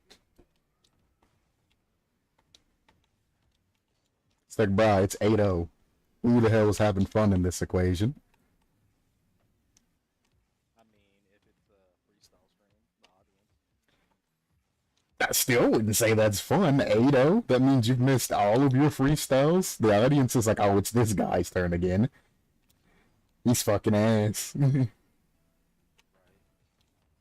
Huh. True, yeah. Any type of blowouts or like anytime you watch a blowout game, it's kind of like even in real sports. It's disheartening. Yeah, right. Like yeah. Skirt. Oh, let's see. I don't see. As much as I'd like to control that, I'm sitting at complete and total 0.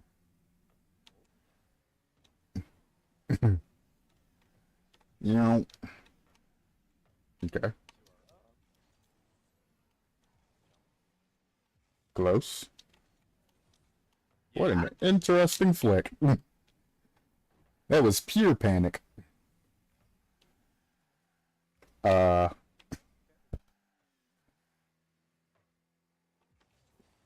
He bumped me instead of hitting the fucking ball. Are you kidding me? Don't panic. Stay at goal. I was talking to him, not you. I figured you'd go for that shit, but, you know. Just don't panic and feel like you have to catch up to that shit. Just kind of defend those. I thought it was to me because I do that too.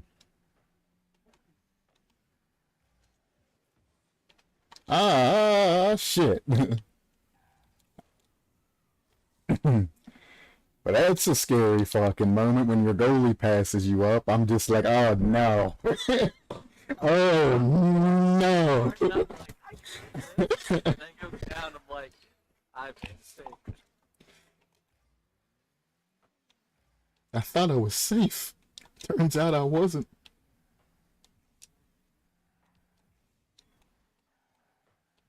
That's off. Nyong. I got one.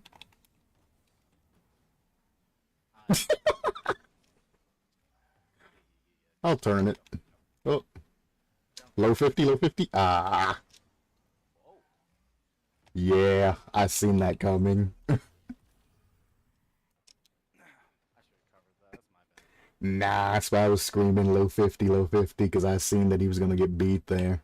I just didn't think it was gonna go right in the goal. I knew it. I like saw the ball bounce. I'm like, wait, this is going straight goal. I think you touched this, and then I didn't. I'm like, into you. One boost. Back me. I'm gonna hit it to you. Tried. Oh, maybe. Nice finish. There we go. We got one. Woo, woo. Holy shit, you fucked up both of their teams. Yeah, Jesus. They saw the danger. They saw the danger. And like, like we gotta touch this. Good lord. This is wall, isn't it? Yeah, it's wall. It's 50. Oh, he went over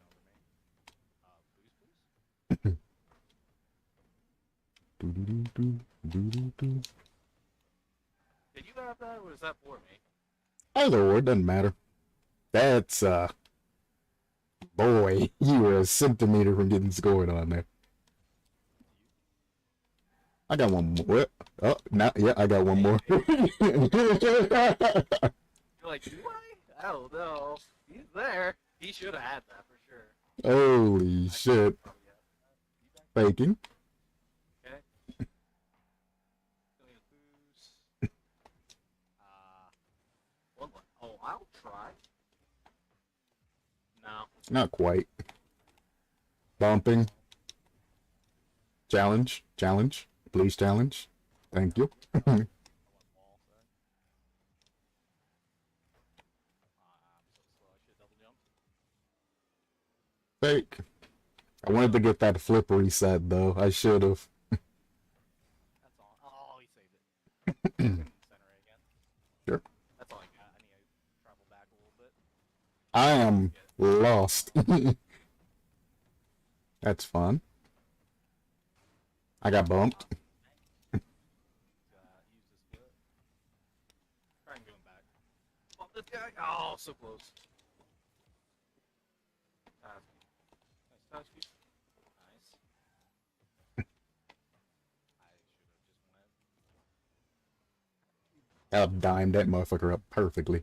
Jesus. Ooh. A little over you, my bad. Slight than I needed to be. We fixed those though. That's on, but it'll save. Not my best shot. Oh. Oh.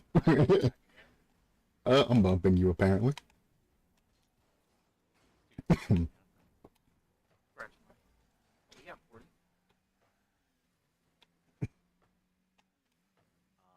Back to you.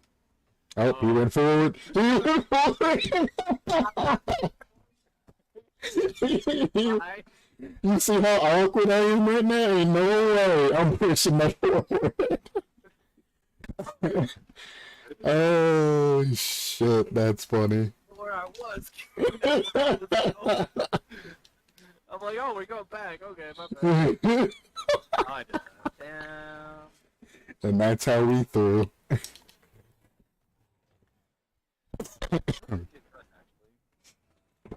Oh shit.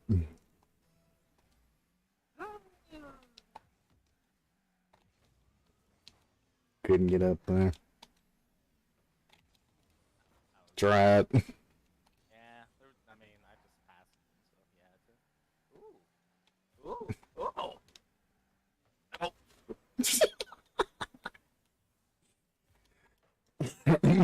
Set me up too good. I had to get that one. I can't believe you almost saved it too. I think he would probably own gold that shit. He's kind of at a fucky-wucky angle. True. What a pinch. He's shooting that. He's definitely shooting that. That was a good play. That was luck. I didn't see the pinch. Wow. You know, that could have been calculated, actually. I think that's just two champ twos panicking and touching the ball. Yeah, I know, but in my world, they planned that. They're RLCS ready. Oh. I'm not rematching you. Get out of here. I got a Chibo. What is this even for?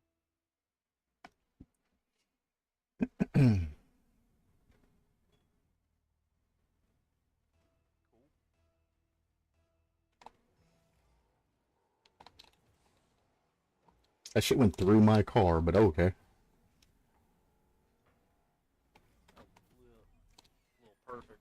A rule of thumb for those? So a rule of thumb for those is you need to be off the ground before the ball hits the wall.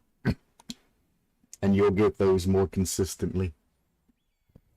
Or to get it on the other side of that if you have the time.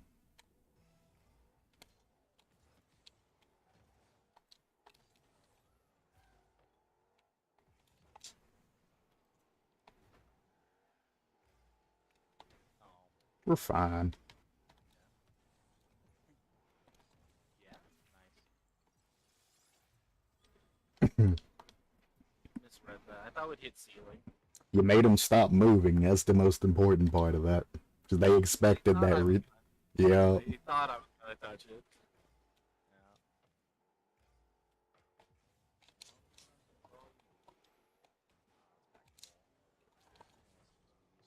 Should not be up on wall, sir. You should have stayed in goal where you could actually grab that.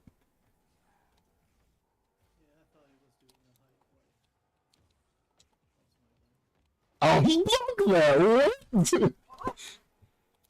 might have stayed under that. Ooh. I should have jumped for that with no boost. That was just dumb. Couldn't get around it. We wait, and we push it over him when he jumps for it. One more? Back into one. One more? You got time. There we go. I got bum forward. Close.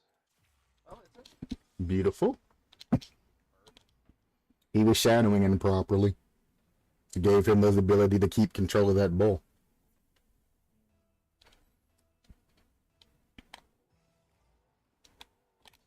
Doink.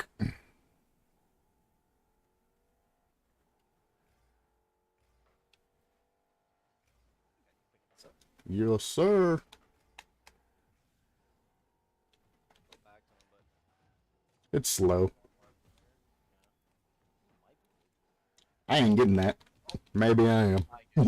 don't have a choice. That's a mistouch. I meant to put that in their goal. That's my fault. I'm back, so feel free. I missed.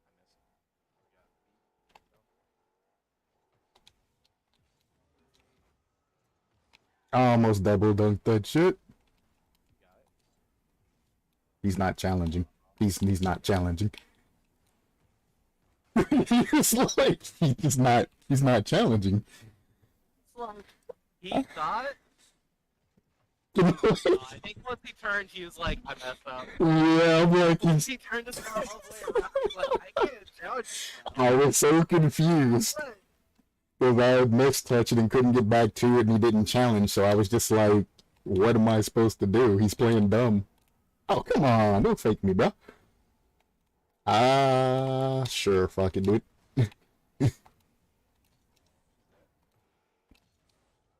No. You want that? Yeah, you got it. Wait for it. Whee! I'll take that Uh-oh. side. He's up. Aw. I'm gonna get back in case this goes through. Aw. Even challenge, I'm doing nothing. I know, right? They just don't challenge. That's what the problem I have against champs. I initially thought they'd insta challenge as soon as I went onto the wall. Exactly. The easiest ball I'm, like, control. looking around the ball, I'm like, they're just sitting there. Alright. They just don't challenge. What? He saved that? Camping. They just goalie camping. They're like, are they doing like a stream challenge? Where they Nah, this is champs, man. This is champ play. This is what I complain about all day, is people just not challenging. I've been spending too much time in Diamond. Tell me you didn't go back down the diamond. Go back to Ain't no fathomable way. it hurts my soul. If you're actually in diamond, we're gonna have to play some fucking rank to get you out of that shit. That's unacceptable. I might have to delete you off my friends list if you're doing that. The Diamond gets dude. Holy shit. For a while. Every time I get close back to champ, like I got to champ like I think last week, and then I like went on a loss streak. I'm like, dude, or it's like it's usually like one up, one down, one up, one down. I'm like, are you joking me? Yeah. I mean, it's been documented that champ is the hardest rank to get through. Heard you say that yesterday. Uh-huh. Yeah, I believe that. It didn't used to. I thought Diamond was harder. when It first used to be, but now, like, shit. Because like camp like How'd I started miss? cooperating a little bit. I hit so slow, and then yeah Oh, that's just open. Okay. I was like, there's somebody gonna challenge this, right? Nope. Okay, I'm scoring. What happened? they went for boost. Jesus Christ. Both of them though. I'm pretty sure. One was already going towards boost, and then the other guy was like back post maybe. I don't know. This is low champ 2, bruh. That was a low champ 2 match. I just... MMR is 16, like 37 average, I'd say. Still over 1600. That's interesting. Yeah, 1600s. We're all. I guess he played a decent match. Fine, I'll give you a rematch. Only because you played decent instead. He's probably the only one on their team even doing anything. He was on the offense and the defense. The rest of his team just didn't. They just didn't challenge. I'm like, bruh. I had a comp game yesterday that the guy was like, I love playing 1v3. I was like, shut up. I hate when people say that shit. What are you talking about? Exactly. Thanks for the carry. What carry? You chased, scored 3 goals, and lost 4. Like, yeah, I mean, all those touches on the ball, I'd hope that your score would be kind of high. I know, right?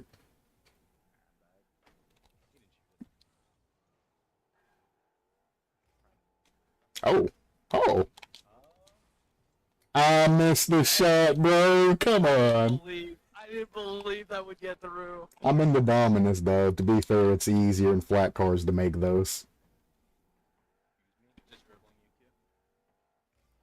Does he get this? Close. Oh, wow. I expect that. Is that it? No. I'm just putting it close to the wall so he can't dunk me afterwards. I see. You got 2. Over 1? I mean, I guess I'll go for it. I mean, yeah. The other options we just watch it fall. Pretty much.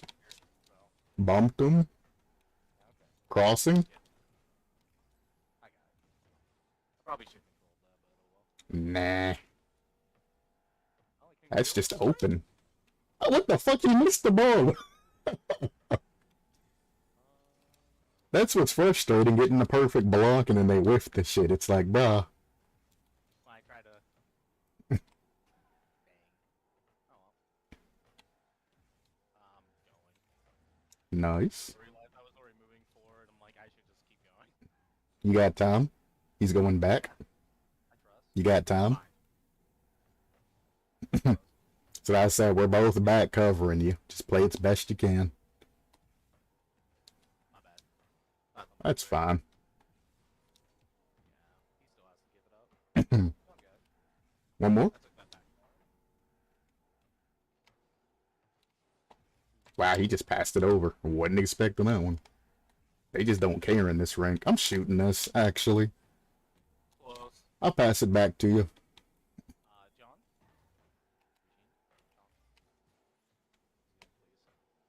That's on, but slow. And we're pressuring the shit out of them. They'll break eventually. Ooh, big clear. I'll try and catch that slow down a little bit. I got it. Yeah, it should be fine. I'll be back. Yep. Good fake. I'll take the boost. Left. Oh my. I mean, he did hit it left. Yeah, I see ya. That's Oh, a match. holy shit. I'll go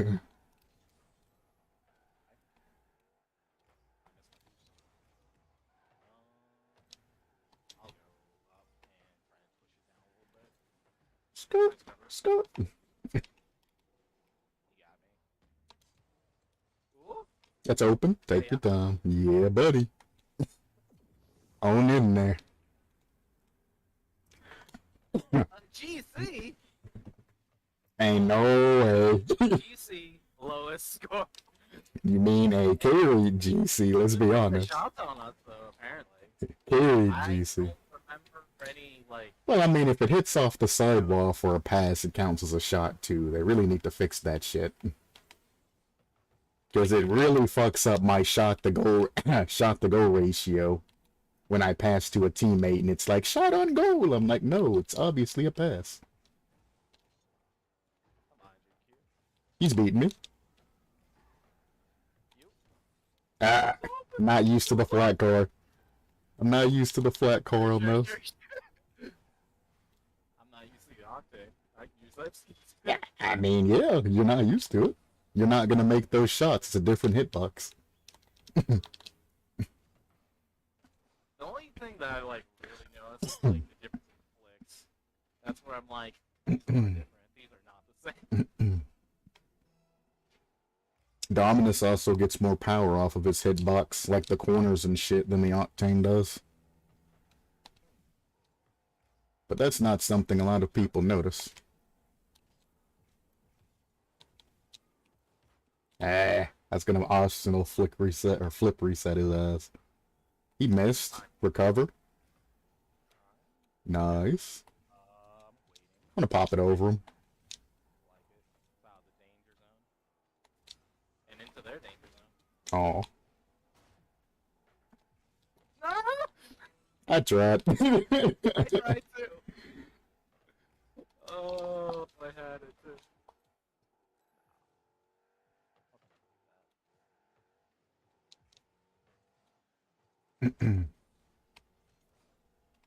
Oh, Ooh. I boost jump for that too. I'm not gonna get. I did get the boost. Nice. Finish it. Finish it. Finish it. Alright. Ah. It was close. That's fine. Still our possession for a second. Key. With low. Oh, I missed the shot. I did all that work and missed the shot. He missed. Even though. Wow. Mike Chris. Fast.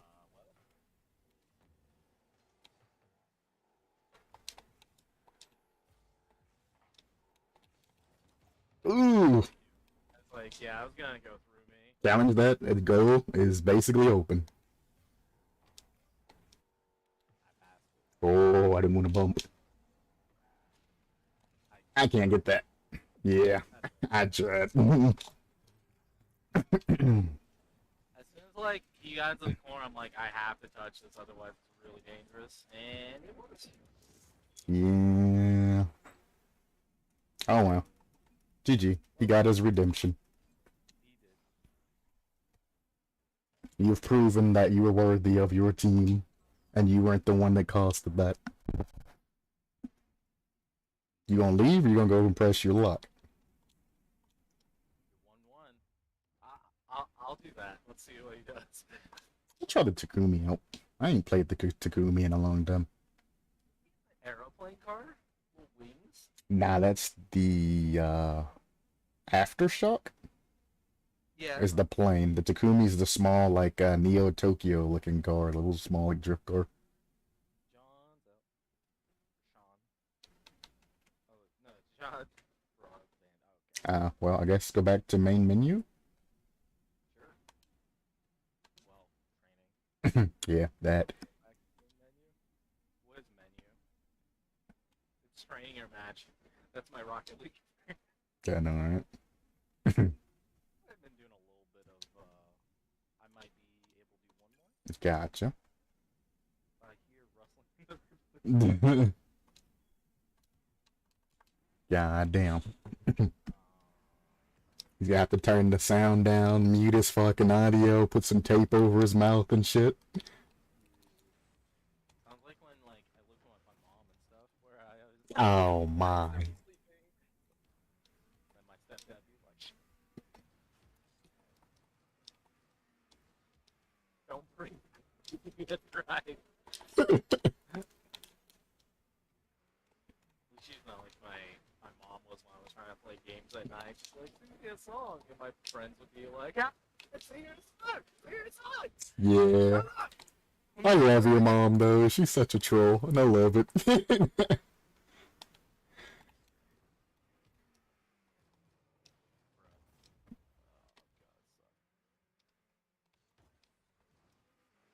I miss the Takumi. It feels like very good to me. And it's small, so it like rotates faster. I used to be a Takumi main for a bit, Oops. which was fun. I liked it. It's supposed to be a air dribble carry there, and it backflipped. Whoops. You know that anime, like, Rocket League? Trying to a big Takumi Fennec for a game. Hell yeah. I got a touch on that? What the fuck? Why I do that? At least with the high, so they can't do. That's the. Nope. I don't think I can get this there. Oh! After you? I'll do that. I think I've managed to bump every game in this lobby. 30 seconds. I'm a boss. Ooh, the fate down. Takumi's kinda fast, though, to be honest with you. I ain't gotta do much. I think it is pretty fast. Yeah. Cause I feel like I'm zooming. Well, Nice. Whoa. I missed my touch. I can put the wall. I'm not grabbing that. Nice. I'm gonna grab the.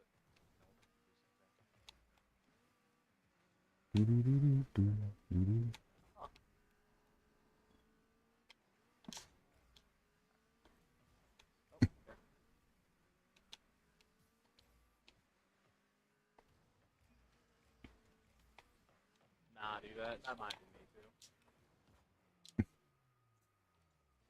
Damn, he almost don't go that.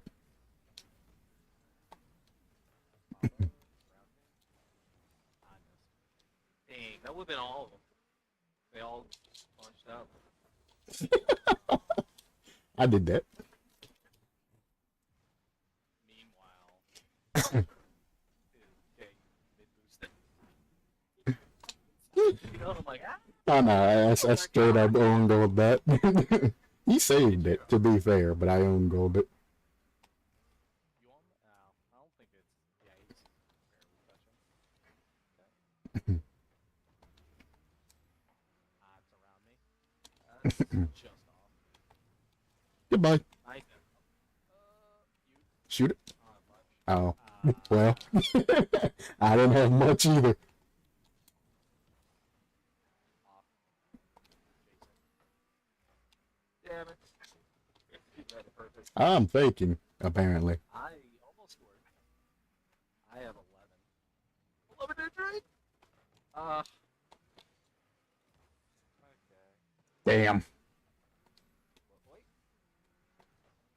No, do I? I don't think they'll get it. Oh, he saved it by hitting it off the fucking crossbar. I can't. I'm being bumped. Yeah. Nice challenge. He's up already. Shoot it. Somebody?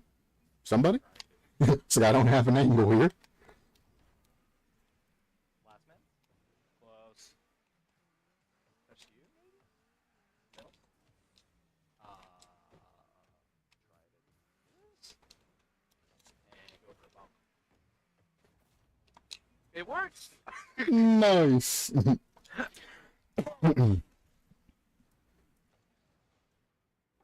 That's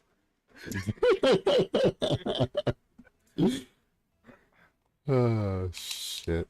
I'm so fast! I mean, actually that normally, but wait, what am I doing? I'll just challenge, I guess. I went to the corner with you. I'm still in the corner with you. And we died. Oh, it's open. No! I just wanted it! What was I to get through your car? But I wanted to blast it into the net. Ooh, I like that touch. I'm shooting it. Right mid side, whatever the hell that means. That's off. Yep. I know he's beating himself up. You got that? Touch. These guys are kind of aggressive, but they're shit at being aggressive. Maybe they should change up their play style. They're not very good at it. And now there's open net and the ball's flying. I'm just gonna... Miss. And miss. Completely miss. Completely miss. The open ass net. You know what they say, GCs can't score open nets. So, You are stab it. you are part of the problem. Part of the statistic, I guess. Go. Oh, wait. Straight down, Charlie Brown? No. glad too. I don't think we're gonna see fast enough. Oh, he gets that. Oh, that's just open. Yeah. He's not quite ready yet. Ah, wow. I did that. Just in case. Okay, time to go monkey mode.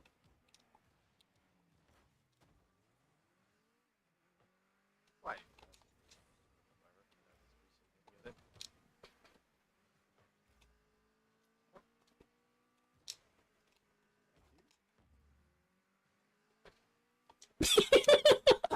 Those 3 strikes you're out. Holy shit. How'd that walk in? That crawl. That is so funny. Just a snipe him? Yep. Oh wow.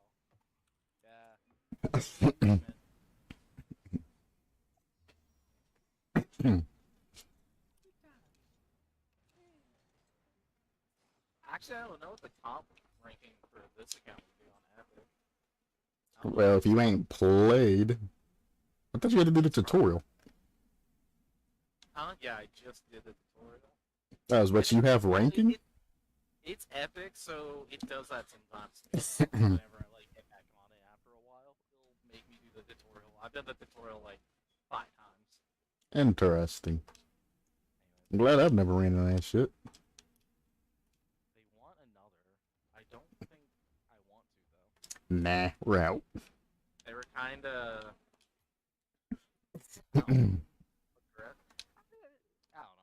They were aggressive, but they were overcommitting in aggression. They weren't, you know, like good and aggressive. They were just, oh, I'm just gonna touch the ball because it's there. I think aggression is warranted, especially because as Lovebear recently said, what the hell? He said Lethamir said, what the hell it's did... a game of pressure. Oh yeah, I think it's 3's is a game of pressure, 2's is a game of possession. That's what he said. I'm pretty sure. I might be butchering that, but it's basically the idea. Would you agree with that? That 3's is a game of possession? 3's is a game of pressure. Pressure. Game of possession. Ah. Which I like heard that I was like, it makes sense. That's what you're saying. I mean, I guess I could see sort of where he's coming from. He also said like pros right now are playing lots of 2's instead of 3's because 2's is like sorry, 3's rather is like 2's but with extra steps is what he said. So pros just want to get on with it, so they do the 2's instead. Basically, it's just easier score.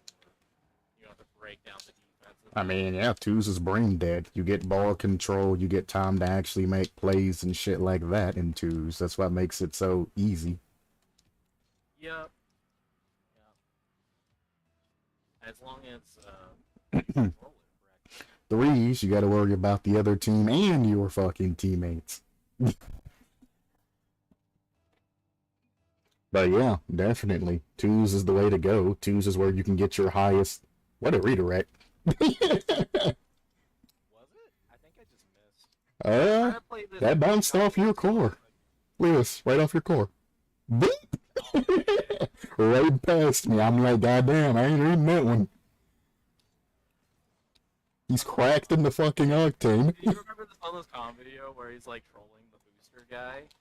He needs that kind of kickoff. He needs to get on my level. I know, right? He missed that, really? It was open. They bumped me out. Uh... That's a round. I'm just gonna wait. Sure. Beats, I think. Oh no. I always beat. Nope, nobody's here to score that. That was an open. Well, Yeah. no, the keep was there. Nah, the keep was corner sniffing and all of that. You could have put that top left corner. Easy, uncontested. Every time. 10 out of 10. Damn. Eyes closed, blindfold. Even eyes closed, blindfolded. While also getting... Wait, I can't say that on stream. What? I can't say that on stream. I don't even know what you're gonna say. say? Oh, rewind that. Wait. I didn't say it, but I almost said it. It'd have been bad. Because if you're tied up and blindfolded, the only natural thing to go from that. Fair. Like, Oh no. hang on. Oh no. He fucked up and hit it backwards. They're Okay. missing like all their easy opportunities, which is like I mean normal, I guess. Only a tap boost. He went for a ceiling shot from all the way half court. What the fuck? That's something I would do. Why? You're just very slowly throwing ball They're control. like stealing shots. Oh, boy. They just learned them and they're like, I'm gonna do this as Whoops. much as I can. Good lord. I was when I first learned it. I learned to be a mechanic. I got Nice. Is he tap down? Nope. Double? He should have went for a double. There was nothing I could do to stop it. Center, careful, he's there. Yep. Oh, I redirected that badly. My bad. Got 24, you died, and I think teammates forward. Well, are they teamed up? Their demos are annoyingly coordinated. I mean, everybody's staying back and nobody's pushing up to try to get past this pressure that they have on us. So yeah, I would say threes is all about pressure, huh? I mean, it's working for him. Now, the only reason that worked for them is because nobody was going out for the clears and whatnot. We were just sending it to them and they were sending it back. When you got space. You mean like someone spits to get the pass to clear properly? Nah, nobody was going up for the pass to clear. Our team, their team, they were just positioning. You got that. Yeah. Shot. Yeah, I tried. I saw it, and I still didn't get to it. Doink.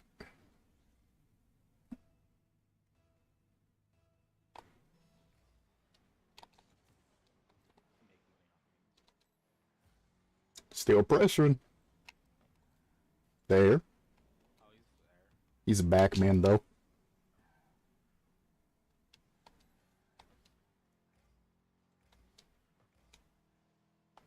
Mm-mm. No, I missed. Ba-da-da-dum, I beat ba-da-da-dum-dum. that guy. He was the last man. Okay. Well, teammate put me in a bad spot by hitting that off the fucking wall instead of just getting out of the fucking way. Stop these small touches. This is what's causing us to lose pressure. Stop that shit. I've been killed by March or whatever, like 2 times in a row now. Ah, I suck! Oh my god, that was open. Ugh. Okay. There's another small ass touch right to them off the fucking wall.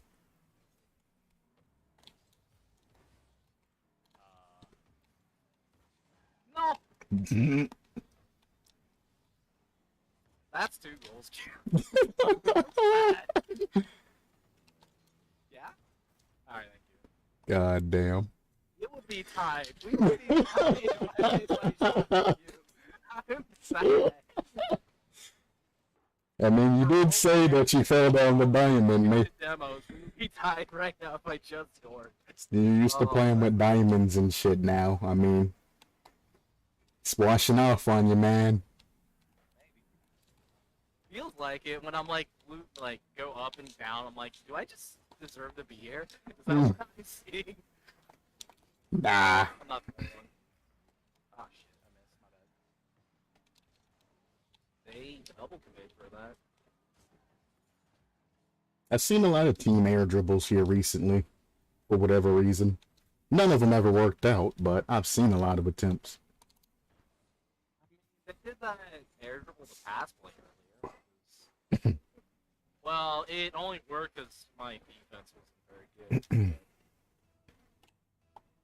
You don't want to set it, not me. I mean, I've never said my defense is very good. It's I go definitely for a part of flip my game reset defense. there when he had it over me. What? It rolled back? Sure. Go for it. Push it. Push it. Push it. Good enough. jump. Oh my god, that's 4, Macho. That's 4. I saw the stupid bounce. I'm like, it's not. Oh shit.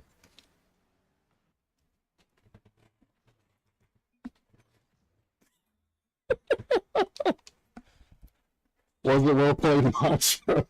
Was it? God damn. That's funny. Alright, I'm going back to my octane. Gotcha. You nearly scored 3 goals. 4. If that bouncer would have went in. Was there another? I only counted 3. Yeah, that bouncer was close. It wasn't It wasn't supposed to be a shot though. It was supposed to just pressure. But you know. Surprisingly, almost scored though. they went full panic mode. Yeah, they did. Unfortunately, that dumb like crossbar hit it to where I think it was like, was it you or our teammate that like didn't read it correctly, or it wasn't close enough? Close to it. Ooh, that's a good omen. I don't touch the ball on kickoff.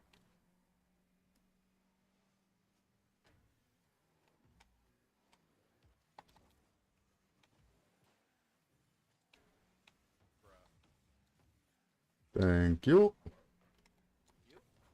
It's open. Yeah, I noticed, but his car was blocking me from shooting that. Oh, immediately, yeah. I saw that. Back wall for team? Okay, no more setting teammates up with high touches. I need to just shoot the shit. Gotcha. Around me. I'll grab their corner boost. Demo? Why backwards, though? That's crosswise. Die.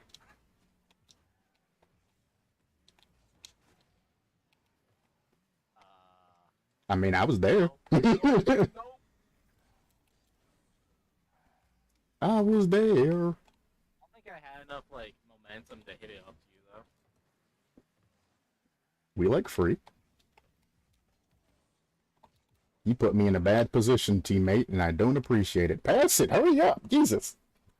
He saw the death. I mean, he's taking his sweet ass time. If he wouldn't, You brought your death flag to this match, Q. if he wasn't going slow, I would have been farther upfield and all of that. But he was going so slow that I had to wait for his pass. I'm like, you need to keep moving it. Oh no! I misread. Ooh. Good luck. Where are this? No, not really. Not a good pass. My bad, teammate. That's open. Teammate's about to fuck it. Mm-hmm. Can I read this? You have a shot. And control. I'm just watching what you do, Q. I'm confused. I'm waiting on one of you two to go ahead of the ball. I can pass it, do you? Is what I was doing. So I'm like, from here, they're all in their goal, and we can set up a play. I know I can't score this on my own, so I'm like, well, we're fucked.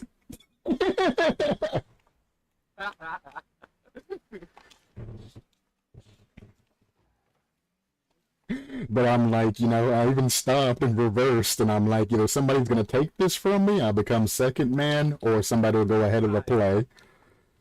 Yeah, that makes sense if like you're using your brain properly. I was like, just like monkey mode. I'm just like, are you just gonna like air dribble, flip reset, double? I saw the big bounce. I'm like, it's a perfect setup. He can do whatever he wants. Not when all three are in goal like that. Unfortunately, not. They'll pass it to me. They always do. I thought you missed.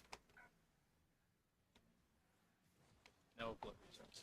I don't know why he goes for flip resets, but he could just go low and win.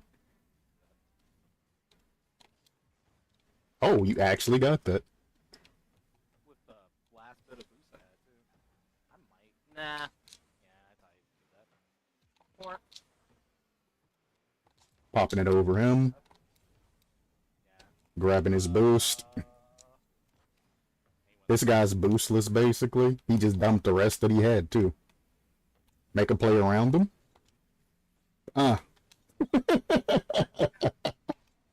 I used you. Yes, you did. Oh, Yeah. Fake? nice. Yeah. That guy dimed our teammate up on Yeah, he did. Oh no.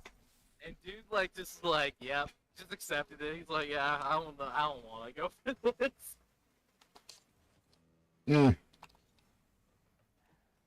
Ouch. You got that? Faking. I'm not field at least. Oh, I mean, I missed. Did you really? At least we're up. True. Wait, I should not panic. It's open now. Well, it was open. It's still open. It's you.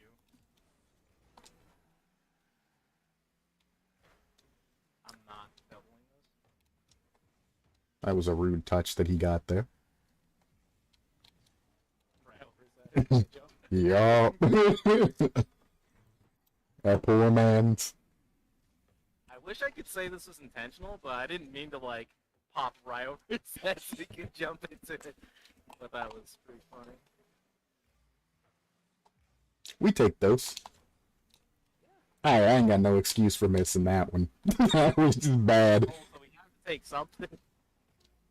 Right, kid? Ongo? I can't say much. I did. Huh? Ongo? Very good. No. Do it. I dare. Yeah, but you can't own goal. Wait. Wait, damn. Oh. Sure, I'm not playing another match in this. This lobby was hectic as fuck for no reason. It's a silly one for sure. Lobby is actually slow, too. This is very, very slow. But most games I play nowadays on this account slow. And I mean slow for champ. I watched you doing your crossflip stuff yesterday. I was like, you look so fast. And I like tried to do it. It's just like this thing. You were just like it's just Power sled. power sled. Power sled. Like You and could I even just, like, speed tried to flip do and it hold power perfectly. sled. I'm like, I got held up on doing the crossflips. My flips aren't very good either. God damn. No.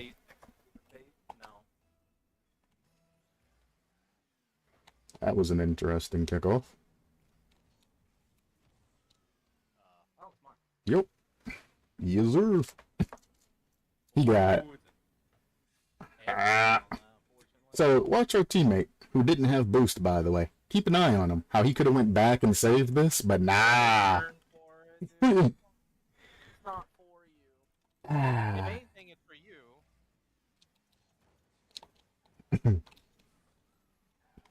Unfortunately, we got some tag players playing too, so this might get a little out of hand. Nah, tag players generally ass, I found at the game. He's got another. I'm gonna grab his boost. Oh, okay. I thought he'd stay in goal. I should have this. This is champ logic, so, that was free shot into their net, by the way. I guess it still is. And there's Yeah, your- they're, I think the guy going back, Sam, he was busy getting boosts instead of coming back to goal. Yeah, I'm like, that shit was open. You didn't have to do all of that ball manipulation. And he almost scored. What is going on with them? Okay, he lost control. Fake that. Pop it down. And it should be no game sense. No! Talking shit and getting clapped. It's chromatic justice. Oh my. Oh my.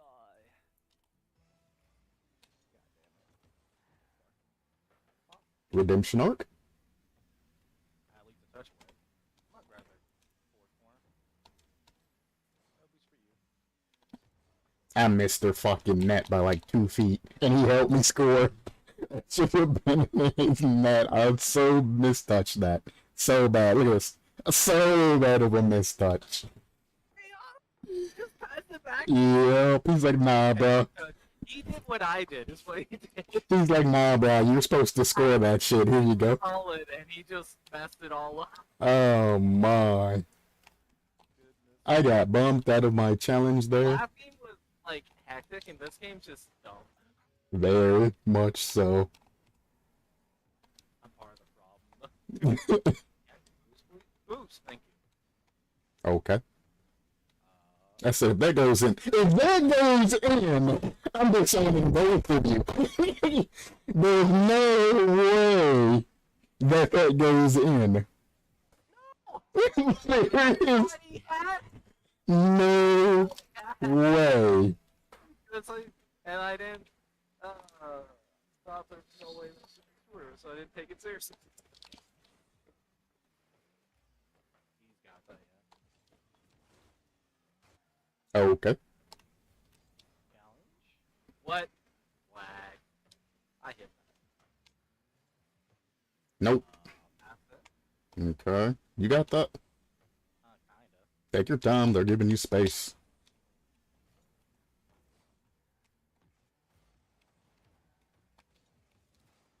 It's open.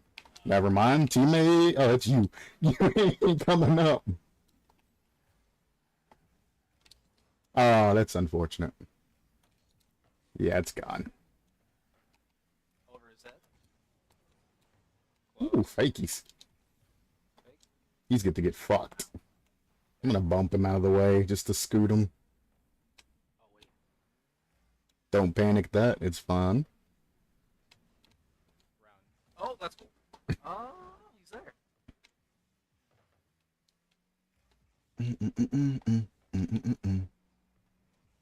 Okay. I'm just gonna watch you cross it. You got that? What? I passed it back to you. It on my screen you hit like you pinched it on the ground. I tried to bump him. Ah, This is bad. you're in trouble. Yeah. Good luck moment. I don't know how he missed that. Me neither. I'm not gonna lie.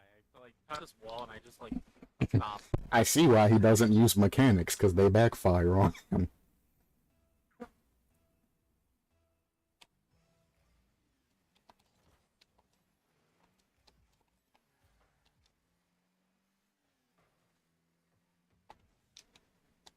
Yeet.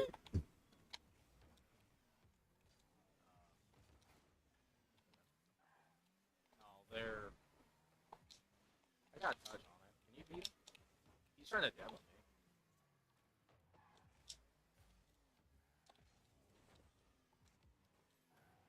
Bully, bully, bully, bully, bully. He DC'd because he didn't move during the rule one. Oh, you're back, man, actually. Yep. Oh, that shit's funny as hell. I mean, fuck, we're not gonna lose any MMR. Might as well leave.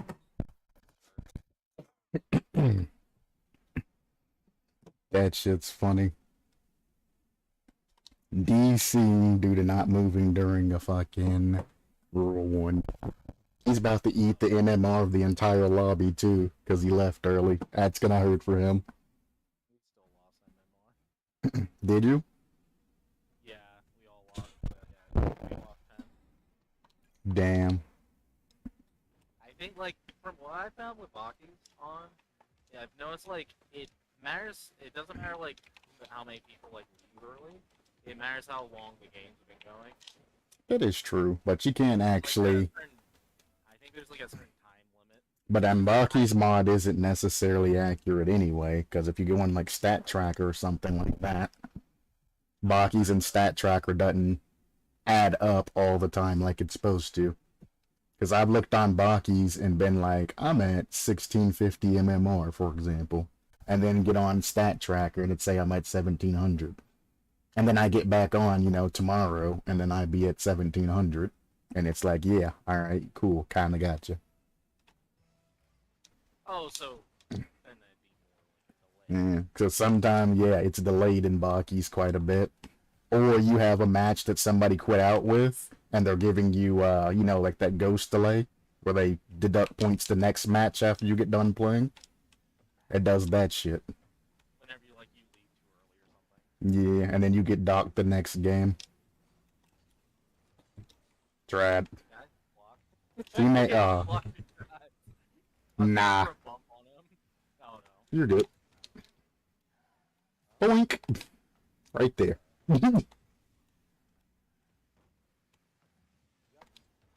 Teammates panicking like a motherfucker, though. Jesus. Well, this game is a little bit faster. I don't know. I keep getting bumped by my teammate. Same, he's been bumping the shit out of me. I was trying to like go across gold and kept like running into me.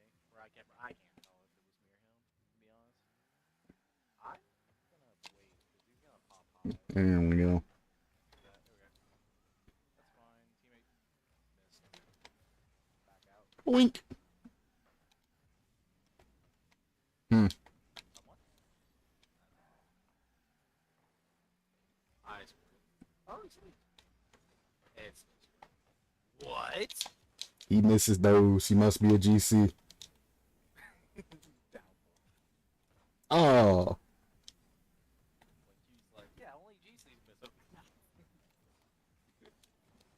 No! That's how that rule works, right? I know, right?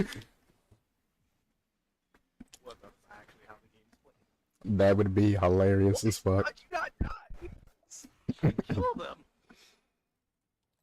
Oh, well. Because Rocket League. Because Rocket League. He almost gave me that free net. Nope. I'm not there. And it's past it. It's gonna be past me in a second, I'm pretty sure. Okay. Jesus Christ. Very bumpy. You're there. He tried to go for a flip reset. Yeah.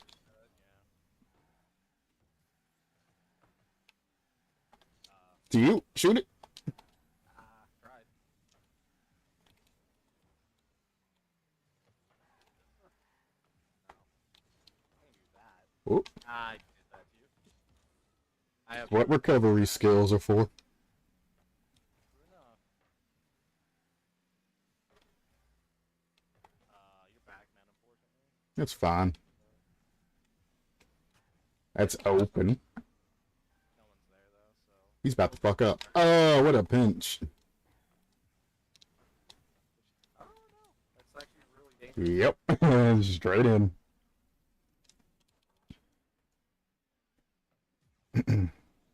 Yeah, he was reading you perfectly there.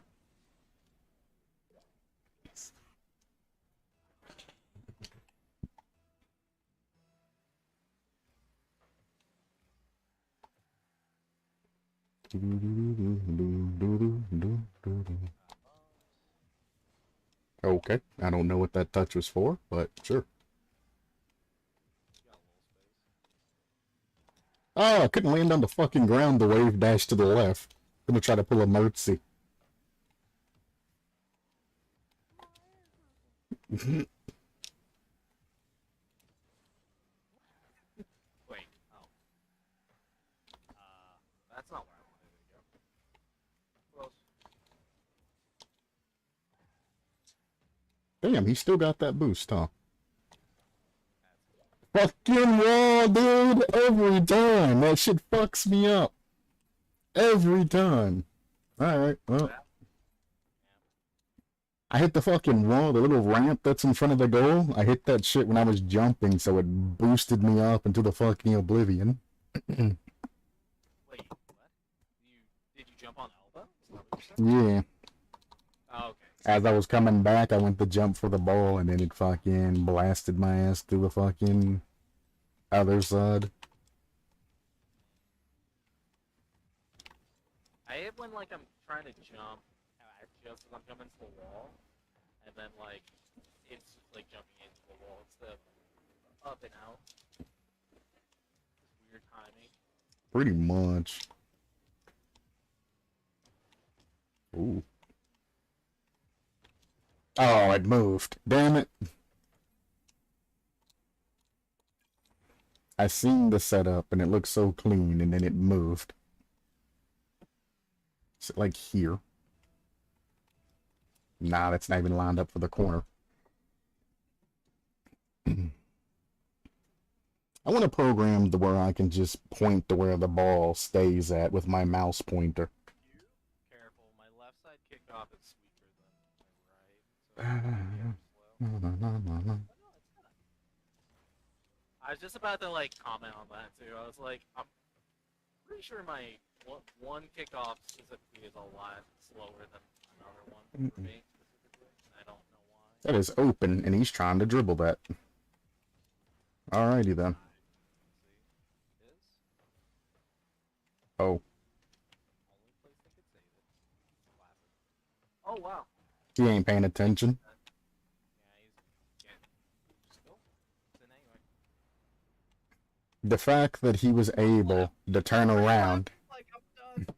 I would too. The fact that he was able to go back, grab boost, turn around, and then pass that shit, or shoot that shit, is unfathomable. Honestly, I don't even think he was shooting. He was like insta challenging once he got boost. He probably put ball cam off. I do that a lot too. I tried to work on that lately. Keep ball cam off while I get boost. Boop. Well, you should just check and line yourself and then uncheck. Just a small check. Check 1, 2. Trying to learn something while not doing something else. I mean, that check could save you for other things. That should be in. Yeah. Yeah, just toggle ball cam to where you're going and then toggle it back on. It's even what pros do if you want to estimation. I think I was watching. Is that it's probably Nightmare. I've been watching him more lately. I watch Lethemir play sometimes. He's very exceptionally good. Surprisingly good for like a retired pro. I mean, depends on what you want to say by retired, you know what I'm saying? He's retired in the sense that he doesn't play RLCS anymore. Yeah, true.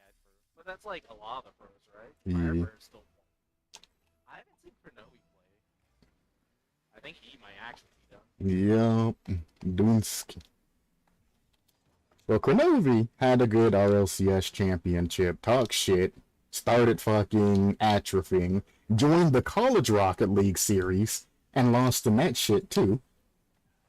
That's in. So Cronovi fucked themselves by joining the College Rocket League shit. When he was announcing and shit, that's fine. Old world champ announcing College Rocket League, cool. But then he played, and it's like, brother, it's the worst thing you could do. Everybody's expecting you to win this shit because it's against a bunch of college boys. Well, It's not even main pros for the most part. I was gonna say. For the most part. You've heard about like the colleges that specifically train like for Rocket League for that tournament. Yeah. But I mean, Cronovi's a world champion, and he's had professional, training and shit. And he's been well known, world champ, first winner of everything. Losing to a college person that's been training for that shit. Yeah, while It's- still doing their studies. Yeah, it looks bad. I'm sure Cronovi, like, was he doing college stuff too? Yeah, he was going. You have to be in college to participate in there. That's true. That's why they did the gaming colleges where like they don't really study; they just study for the game. Pretty much. That's why people are saying it's unfair. Because like, it's for people for their scholarships, whatever. Yeah, pretty much. It's just to get them through college. I think it's a great idea to do. Yeah, I think it's cool. Well, I know, right? I should have shot. You really couldn't with your teammate giving you that fucking positioning he gave you. When there's a will, there's a way. Don't say that, because then you start bringing upon, people in history that have done bad things because they had a will. Right? I mean, I didn't say it's a good way. I never said it was good, though. I just said it was possible. Right. Damn it, teammate. Hello. Oh well, past you. I missed. I tried. I scared him. Cool. Well, we turned this around, didn't we? Yeah. I didn't even paying attention. Sam. I swear it was tied at one point. Questionable. That was tied. Questionable.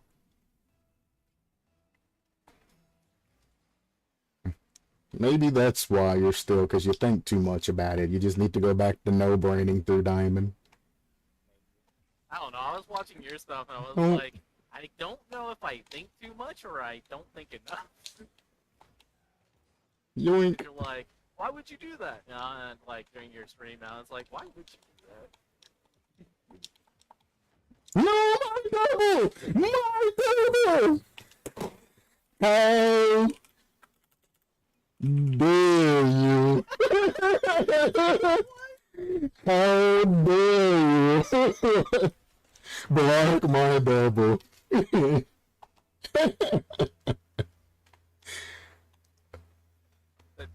day that you get a double in this game. I know, right?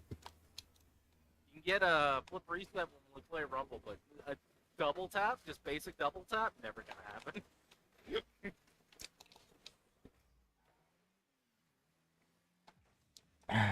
Oh, Oh shit. Too far. Is that it?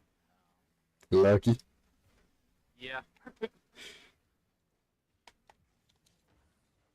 Boom. Dynamite. Boom, dynamite. Oh my. Yep. We should have a touch. To you. I missed the easy redirect. I'm bad. I'm bad. I could have had probably close to MVP if I'd have just got that touch. Oh, no, the wall ate my jump. Never mind. I'm not as bad as I thought I was. Oh wow. Right. No. Oh. That's off. Oh. Too fast though. If he didn't get it, I was gonna flick I that shit scared back with you. them. I scared them really hard. They both jumped. Yeah, you did. Thanks. Good lord.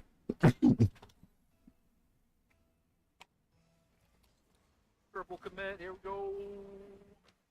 Let's do it. God damn, it's 8-2. 8-2 BU. They're still not covering their goddamn net. If I would have blasted that, that'd have been right in. Uncontested. Uncontested. Uncontested shots. I was going in too, wasn't it? You cheeky bastards. I missed the thing to go to menu.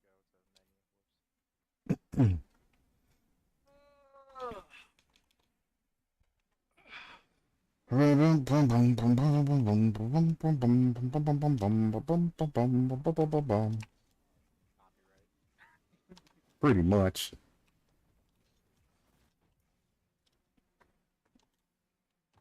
Everybody's like, play Friday Night Funkin', you'll get more views. It's popular right now. Every fucking stream I did.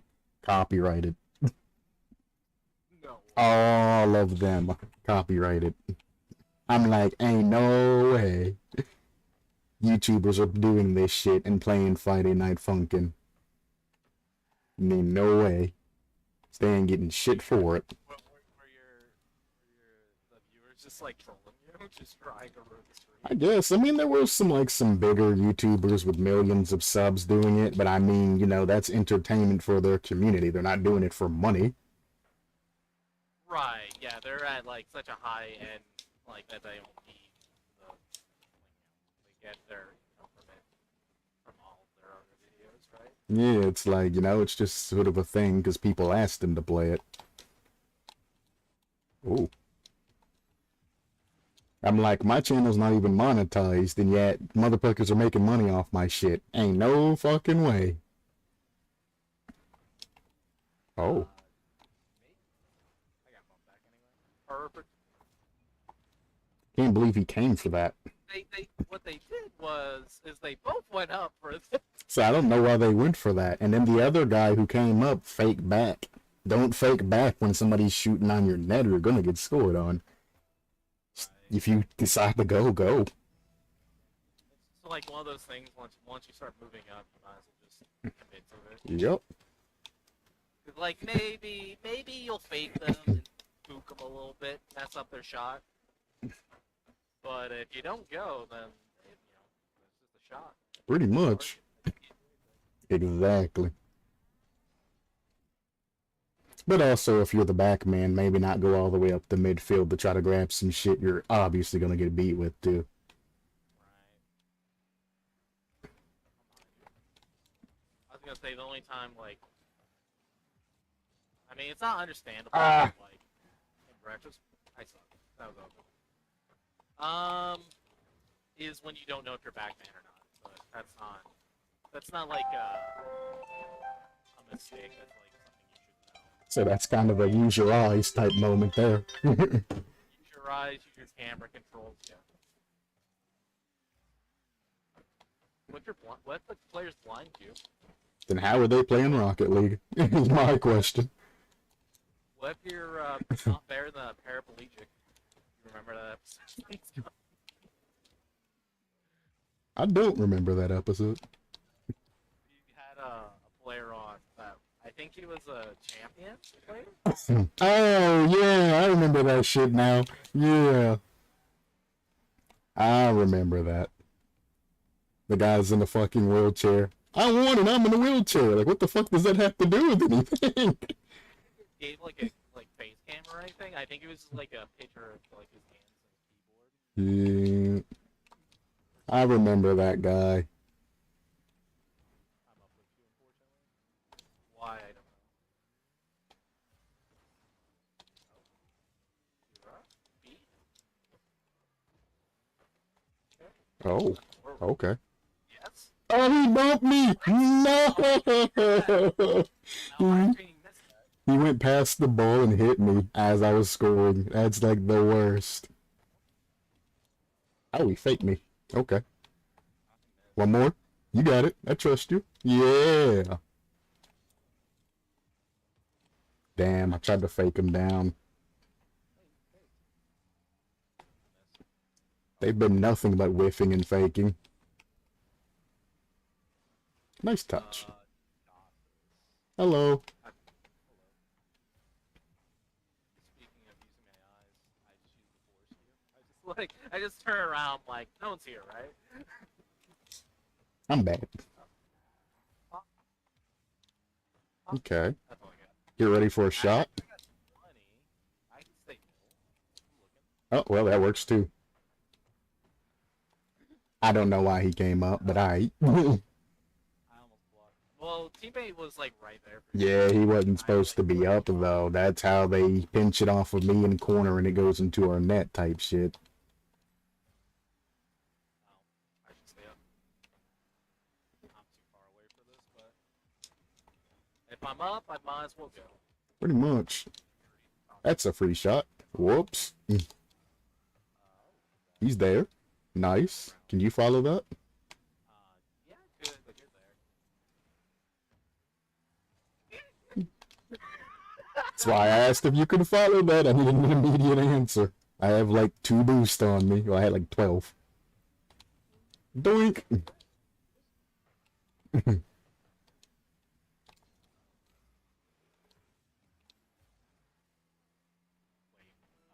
about that.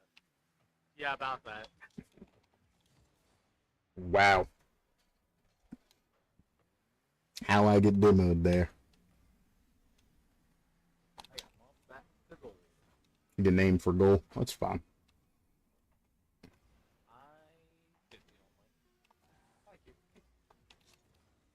Well, Working on he thought he was gonna demo me. Uh-uh. I've been demoed enough this game.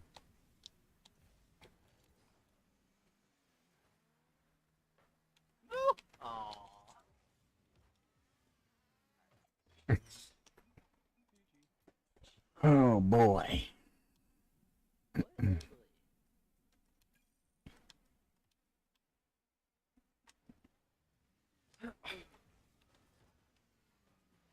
What are you doing for dinner today? Or tonight? You reading a text message or asking me? Can you? I was thinking about dinner just now. I was like, what am I gonna eat? I have some chicken wings that I'm making and some hamburgers with some steak fries. So wings, hamburger, and steak fries. Fuck yeah. I went to bed hungry as fuck last night.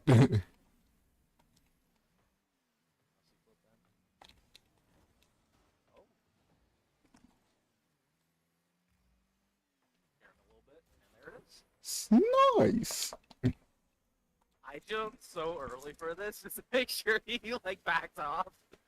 And I just like Yeah, you made him panic and go for that. His best bet was just to stay back and defend the touch. Good pool. Yeah. Oh, one more. Oh, I thought you had that. Bum bum bum bum bum bum bum.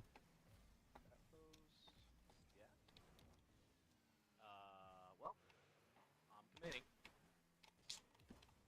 That's good. That. Well, he's there though. That's awesome. Ah, I didn't get the touchdown though. Faking. Okay. Man, throw it a little bit. I like it. Whoops. Right. I'm in middle. Wait, no, it's the bar. Took their boobs. Pinch out. Oh wait, he's here too. Shit. Be careful. It's fine. Nope, I'm just gonna keep bullying. Be careful with your last man if it pinches past. Yeah, I figured that out when I said, or when I heard, he's here too. Yeah. He's here too. I'm like, ah. I see. I probably should have left that. I didn't get a good touch. Oh well. Oh well.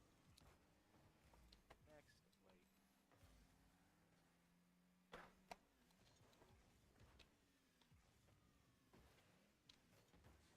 That's hard. One more? I mean, it's one more. You missed. Don't Faking. don't worry about this backflip because I thought I was gonna miss.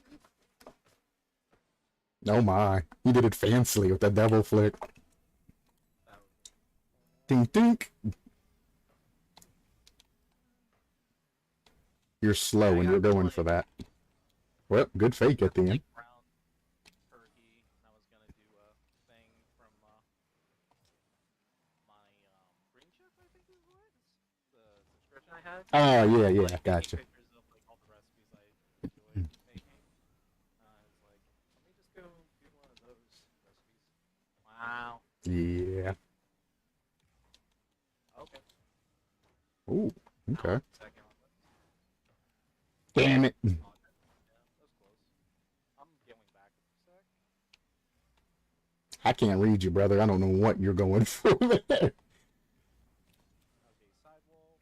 Get out of your line. Pre-flip game? Ah, not quite. Close. Taking that boost though. I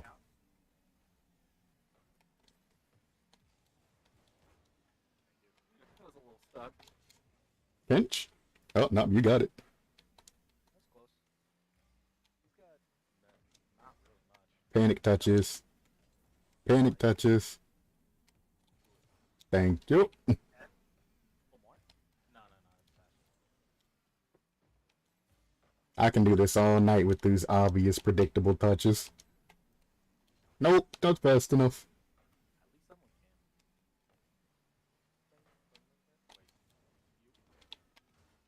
Well, this little slow ass shit that they're doing, I could defend this all night. It's very easy. They ain't even trying to pressure me, not using their teammates. Yeah, I feel like they're just kind of going after the ball right now. Yep, unbridled aggression. There's a play. There's One a more? play. He went Yep, high, I think. there it is. And it's like, I think he went high because like the dribble went high, but then he's just getting the pitch. Beautiful. Good recovery skills. Can I get him with the musty though? Nope, because he's gonna jump and dump the shit out of that man. Oh no. It went up in the air and it was just like, go! Go, go, go, go, go! Why are they still here? Haven't you been tortured enough? Dude has 80 points. Here so I can steal Curry's MVP. That's why they're still Boink!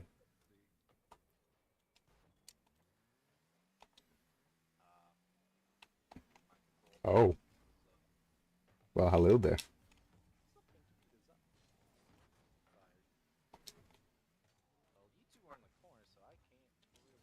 Just trying to help him out, but he decided he wanted to do his own thing, so I just kind of sat at standby. I tried to steal it. Dude, I'm 1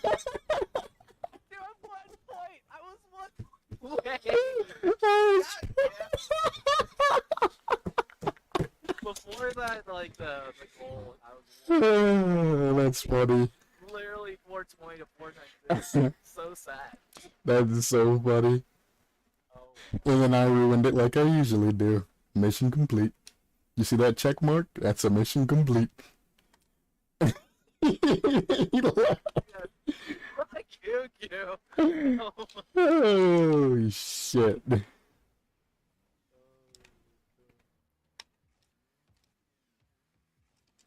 There's no such thing as accolades when I'm in the lobby. He's got a big checklist, and all it says is troll much. Pretty much. 20 entries of troll much. You gonna jump? I guess not. Don't need to. Like, I'm gonna just watch it land. He really did. He just stayed behind it. He's just like, yeah, man, that's just in. Panicked the fuck out of that guy that even missed the ball like 10 feet. Yeah, he was pretty bad. I'm gonna try the same kickoff. Hey, shit, it works twice. I might not have got a good angle, but goddamn, they're susceptible to that shit. No, he tried to double. I had What? Bumped. His teammate, if he hadn't tried to score his shot for him, yep, he left. already left. Wow. I'd leave too, because he had that goal. His teammate basically cucked him and made his goal miss. Yeah. And that's 3. Maybe don't block your teammate's perfect fucking air dribble, and maybe they won't leave. I missed it. Yeah, Yeah. no, not just go, bro. He had a full court air dribble, and he got over me because he was fast in his last touches. As the ball was going in, his teammate came up and blasted that shit out of the way. I was like, no. Hello?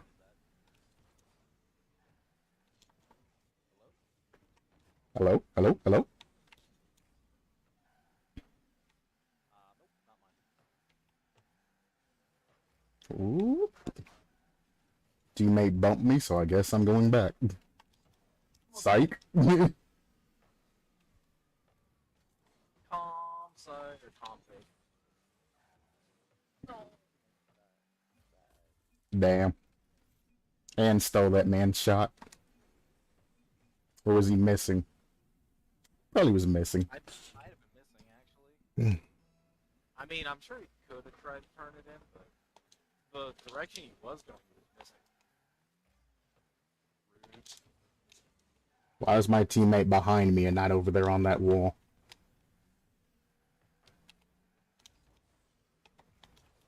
Damn, I didn't think he was gonna pinch that shit. Alrighty then. It's open. Teammate should score that. There's nobody there to... What?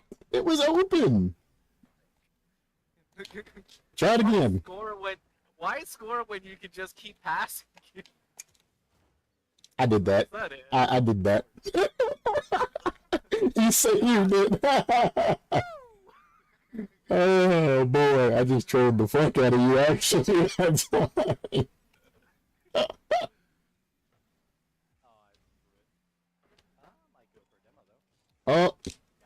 got one.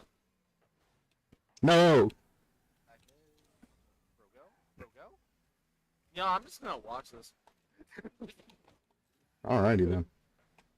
He waited so long. I understand, like, not panicking, but have a pulse. I know, right? He's like, nah, man, I'm over here sipping on some tea. When I get done with my drink, then I'll move. Caffeinated tea. Probably bong hitting. As so many players like to let people know. I know, right? I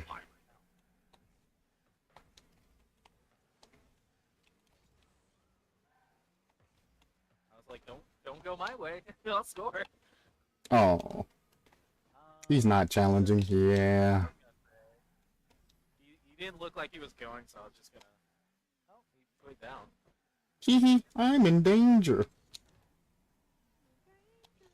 Nope.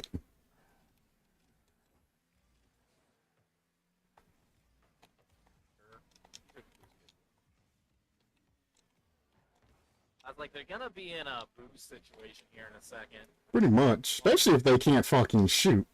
Oh, that's open. No! I didn't mean to hit it high. Nah, it's too high. That's fine. If you let it go, I had a shot, but I thought you might have had an angle. Back over. It's still not enough. No! You weren't supposed to fake that, sir. I didn't think the guy was gonna fake that shit. That should be a shot. That's awesome. I'll try. Oh. That. He's there though. Wow, he's behind you. Hey! Ah, that's bad. Yeah, nada, you were supposed to go for that. He wasn't. He was just panic touching that. I'm getting beat here. I'm behind SK. He needs to go. He needs to go. You know he ain't going. You might as well just pass him up in rotation.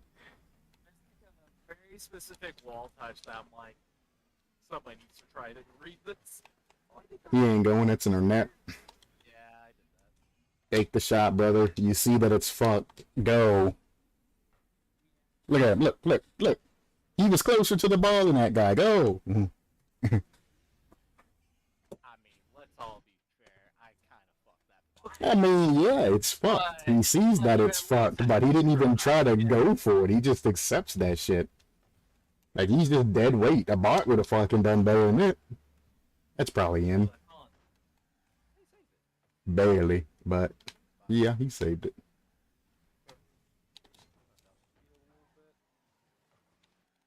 50. Can you score that? I can scare him. Is that the same? Is that the same thing? I mean, if it fakes in, it works. He's probably not gonna challenge. No, he did. Well, badly, but at least he did. I'm corner sniffing. Smells like victory. And fish. Do you still have Xbox Game Pass? Yep. Well, You still have? I don't know. It ends somewhere in the middle of August, so it's either about to expire. We're at the end of August, right? Yeah, so it's probably either about to expire or has expired. I'm not sure. I'd have to check. Gotcha. I was gonna say we could try some.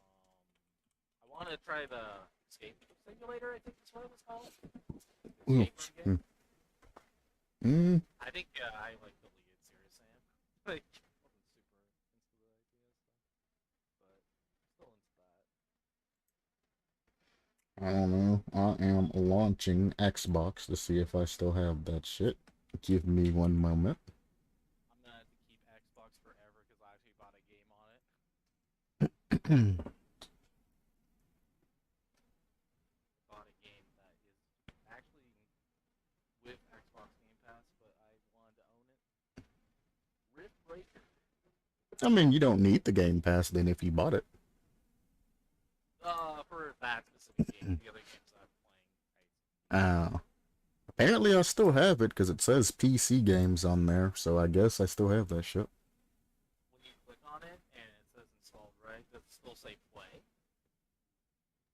I mean, yeah, I can hit play. Okay. Yeah. We can still play it. You Yeah, trying to I play wanna. that shit now, or? Oh, whenever. I mean, we can play it now. I mean, this is just Rocket League. It's not my cup of tea. That's fair. Yeah, if you don't mind.